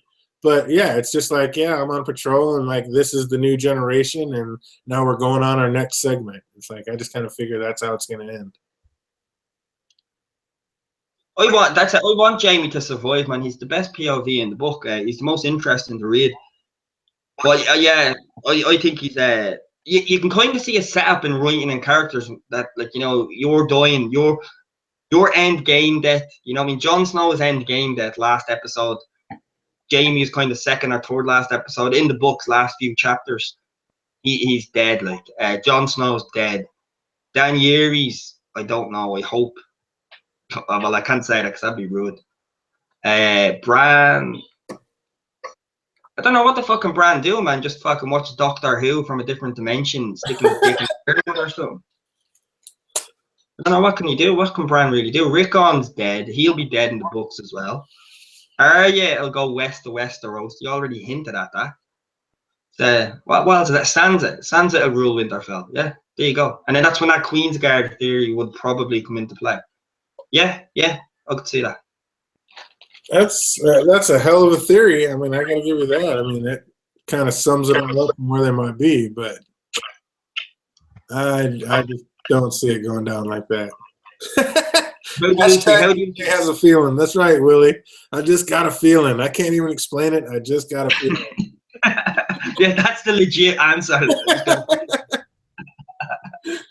Bring that shit to court. How do you see it ending? Yeah, last two chapters of what's that? The footsteps of winter after the winds of winter. Shit, footsteps of spring or something. Sure. Last two chapters. Yeah. Last two chapters. How do you see that going? Last three chapters. Yeah, end game. They got to sum it up. They're going to tell you how the Night's King was made and how you're going to defeat him. It's going to show you about Dany bringing dragons into the world and whether we take them out and kill them out of the world again, or if they, you know, succeed and they take over. I mean, it's just going to be about a new beginning, basically. I don't think we're going to have another long winter. I don't think we're going to have another long night. I mean, the White Walkers will come in and they will be defeated. It's going to be how do things go on after you do defeat them? Who's in charge and how do you go on from that? Yeah. Would you see them making an alliance with the White Walkers of peace? No, I see him defeating the White Walkers. I think Jon smashing that White Walker with Longclaw, the Valyrian steel. I think that was like a foreshadowing that the Starks are going to end the White Walkers once and for all. I think they're done. It's a done deal. They're going to shatter them and beat them, so they have no chance at coming back like they keep seeming to doing. But then why couldn't the people of older times do that? Even Azor Ahai. Because I think they came to a pact. I think they made a pact, and I think the pact is being broken right now. There's too many people in the north. They built that wall. I'm with, I believe it was Teflon that put that on, that he thinks it was the people of the north and the White Walkers or the children of the forest that built that wall. I don't remember exactly what it is, but I'm kind of on that path. I think they put that wall up to keep the humans on the other side, and now there's too many humans on the wrong side of it, so they're going to war over it. They're like, we made a pact, you're breaking it, now we're going to go to war over it. I don't think we're supposed to have that many people north of the wall. Interesting, man. I like that. That's the first time we heard that. I like that. That's cool. That's cool. I'm with that. And what do you think about Euron's Valyrian steel armor? Am I the only one that sees that as he's basically the walking mannequin for that's Jon Snow's armor? You're just going to be a side villain until you're needed, and then Jon Snow is taking that armor. That's going to be his Azor Ahai coming to birth armor, Valyrian steel. Why else would you show us Euron Greyjoy with Valyrian steel armor? Remember in the early chapter? Absolutely, and I agree. It's like Jon Snow's, you know, he's the hero of the story, and you just brought in the sickest part. I mean, there's nothing cool. I mean, other than dragons, there's nothing cool than a full suit armor of Valyrian steel. So, obviously, you're going to take your number one protagonist, Jon Snow, the hero of the story, and you're going to put him in the coolest suit there is, so he can probably walk right up to a dragon and not get burned. I mean, he'll be, you know, you can live through anything, I'm assuming, in a Valerian arm of steel. So, yeah, I think you're right. I think Valerian may have it, but John's going to end up with it because John's the hero of the story. That was the kind of sad thing, though, isn't it? As soon as I seen that in the chapter with Euron wearing that, I was like, that's a spoiler. That's like casting Sean Bean. It's a spoiler. It's like, oh, you're losing that suit to Jon Snow straight away. It's like, you're losing. Do you think there's any dragon horns whatsoever that are going to be cast in this story? Is there going to be any dragon horns that are brought in to take down the dragon, or are they going to try to take it a different way in the series? Are we talking about, do you mean in the show, dragon horns? Yeah. No. They've already had their moment to show the dragon horns, and no, they're not using that. They're not in the books, of course. 100%. 200%. So how do you think? So how is the dragon horn? And hold this down for me for a second. But how is the dragon horn going to be used in the books? In the books, with the dragon horn, well, I think the way we have it in the show is you're gonna have the dragons against the White Walkers, which is pretty fucking obvious, and King's Landing. With the dragon horn in the books, then specifically, it's Euron Greyjoy is gonna take over one of them dragons, and then that's gonna be the rebellion faction. He'll team up with Cersei, because Cersei is rebelling against Daenerys when she comes over. You just pick the people who don't get along with the Targaryens. Cersei, Euron. That's pretty much it. And then all the other lowly houses, and then he'll take over one of the dragons, and then he'll cause a ruckus. And then it'll be Drogon versus the other two cunty dragons who I don't even care for. And then that'll be Dragonbinder used. In the show, they just didn't use Dragonbinder for the simple reason is it's too much. I think it's too much for people. They're like, yeah, this is too heavy. You know what I mean? So they're going a different way with it. Dragonbinder definitely plays a part, though. I think Jon will get his own armor from the crypts, though. That's an interesting one, Panty, from the crypts. He could. I thought that's where Jon would find out who his parents were. I think Jon could gain some White Walker powers that allows him to make his own black ice armor. Whoa, that was out there. Do a video on that. Yeah, do a video on that shit, though, Willie, man. I haven't heard that one before. I want to know how that shit comes to fruition. So, Dragon Battle next year. No comment, Tormund. No comment, brother. Our respect. No horns on show. Sorry. Yep, I agree. Interesting. Indeed. Jon or Dany, somebody will be changed. If Jon or Dany do get changed, well, it is a song of ice and fire. That'd be interesting, man. I'd like to see Dany get marked over Jon. Well, not just because I prefer Jon, but she's already a bit of a wild bitch with that Targaryen blood. So it's like, see the effect of an ice mark on her. Like, would she go to the dark side fully? Jon would just be boring. Jon would be a shit villain because he's boring. Let's be real. Like Euron versus Jon, dragon battle, or somehow Jon on a dragon. I can't see Jon on a dragon, Tormund, but it'll definitely, I could see it, like book-wise, I could see that a whole dragon fight where Euron blows Dragonbinder, takes over one of the dragons, and then, yeah, it all just goes book shit crazy.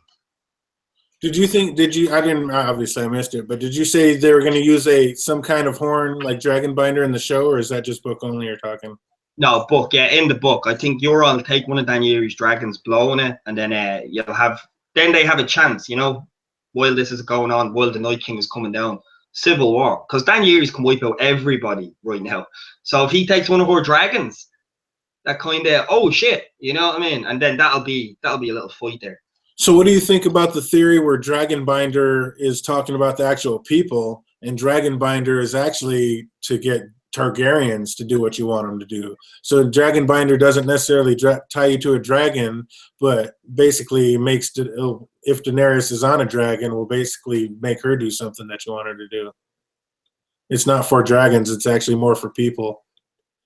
Because like back in the day, they blew it basically to keep slaves encompassed to what they were doing. So what, would that linger then to the theory that the Targaryens were slaves under the original dynasty? I know they were not. I wouldn't say they were slaves, I'd say they were slavers. But then why would they have a binder that would control their bloodline? Like they're like Targaryens, you were saying Targaryens specifically. Why would they have a horn that could, you know, fuck them up? Yeah, I guess it would be more Valerians, not Targaryens necessarily, more Valerians. Like people with Valerian blood get entranced to it. I've just heard some kind of theory about that. I was just wondering what you think. I don't think so. I think Dragonbinder is for the dragons, but we never know. Yeah, me too. It's an interesting one. It's an interesting one to have that mind control in it, because you do have Bran Morgan into shit, so why not? Yeah, I think Dragonbinder, the name is in all dragons. What do you think about Dragonbinder in the show? Like, in the show, it doesn't exist in the show. In the books, man, what do you think is the effects of it?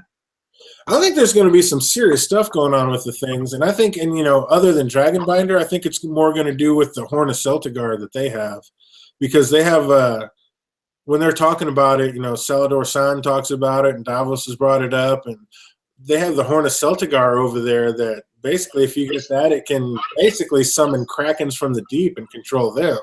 So it's like, if you have a Dragonbinder and now you get this horn from Celtigar, it's like, how many mythical beasts are you going to have going to battle? If you can actually bring up a Leviathan or a Kraken, it's like, is that what's going to be used to bring the dragons down to fight against the dragons that Dany's bringing? Or I think it's going to have something to do with that. I think that Horn of Celtigar is going to be huge.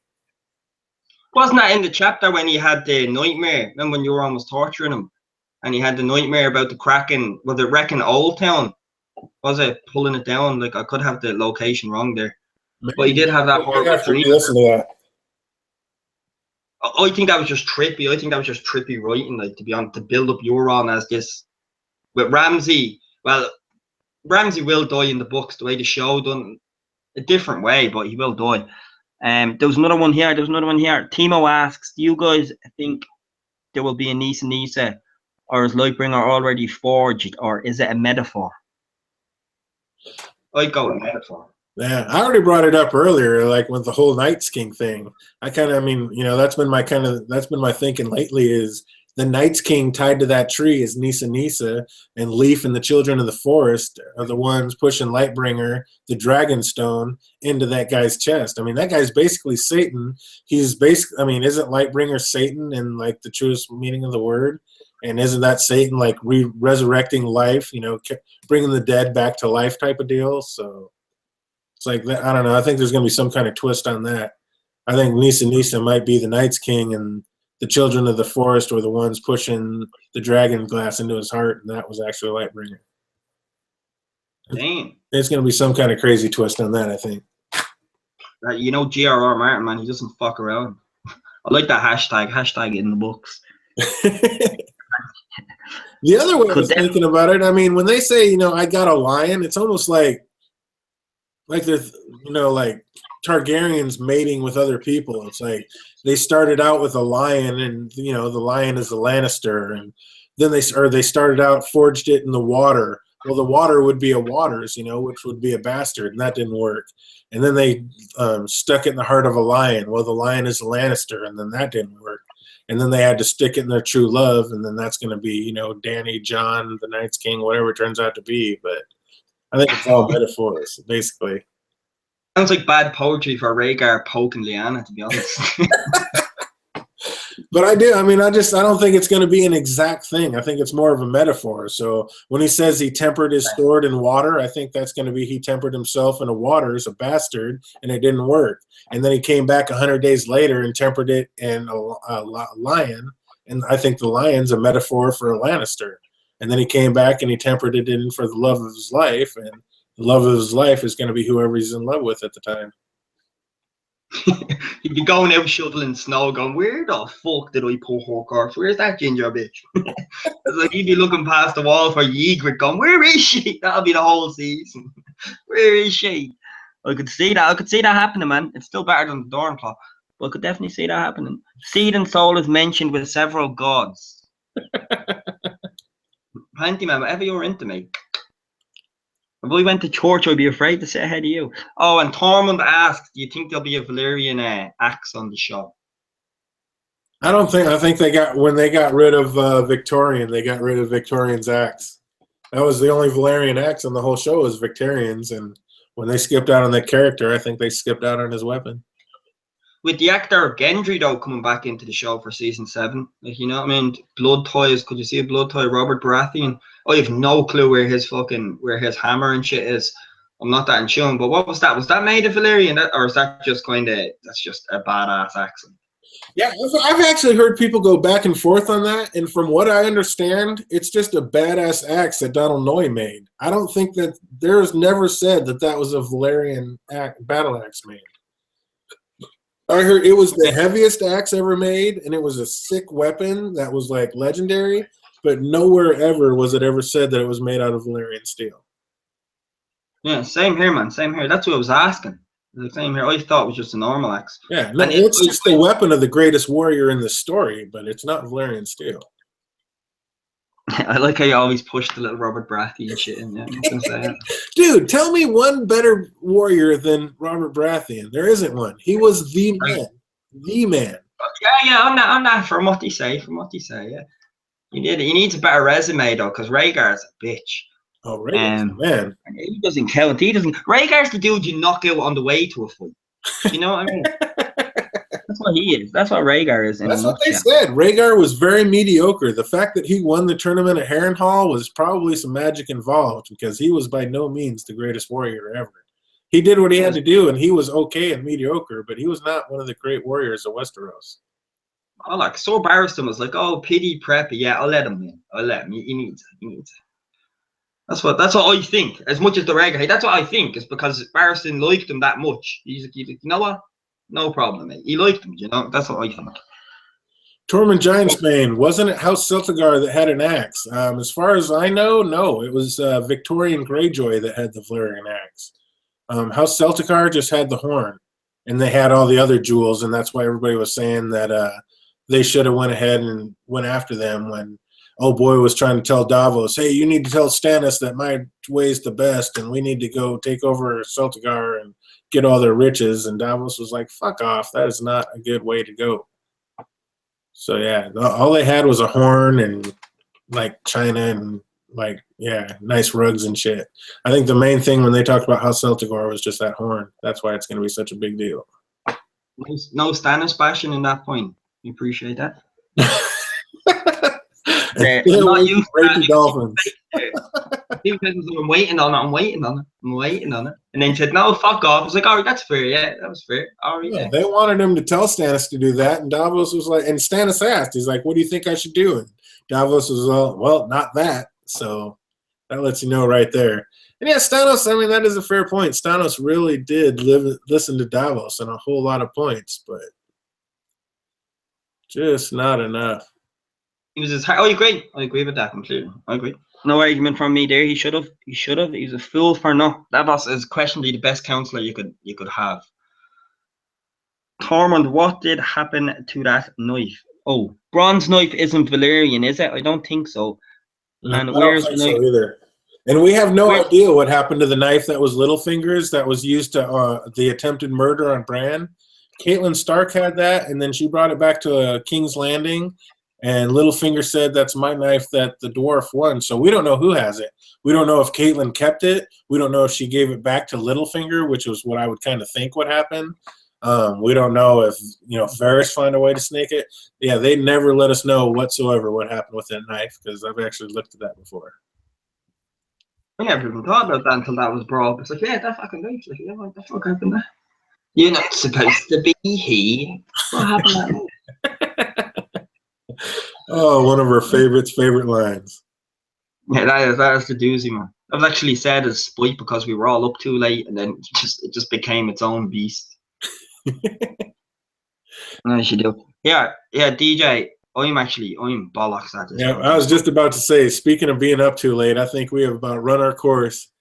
But definitely want to thank you for being here for my very first live stream ever. I want to thank everybody in the chat for being here for my first live stream ever. And for my one hater out there, I actually got my one thumbs down, so we definitely appreciate that. Fuck off. You shit me? You made it. You made it, baby. Hey, that's right. Hey, if everybody says it's all good, nobody says it's bad, you already know that can't be real. You got to have at least one thumbs down. Now you know it's a real deal. It's like that means yeah, that's somebody in your small list there who would go out of their way to give a thumbs down. Most of the people have been here. Interesting. Do they think we're idiots? I'm just happy to have it. Pleasure to be here, brother. Absolute pleasure, man. Pleasure. Yeah. Good fun. Yin and yang, and everybody in the chat as well. Absolute much love. Questions were awesome. The fuckery was good. It's great. It's great. I wouldn't be on this that long if I didn't have a laugh with it. Do you know what I mean? Love that. A humble Great. cheers for having me on, DJ. A humble cheers for having me on, brother. So shout out to Johnny the Irish Wildling. You guys, if you haven't been there, I'm sure everybody out there has done, but anybody who's going to watch this later, make sure you check out Johnny the Irish Wildling's channel and subscribe to him because it's all about having fun here on YouTube. So for Johnny the Irish Wildling and your boy DJ Wun Wun, I'm sure we'll be back at you sometime soon. But that's going to do it for us tonight. So thanks for being here, and we'll see you again sometime soon. Take care. Bye-bye.